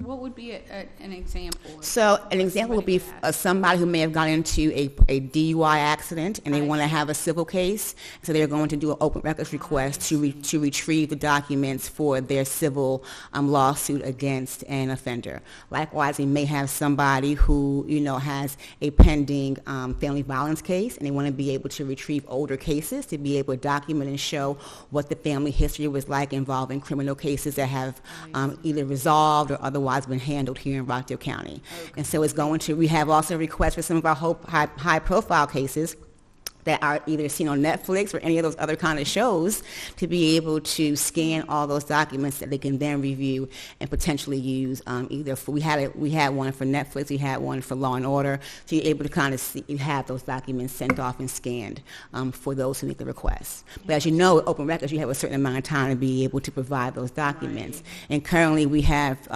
3 printers that have a scanner operation, but that's used for our daily operation system. So to be able to have a high-speed scanner will be able to help us to move those cases along quicker and faster. DA Johnson and Madam Chair, I just wanted to add to that conversation. It seems like more and more over the years, attorneys are using the Open Records Act instead of discovery, and so that puts a lot more of the burden on the court system as well. So, because normally what you would go through, I think that was probably some of your question, is typically they would go through the discovery process, which is not the Open Records Act, but they can also do that too, as long as they're copying their attorneys. So. But they're able to utilize that act to be able to get what they need from their information bases. Yeah. Also, we're asking for the Adobe licenses that will allow prosecutors, legal assistants, and victim advocates to securely share, edit, and organize documents and case filings, right? Everything is happening via e-file at this point in time.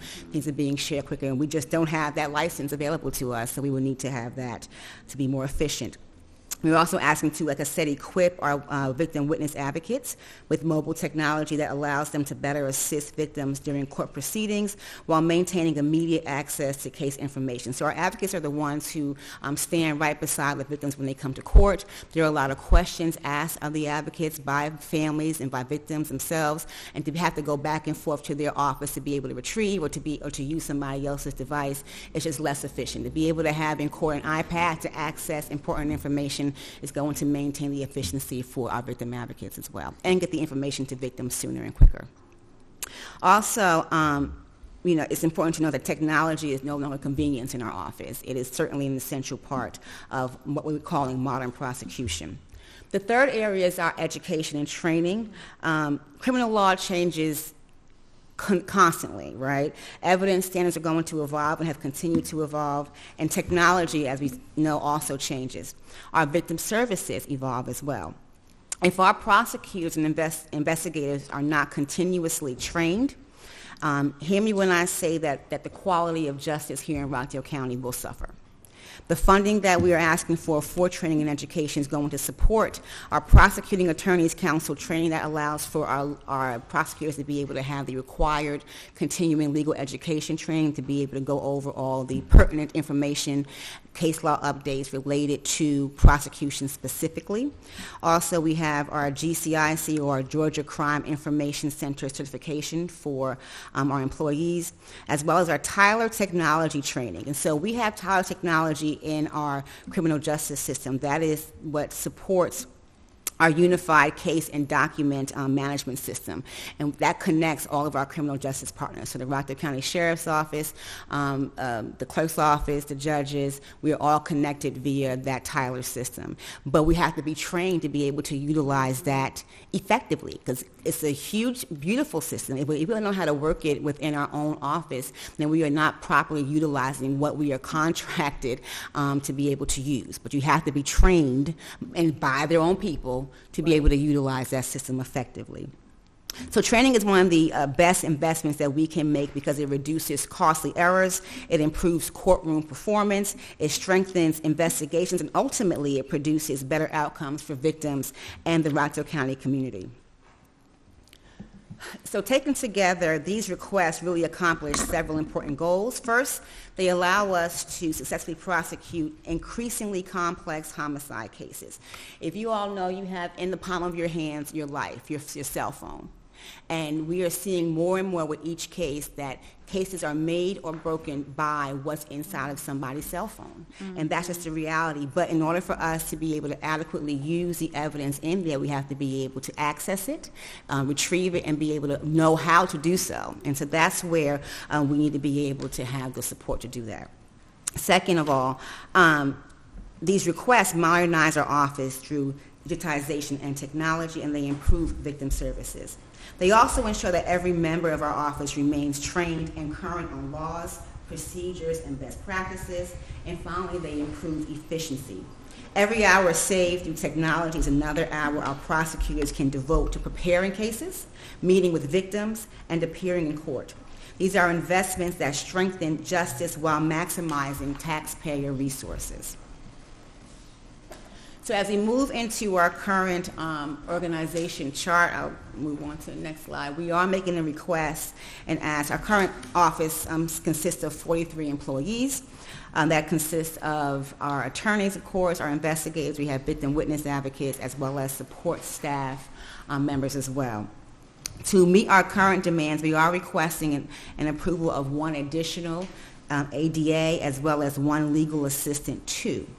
We are also requesting the conversion of one part-time file clerk position into a full-time position, which will result in an increase of 245 employees in our DA's office.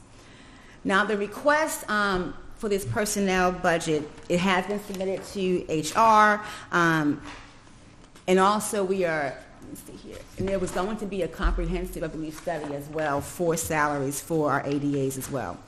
But this additional ADA that we're asking for will allow us to reduce caseloads and dedicate more attention to complex felony prosecutions.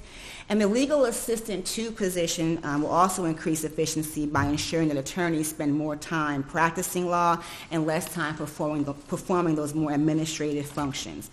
Converting the file clerk position to a full-time position improves records management and supports the office's transition towards a greater digitization of the documents. These are all positions that are focused on improving productivity, efficiency, and service, not simply increasing headcounts. So we did discuss parts 2 and 3 of this current slide. But as it pertains to part 1, right, currently I, as a DA, receive a supplement as a district attorney, paid by the county. However, due to recent changes in the law regarding DA pay at the state level, that supplement amount must be reduced, okay? And so thus, there will be funds available that we have requested and have presented that to HR to be reallocated to executive leadership in the DA's office based upon their supervisory and leadership roles. So that is not an increase as it is a reallocation of the funds that are remaining from my previous supplement that was allowed for last year. As it pertains to part 4, we are asking for that reclassification of our ADA positions and our senior DA positions. That has also been submitted to HR for consideration. I think there was going to be a comprehensive or compensation study done in relation to that. But if you would indulge me, this time, I do want to provide context regarding what is going to be this request as it relates to attorney compensation. You know, one of the greatest challenges facing prosecutors' offices, both throughout the state and also nationally, is recruitment and the retention of experienced prosecutors. You know, unlike many areas of government, the work of an ADA is highly specialized. Prosecutors are entrusted with handling our community's most serious crimes: homicide, sexual assaults, child abuse, domestic violence, armed robberies, and crimes against our most vulnerable citizens. These cases require years of courtroom experience, legal expertise, sound judgment, and an unwavering commitment to justice. Unfortunately, prosecutors are increasingly leaving public service for opportunities in private practice, neighboring jurisdictions, or state and federal agencies that offer significantly higher salaries and often lower caseloads. When we lose our experienced prosecutors, we don't simply lose an employee. We lose years of institutional knowledge, established relationships with victims and law enforcement, trial experience, and expertise that cannot be quickly replaced. The cost of turnover is substantial. Recruiting, hiring, onboarding, and training a new prosecutor takes months, if not years sometimes. And during that time, existing attorneys must absorb additional caseload. That can lead to delays in prosecution, increased workloads, and added stress on the attorneys who remain. Investing in competitive salaries is ultimately reasonable decision-making. Retaining experienced prosecutors reduces turnover costs, improves efficiency, ensures continuity in complex cases, and helps us deliver timely justice for victims and the community at large. Competitive compensation also strengthens our ability to recruit talented attorneys who are committed to public service. Without competitive salaries, we risk becoming a training ground where attorneys gain valuable experience and then leave for higher paying opportunities elsewhere, usually in DeKalb or Fulton County. But public safety depends not only on law enforcement officers making arrests, but also on experienced prosecutors, this office, successfully holding offenders accountable in court. Every case that proceeds efficiently, every victim who receives justice and every dangerous offender who is held accountable is made possible by dedicated prosecutors who choose to remain in public service. This request is not simply about increasing salaries. It is about preserving experience, maintaining continuity, reducing turnover, and ensuring that the Rockdale District Attorney's Office remains staffed with talented professionals capable of protecting the people of Rockdale County. And so as we move into the last part of our presentation, which is our 5-year capital improvement plan, our focus here is really on supporting the investigations division of my office and needs to help further investigate and retrieve evidence for prosecution purposes. This is our first year actually presenting a 5-year capital improvement plan. And so because it's focused on investigations, I'm going to ask my chief investigator, Michael Cobb, if he would join us and make that presentation before the board. I'm glad you said that because I was like, a 5-year capital plan? I know, for the office, right. Yes. Thank you. Good afternoon, Chair Van Ness and Good Commissioner afternoon. Smith. Thank you guys for giving me a few minutes to talk about the why behind our capital improvement requests. D.A. Johnson made reference, actually emphasized 2 really important things when she was speaking earlier, and those are public safety and technology. And those 2 things are kind of at the core behind the 3 projects that we are requesting under the capital improvement plan. Technology is ever-changing, and it gets away from you very quickly. I'm only 41, and I can feel myself becoming not obsolete, but losing currency in technology. Because while I may have been up to speed 5-10 years ago, it changes so quickly. Yeah. I have in here pretty much my whole life, and I would imagine most people in this room do as well. I only have one phone, and it probably has a pretty small, I mean, I'm pretty cheap, so it's probably like 64 gigabytes of data. But during police investigations, cell phones are taken, they are searched because there's evidence in them, and they can go up to 256 gigabytes of data, up to 2 terabytes of data. A terabyte is 1,000 gigabytes, and a gigabyte is 1,000 megabytes, and it scales down from there. The sheer volume of the data that comes from these things is very overwhelming. Now, I have one phone. Drug dealers have at least 2. You know, they got one to talk to mom on, and they've got one to talk to their clients on, and then it kind of goes up from there. In a complex case, it could be that multiple cell phones are taken and they're searched, and the data that comes from those can be extremely valuable in our prosecutions. And so we have to have a good way to take in that data in a way that doesn't slow us down and hamper the rest of our processes. What we are seeking is a contract with Axon Justice. Axon is the parent company over Taser. They do body cams, they do tasers, they do a lot of things. But Axon Justice is a program that is designed specifically for prosecutors' offices. And what it intends to do is to improve efficiency in the intake of data, particularly digital evidence, and allow prosecutors' offices to work with it seamlessly. And they also have a lot of features, and we've had a lot of time to look at it, to implement AI to really streamline our workflow as we use it. We currently have in our office, we have 10 post-certified law enforcement officers as investigators in the DA's office with an average of 23.7 years of law enforcement experience. Did the math about 30 minutes ago. I'm pretty sure I'm right. We range from 16 years of experience up to 41 years of law enforcement experience. And of those 237 years, all but about 10 of them are in service of this community. And what we need to be doing is relying on that experience, applying that experience in a way that's meaningful to our cases, as opposed to doing the manual work behind intake of evidence and organizing evidence and notating things when Axon Justice can do it for us. That frees us up to really apply our skills in a way that's meaningful and can make a big difference in these cases. To give you just a few of the major points of Axon Justice that we were interested in, it will provide us unlimited data storage of all evidence, of all digital evidence. So in general, what we get from the police department or the sheriff's office may be some body cam, maybe a 911 call, maybe a few pictures, and the rest is just documentation, it's reports.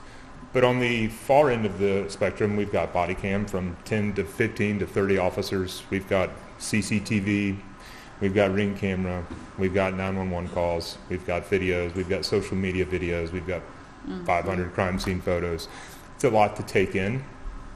And the way that we're currently constituted with the free version of Axon, it is a major time waste to try to take that in. And what we end up doing is we place that on hard drives, CDs, flash drives.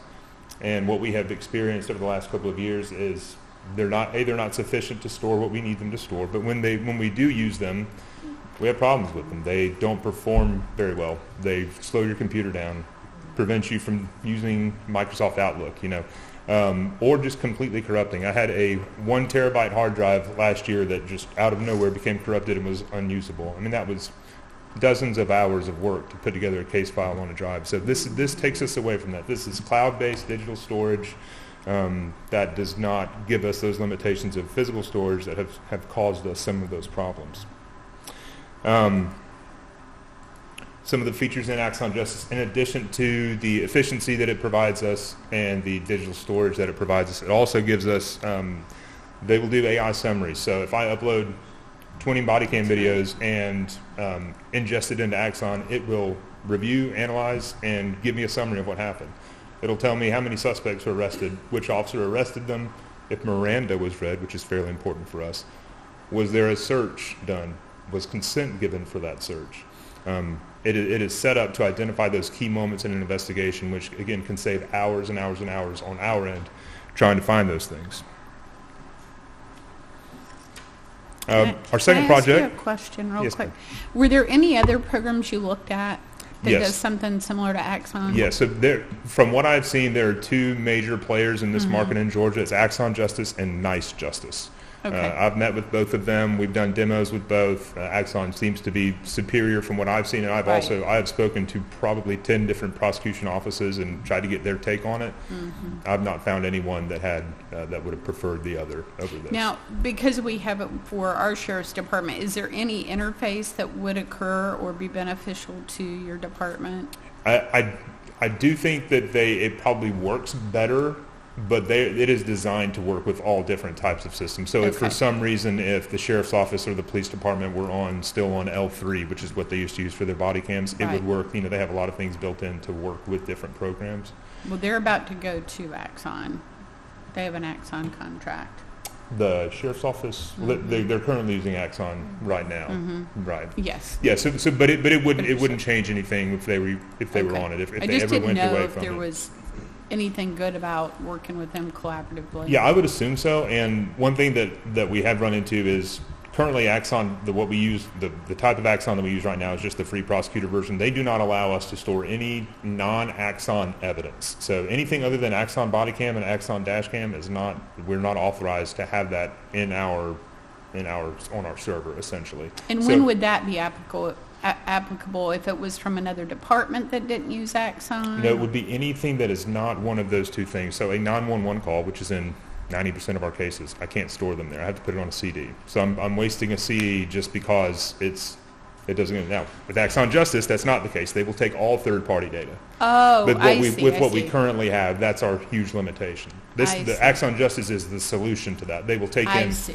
all Okay. evidence. Right. Yeah, I'm sorry if I wasn't clear on No, that. no, okay, that makes sense. Right. And the second project is Motorola APX 900 radios. D.A. Johnson referred to this earlier. We have had in the past portable radios that were essentially hand-me-downs from the sheriff's office, and they've probably been in the DA's office for 15 years, I would imagine. They're old. They're really good paperweights. But when the county upgraded to the P25 radio system, they became less effective and eventually obsolete. And so we have to have some way of communicating with whether it be courthouse deputies or deputies out when we're out in the field. We need to be able to speak to the EOC, the Emergency Operations Center, so that we can contact the sheriff's office. We spend quite a bit, most of our time is in the office and in the courthouse because that is our primary role, but we spend quite a bit of time in the field talking to witnesses, canvassing scenes, developing additional evidence, and we need to be able to communicate with our law enforcement partners while And do we're you out there. use body cameras? We do not have body cameras now. Okay. No, and that wouldn't be part of this request. That may be something in the future that we revisit.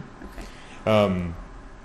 And that kind of parlays into Project 3, which is emergency equipment, blue lights and sirens in our vehicles. We have 10 vehicles that our investigators use. It would be an uncommon scenario where we would be out there doing traffic stops. We are certainly not pulling people over for speeding, but I'll give you just one little use case scenario. About 2 months ago, right at the end of the school year, I was out serving a witness to bring them to trial. And a car came up behind me and was tailgating me, and I heard screaming, and I looked out, and there was a young man leaning out of the front passenger seat with a ski mask on, yelling at my car. Kind of weird. Not a normal thing to see on an afternoon on Smyrna Road. They obviously needed to be stopped based on the way they were driving. I don't have blue lights, and I didn't have a radio, so I had to call 911 from my phone. Took me a few minutes to get a deputy to me, but we did, and we handled the situation. But that was something that I certainly could have handled myself, or at least I could have coordinated with deputies nearby. Once we got them, they needed to be put off the road. Okay, that was a really smart thing you just said. Which part?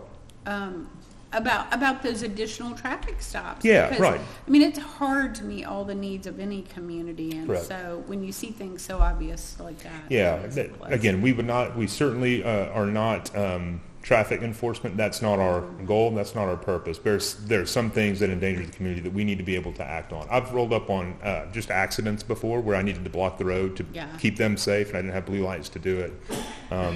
So that is, of course, is the reason for that. Let me ask you a question in reference to your post-certification investigators that are in the courthouse.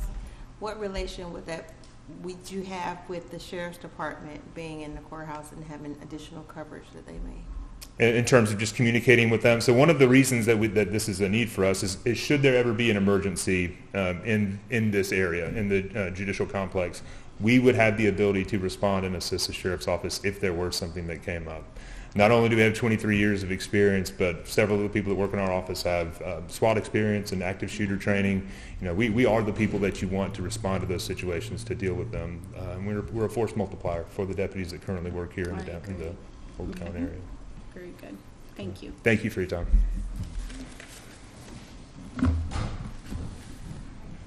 Chief Investigator Cobb. And so that concludes the formality of our presentation. I begin by stating that every budget tells a story, and I do want to conclude by stating that every budget also reflects priorities. And the priority of our office is first and foremost to protect the people of Rockdale County.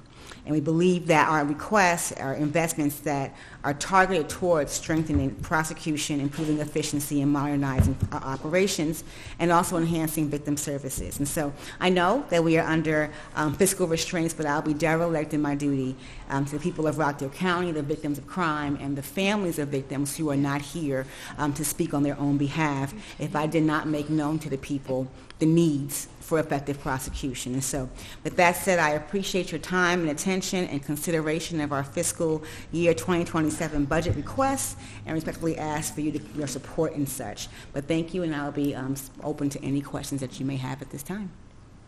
Well, great presentation. Certainly it helped to tell the story so we have a better understanding of some of the goals that we may not have been privy to. So absolutely. Very, very helpful.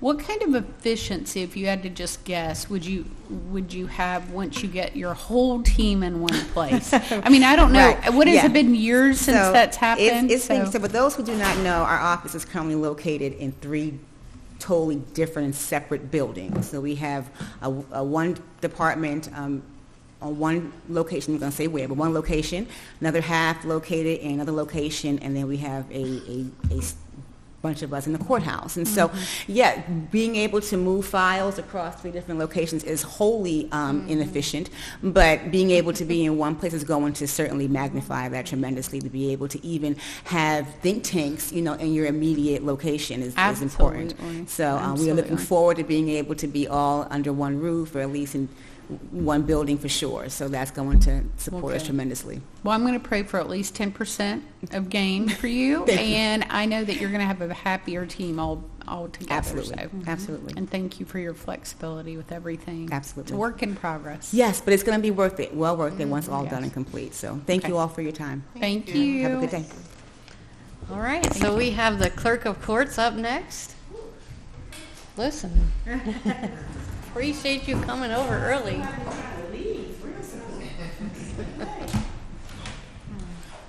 That will be tab 11 in your binder. Good afternoon. Good afternoon. How you all doing today? We're good. Chair, yes, and Commissioner Smith, thank you all for inviting me and getting us back here once again for the year budget. I did also like to acknowledge I brought in my accounting for my division. Ms. Shelley is my senior accountant. So therefore, with that team and her and I, we should be able to present this budget with the easy breezy, and it will be real quick. Good afternoon. I'm Janice Morris. I'm your Rockdale County elected Superior State Court Clerk of Court. It is an honor and a pleasure to be able to come again before you, the commissioners, to present our budget as presented for August 2026. I would like to state before we move forward, this will be the quickest budget I ever seen. Awesome. Why is that? Because we have no change in our budget from 2026. But we could go, oh, that's right, I do. Y'all give me every time about that clicker. I know. We like keep you on your toes, right? Right. Okay, I'm going to have to take a class on this one. Thank you.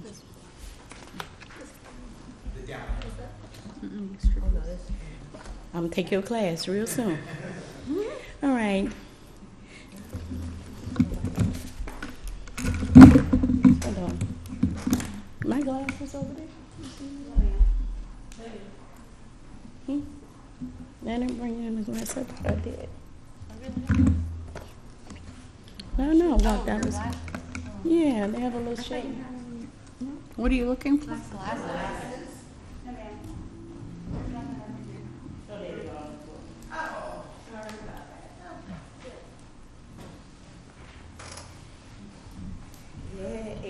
before beauty, but I think sight becomes before anything else after a while when you hit those numbers, and I'm not going to reveal that to the public.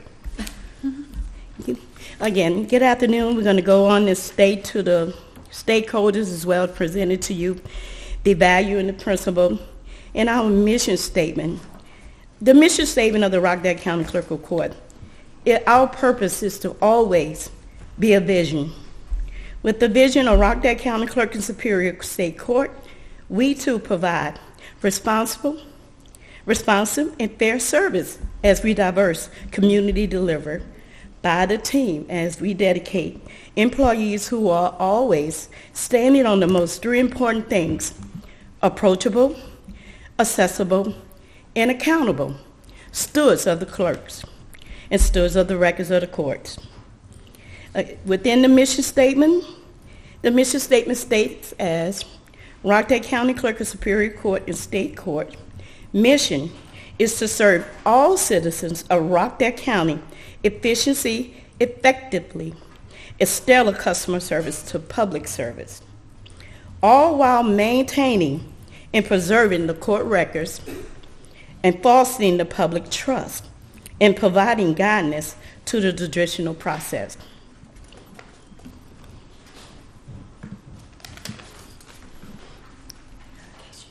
Oh, thank you.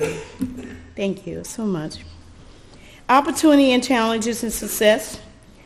I know we have made a tremendous impact in our community. Within our success stories, okay, the clicker, that's right. Within the success stories, Madam and Commissioners, I am honored to say 90% of our work is hybrid online. It's also the personal notary and training that we were able to accomplish within the Rockdale County. Well-attended law library speaker series relevant to legal topics, as we have served the community as we cannot give legal advice. We also restored and protect the history of deeds in military discharge books. Those are final. I will yield to you to get opportunity to come and see those amazing books that is going to be a lifetime, well-protected, secured for the public, for the history and continual life of Rockdale County. As far as the opportunities or things that we're wishing and we're going to continue, we're going to look into AI. I think everybody's saying, AI software is existing, but it's very valuable that we stay with the latest in e-filing as we provide case flows. We stay within the guidelines and that we're protected by the security of our software. We have now fully remoted our deposits, checks into our bank account, whereas we used to have to walk to the bank every single day. Rain, sleet, or snow.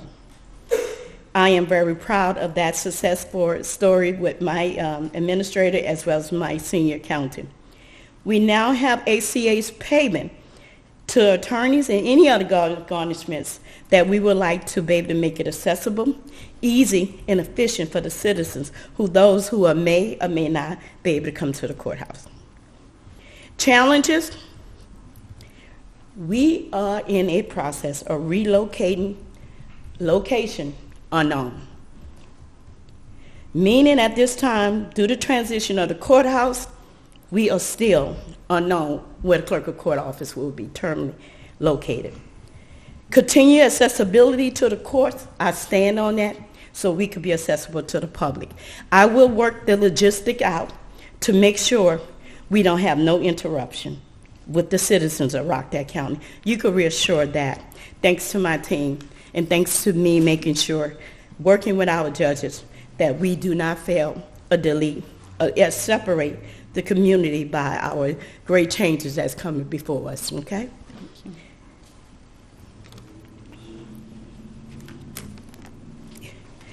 As again, the Golden Initiative, we have for many years of Rockdale County, I'm going to expound on this completion of the courthouse. It has also been a dream come true.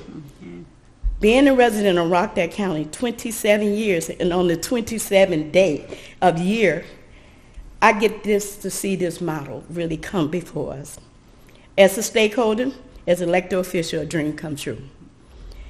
As we continue to strategize, reimagine, and I'm going to say this again, reimagine, I think we would make this mission continue to work. So completion of the courthouse will be at that time. Let's talk about finance and operation budget. This is where the most important thing, taxpayer dollars, and focus on what we're operating.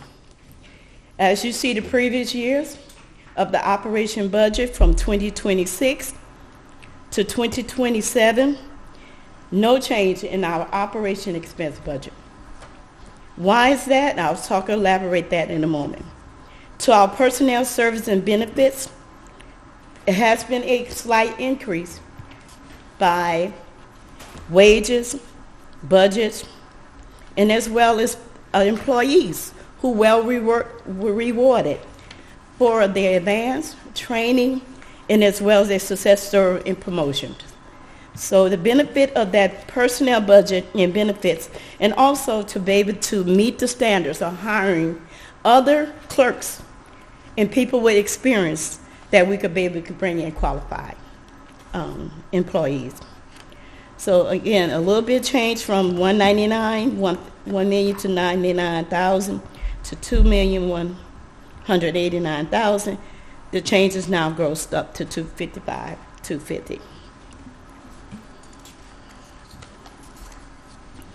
I stand before you, the Rockdale County citizens, with my organization chart. What that is that I am now 97% fully staffed with 3 vacancies. And what that means is that I do my due diligence to make sure the Rockdale County meet the needs of the public as served, and all the employees that can and will work their position to make sure we be good stewards of service to our public. With that, the vacancies we have is 2 outstanding ones, legal office administrator. I take that very seriously. I need to make sure I have qualified people. I need a civil division manager. With the civil division manager comes in with someone with at least a good qualification stating that they at least have some kind of paralegal degree of some sort, but anyone that wishes to apply, it is online what your qualifications are.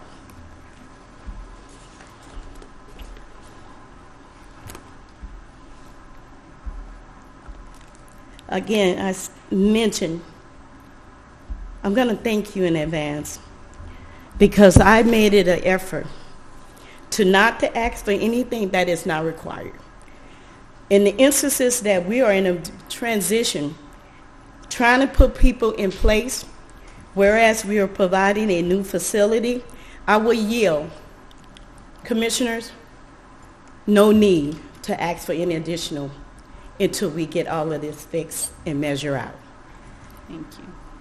That's not saying 2028, because that's expectation of growth, and we will measure that together. But I have something to enlighten you and the citizen of Rockdale County. The due diligence of the working in the clerk of court office, the revenue. Why it's important at the clerk of court office, we bring revenue to our Rockdale County. I just want to enlighten you, just in case you have not really made a note of this. Just as of 2026 of this year, we have given back the Board of Commissioners, due to fines and fees, processed all documents that we also have to request funds for, and then we turn around and give it back to the Board of Commissioners. Is that state as of 2026, $1,710,999.77 was in the deposit, whereas we collect fines and fees to be able to offset the budget of Rockdale County. And what were those amounts? I'm sorry. I'm going to give you a copy. $1,710,991.77.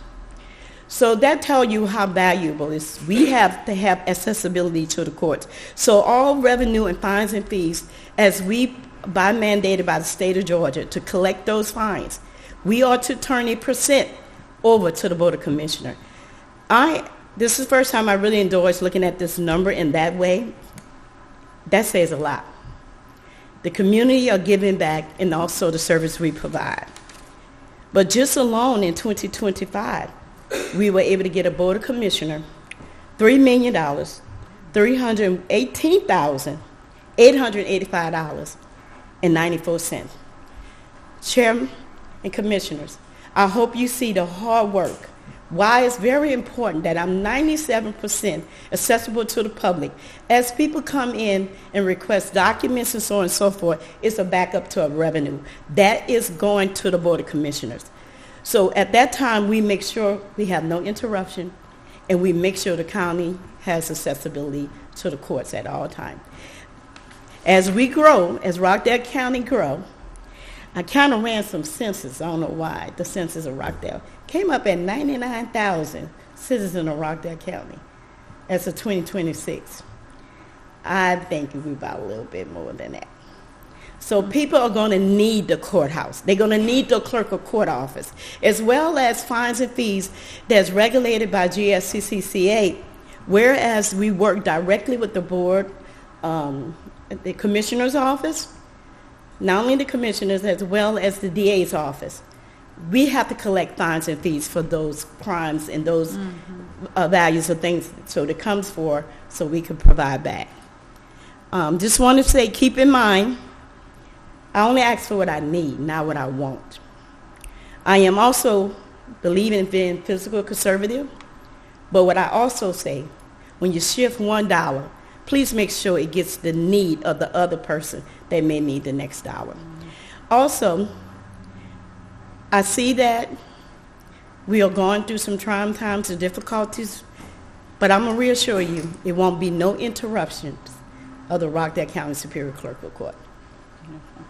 Any question? I yield to you.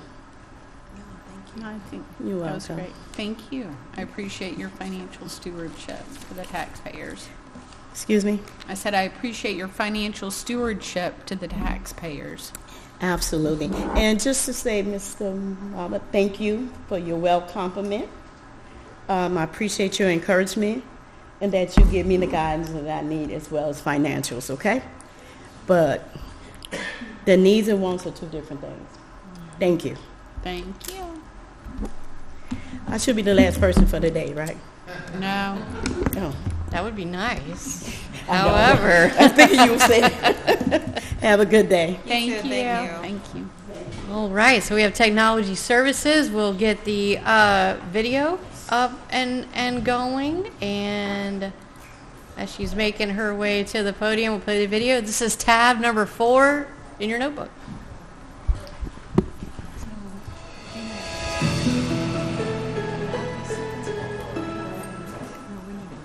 Good afternoon. I'm Margaret Moore Jackson, and I'm currently serving Rockdale County government as the Chief Information Officer for the Technology Services Department. We are committed to delivering exceptional, secure, and forward-thinking technology solutions that empower Rockdale County citizens, the business community, and the workforce. TSD is primarily an internal services department which provides oversight of IT governance, system and network security, application support, project management, infrastructure operations, communication systems, digital innovation initiatives, and technology operations. A key function of TSD is IT customer support and training to the employees of the Rockdale County government. We provide the internal support through the TSD service desk, where we address approximately 6,000 to 7,000 service calls per year.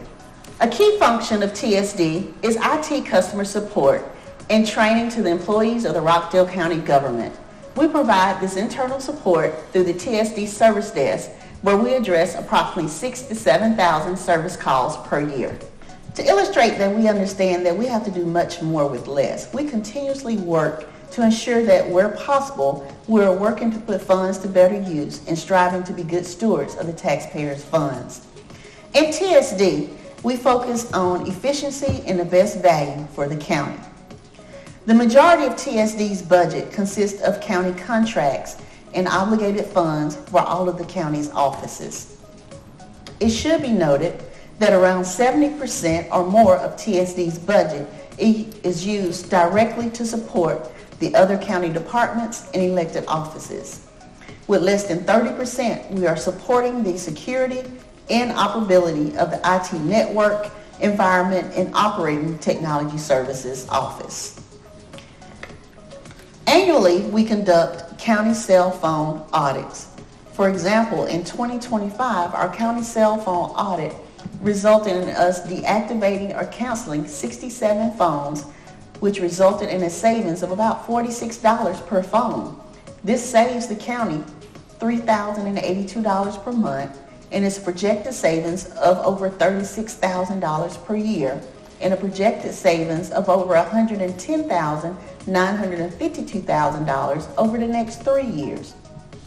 Other examples of how TSD continuously reviews the budget to ensure we are being good stewards of taxpayers' funds. During our tenure, TSD, we've upgraded the county multifunctional devices, or better known as network copiers, resulting in a projected monthly cost savings of over $6,000 per month with a projected annual cost savings of $73,224. Thank you for the opportunity to share how technology services is helping build more efficient, responsive, and transparent county government.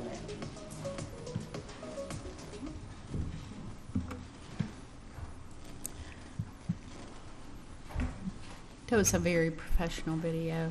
All these videos today have been so great. Thank you. Very nice. Good afternoon, and thank you for the opportunity to present the fiscal year 2027 operating and capital budget request for the Technology Services Department. In Technology Services, we work to be an effective technology leader and change agent in business, technology, and innovation for Rockdale County government. Through collaborations with other departments, elected offices, and stakeholders, we provide efficient, cost-effective information technology services which support the vision and mission of Rockdale County. We do this by exercising the values that you see listed here. In TSD, we have embraced the county's 2026 goals. We are building trust, not just with words, but with results you can see, measure, and believe in. In Rockdale County, we're not waiting on the future, we're building tomorrow together.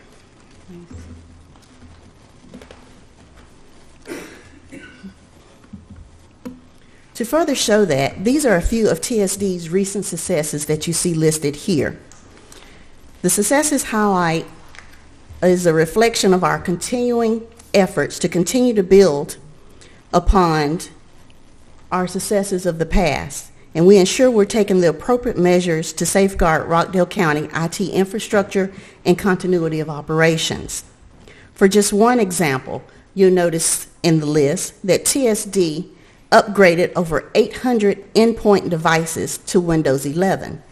This was completed in order to comply with upgrades by Microsoft and to meet their worldwide deadline, basically ensuring that once this deadline hit, where the county's computers would continue to operate properly and receive updates. In the area of opportunities, we have ongoing collaborations with the Rockdale Water Resources to strengthen county infrastructure and continuity of operations for water resources. In TSD, we also have seized the opportunity to work with all of the departments and the applicable elected offices to identify their functional and technical requirements for preliminary planning for a countywide ERP system. To just make reference to just one of the challenges there is the decommissioning of outdated, unsupported, and vulnerable technologies, such as servers, applications, hardware, and software.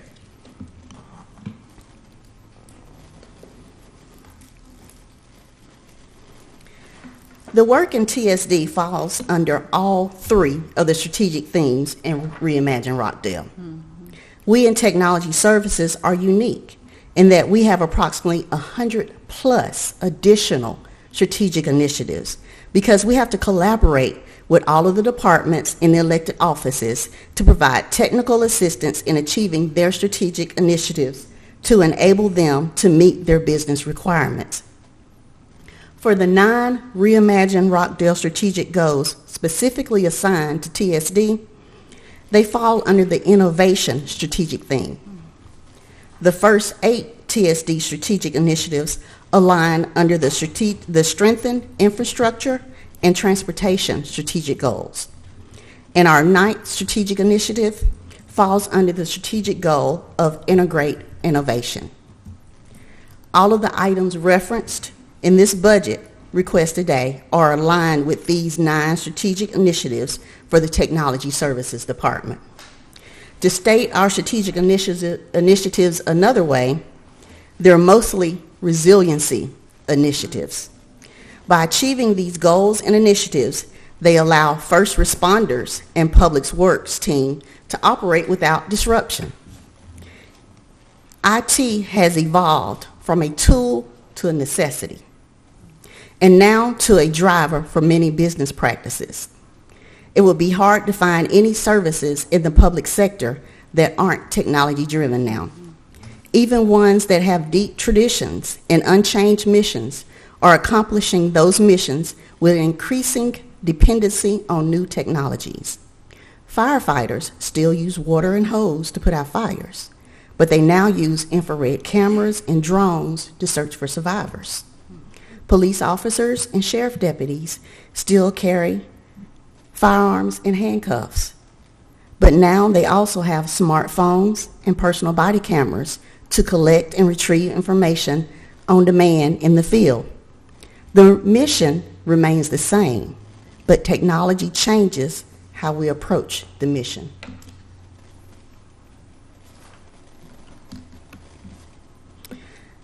This provides a summary of Technology Services Department operating budget requests for fiscal years 2026 and 27.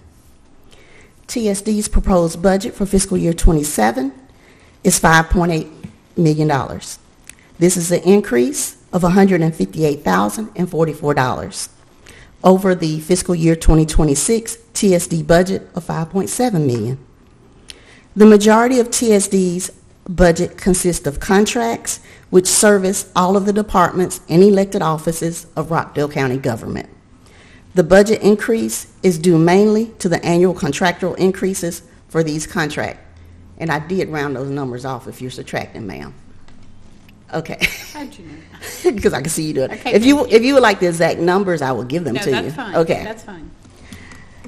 Thanks to the projected savings with the new Comcast, Mastergy, and Microsoft fiscal year 2026 multi-year contracts, the Technology Services Department fiscal year 2027 operating budget proposal places funds to better use and decreases the overall amount of the requested fiscal year 2027 budget.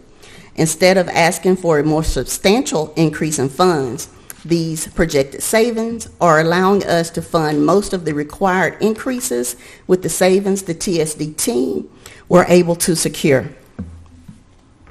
We are constantly looking for ways to reduce costs. For example, our efforts reduce costs for the Microsoft licenses by 13% per year with the new 3-year contract, and we reduced the county's Comcast bill for fiber lines by approximately 29%, resulting in projected savings over the 5-year contract. We are also researching an initiative to replace the county's phone system, which should also provide future cost savings by reducing the amount of hardware and utilizing more innovative cost-saving software options. These are all commendable efforts by the entire TSD team, especially when IT research and advisory firms have advised that IT leaders should anticipate at least an 8.9% rise or greater in IT product and service costs due to inflationary pressures, increased cloud computing expenses, and higher operational costs for managed services.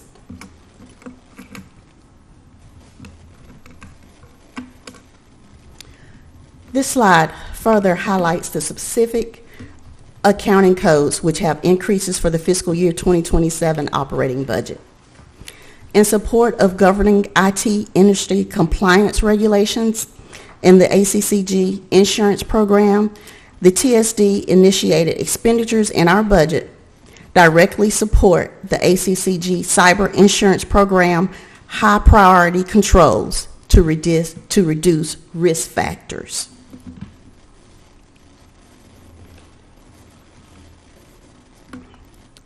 In technology, delaying or postponing replenishment or upgrading systems and applications creates a huge liability and could severely impact critical systems with disastrous consequences that grow with each passing day. The TSD budget is a reflection of the cost of a county doing business in the digital age.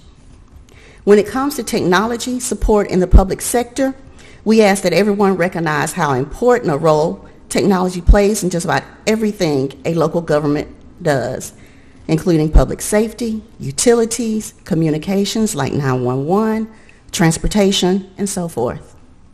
Technology is more than a simple expense line item because it supports just about every business that a local government deploys. Unfortunately, some do not realize this, and it's viewed by some more of a luxury than a necessity.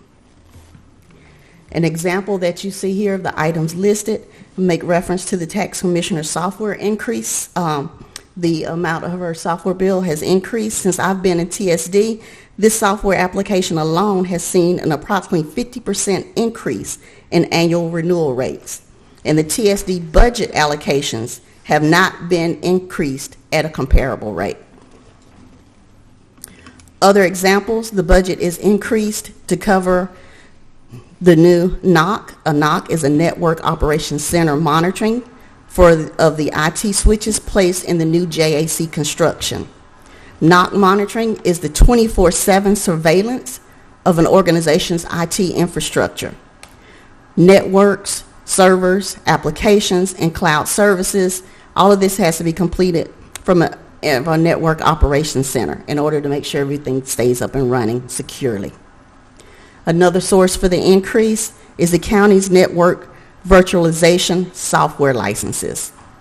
The pricing and licensing model has undergone major changes, resulting in significant cost increases across the IT industry, which accounts for the reference increase within our budget. The remaining increases across the TSD budget covers over 100 plus additional line items for recurring contracts, expenses, and services. With the federal budget cuts, the IT world and TSD have felt those cuts in several ways.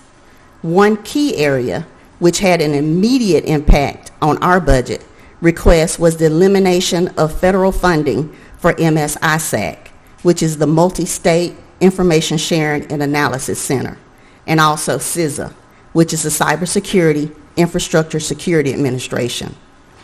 This void has created bills for services which once were complementary. These entities are key sources for cyber threat prevention, protection, response and recovery, assistance, and most critical, timely cyber intelligence. Also, you see the area there for training, and some of the areas we're covering are our cybersecurity workforce development training program and our countywide computer security awareness training for all county end users.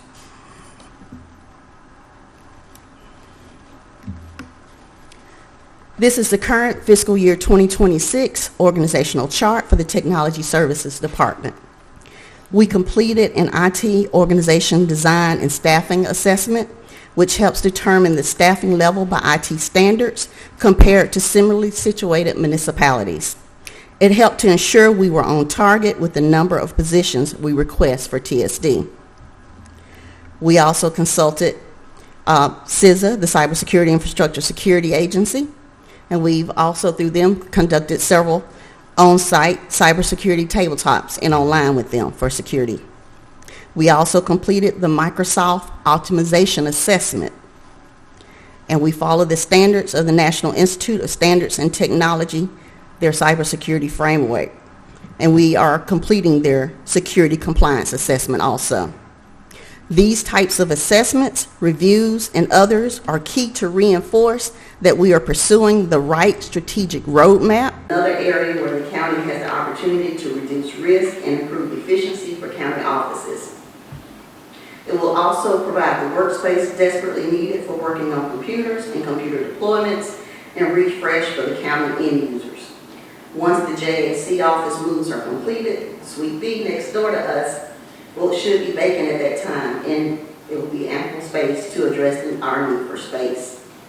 This strategic initiative also covers the county's need to upgrade multi-gig cabling throughout the county to update it from outdated versions to the current industry standards. These infrastructure improvements will help to make the county end users more effective and efficient.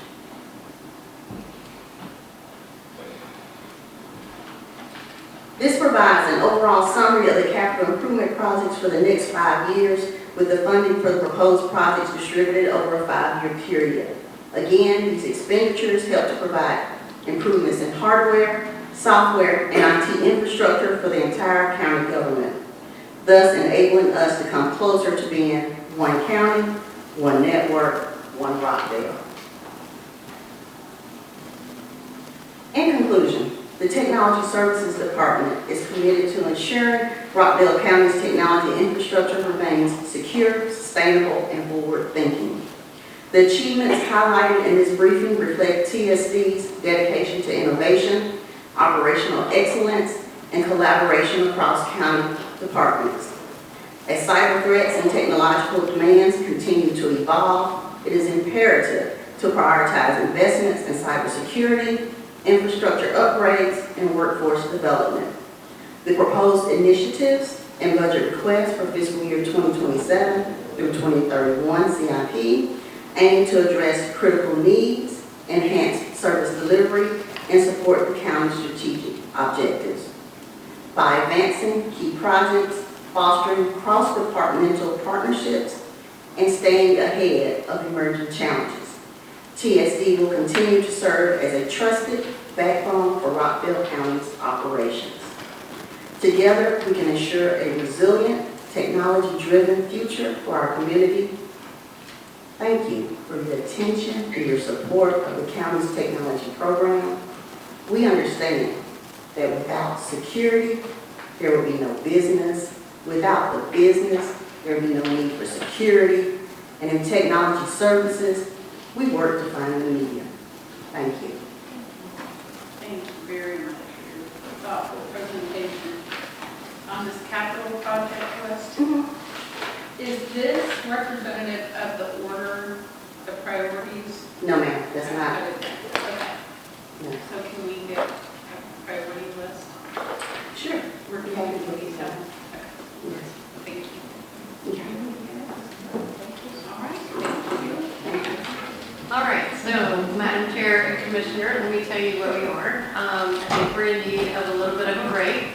We have been able to move some people up in their time slots. However, the public defender will not be able to be here until 4 o'clock.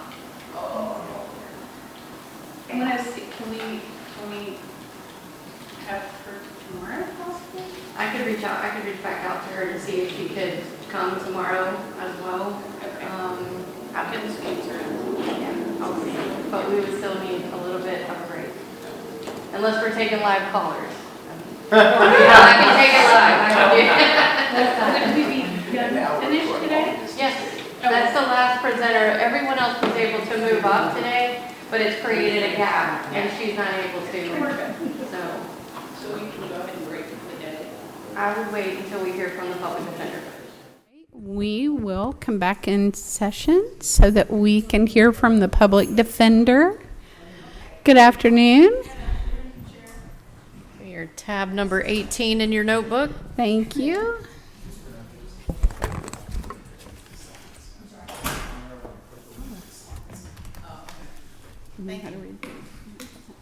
I'm going to be brief.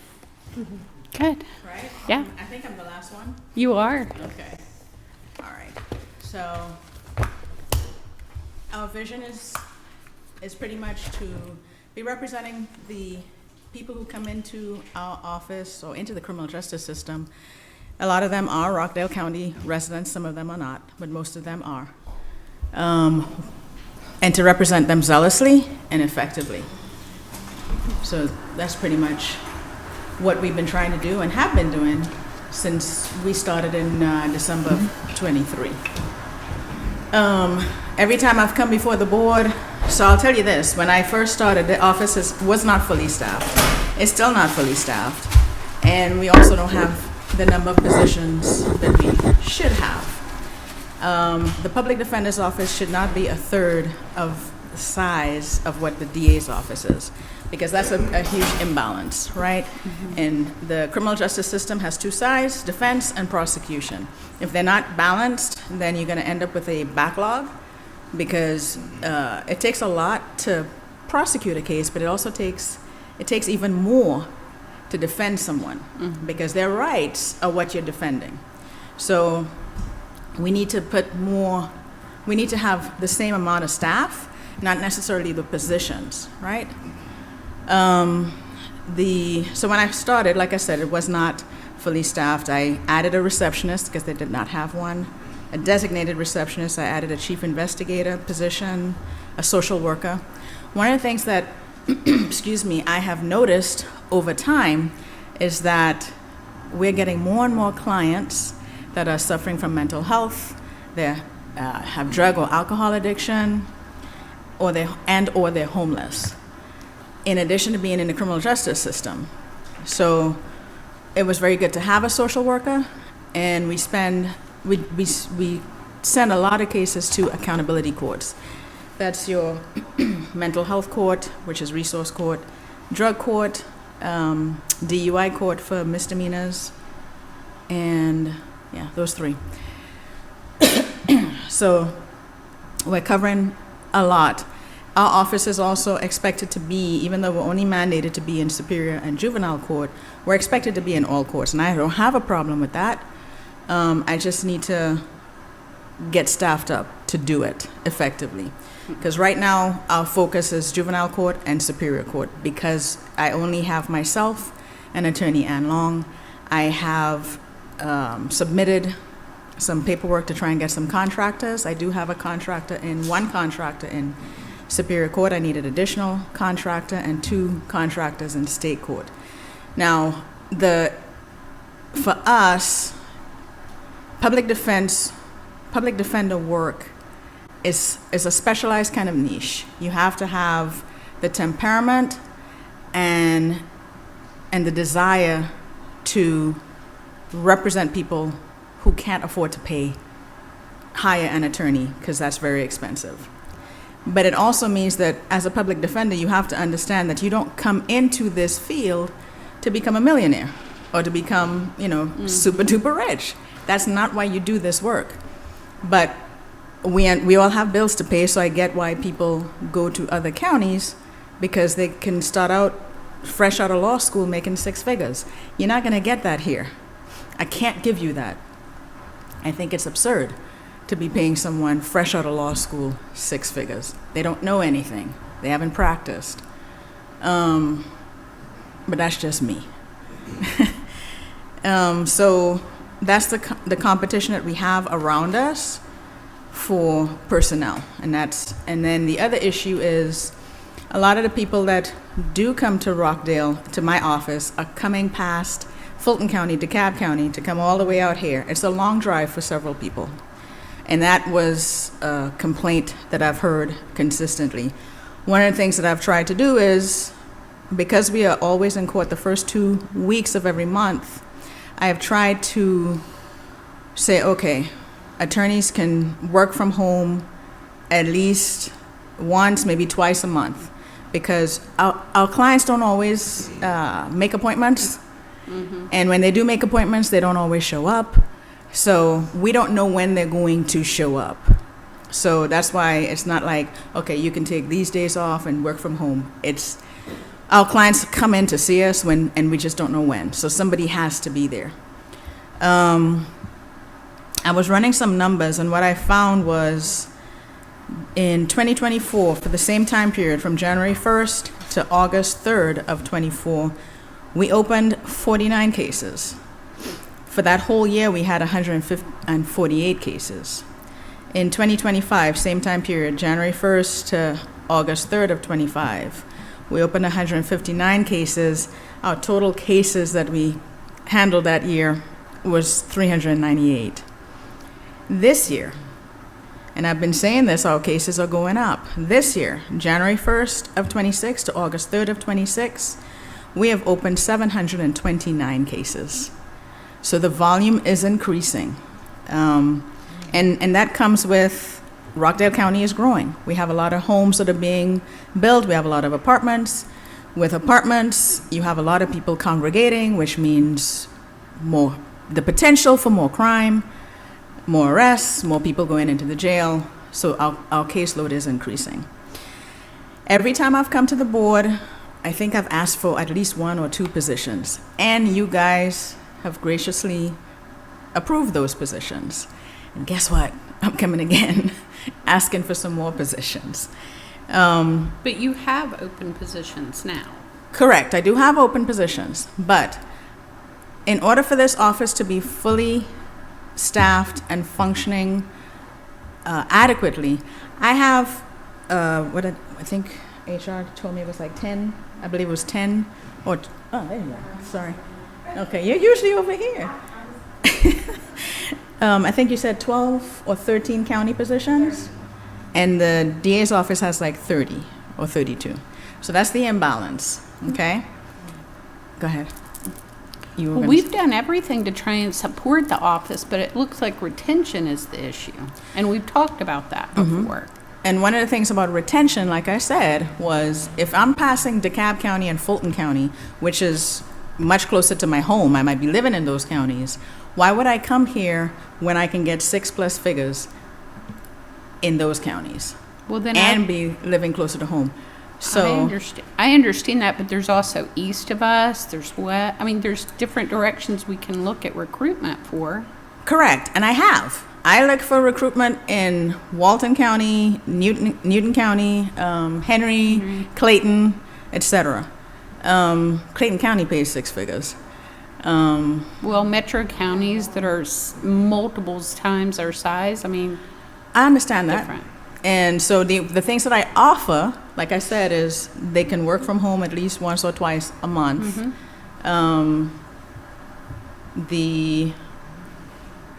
We also have pretty good benefits, health and insurance. We do. Right. So those are the things that I can offer. For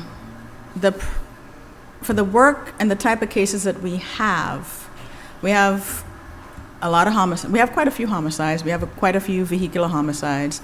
The people that I can get to come and work with me are people who are who've been practicing as long as I have, and I have, and they may be retired from some other place, and so they don't mind getting a smaller paycheck and doing the work. Okay? We do have to try and figure out other ways to keep people engaged. But right now, what I'm trying to do is make sure that the office has the positions in place so that when we get to the point where we have people who really want to do public defender work, and this is not an issue just for this office, it is completely statewide, and actually it's national. It is a national issue. Sure. Getting people to do public defender work. Right. It's not, back in the day when you started out in law school, you wanted to be either a prosecutor or a public defender. It was like glory work. That's right. But things have changed. Yes. And they just don't have the same. Shift in mindsets. Correct. Temperament. So for us to be fully staffed, these are big numbers. In Superior Court, so for each judge should have 2 line attorneys. And then they should have an attorney that specializes in homicides and sex crimes. Thank you for moving it for me, whoever's doing that. Thanks. And sex crimes. Because those are the big types of cases that we have. And those, you can't put somebody fresh out of law school or who has only practiced for 2-3 years, here, go do this homicide as your first trial. Practice, yeah. As a lead, okay? In juvenile court, ideally, we can work with one, but ideally, we should have 2 attorneys, a junior and a senior. We have a senior right now in juvenile court. In state court, again, 2 line attorneys, and then an attorney who can handle vehicular homicides, because we do have quite a few of those, and DUIs, because again, those are specialty and a little bit more complex. I would also like to have an attorney in Superior Court and in state court who do accountability, again, because we have so many people who are coming in with a lot of mental health, and so we have a lot of cases that are in accountability courts.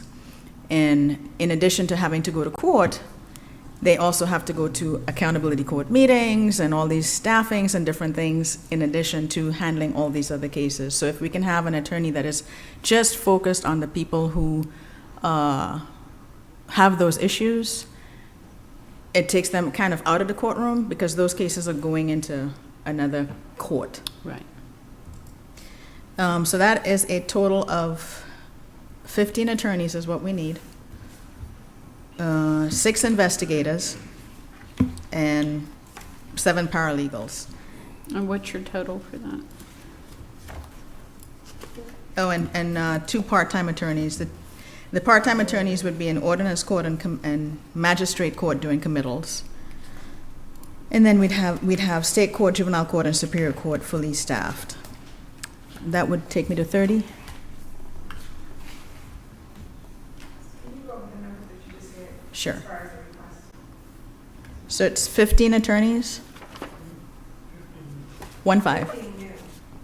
So 15 in addition to what you currently have? No, 15 total. Oh. Yeah. You're talking about returning 8. I think I have 8 now, so 15 total, so that's 7 more, right? 6 investigators total, and I think I have 2 right now, so that's 4 additional.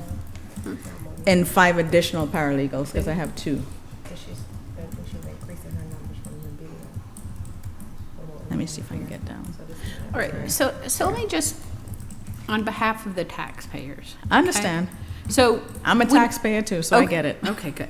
So when money's invested in there and we hire people and then they're gone, and then we hire people and they're gone, and the time to get familiar with cases, it feels like we don't have something right going on, that there's so much turnover. So we're not delivering services as well as we'd like, but we also aren't being, I don't know what the disconnect is. We did talk about the option of hiring or contracting with attorneys, but it's really hard for me to justify giving more positions out when we can't even handle what we have.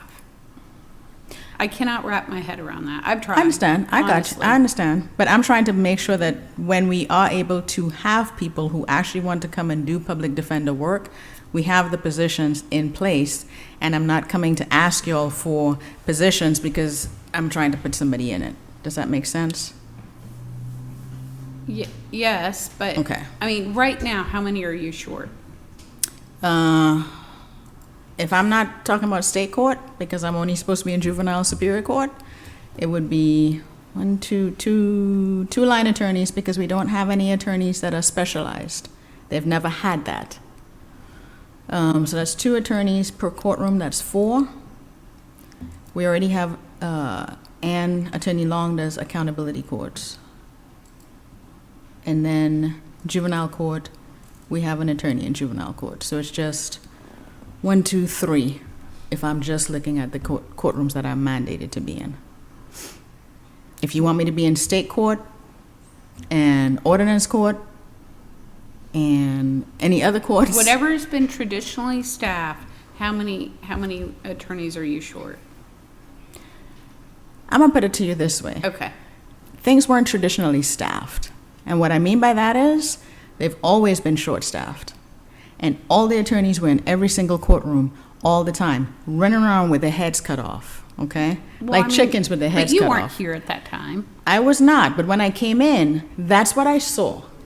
Okay? So, when people say that I created a mess, I did not. I came in to clean up a mess. Right. And I have. And I put policies and procedures in place that made because people were doing whatever they wanted to do. I had somebody who said, I work 5 days a week from home, 3 days a week from home, and I'm only coming here 2 days a week. That's not okay. And that's an attorney. That's not okay. I had an investigator who said to me, I don't work on Wednesday afternoons. That's not okay, because you're being paid to do a job. You're being paid to be in the office. Right. Okay? And to me, that's theft. Okay? So I cleaned up the mess. I put policies and procedures in place, and those people left. Because why? Because I was there, and the person they wanted to be there wasn't. Okay? So, it takes time to build up. Mm-hmm. And that's what I've been doing since I got here.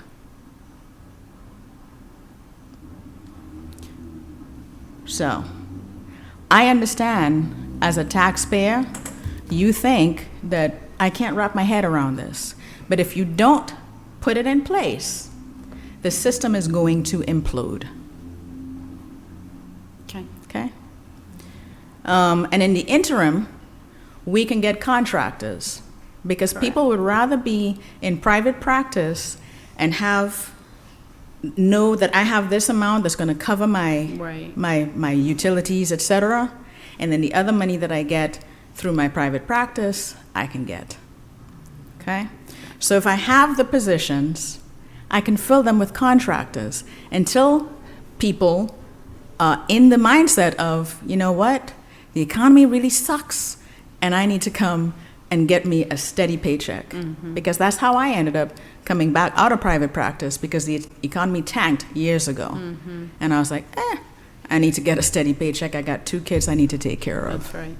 So we're not there yet, but we will be eventually, hopefully sooner rather than later. Yes. So, any other questions?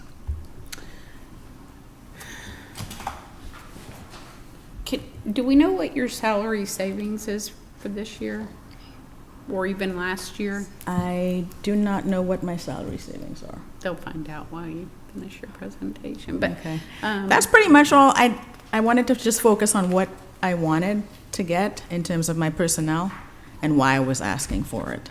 Okay. So how many investigators do you have right now? Right now, I have 1 investigator, and I have a chief investigator that I have advertised for. We've got a lot of resumes that we have to review. We just haven't had an opportunity to review them Can yet. our HR department help you with any of that? Possibly. I'll Okay. talk to them. Yeah, that would be great. And paralegals, how many do you have? We have 2. Okay. But one of the paralegals took the bar, and hopefully she'll pass and she'll go into an APD spot. That would be great. Mhm. And maybe that's a good training field, is all the Correct. paralegal programs. I know Emory has a program now for paralegals, and you can earn certified credit and things like that, and I think work through to maybe receive your degree as well. Okay. But I saw that the other day, the paralegal program they have, so. All right. And did you want to talk about your CIP program? For capital improvement? The only capital improvement that I don't have a capital improvement. I think it says 50 on there, but that's from, I think before I started, they were talking about the cars, because our cars are 2017, and that they were going to be replacing them. So there shouldn't be a 50 on there. There's nothing additional. It's just the cars that have been promised. Oh, So there's, yeah. yeah, there's no 50 on there. Okay. That's from before. Okay. All right, we'll check with fleet and see what the mileage is and everything. All right, anything else? No, that's it. Oh, okay. See, I told you I was going to be Yes. quick. Thank you. You're welcome. Thank you. All right, well, that concludes all the presentations for today. Yes. All right. Thank you, everyone, for coming. I appreciate your time today.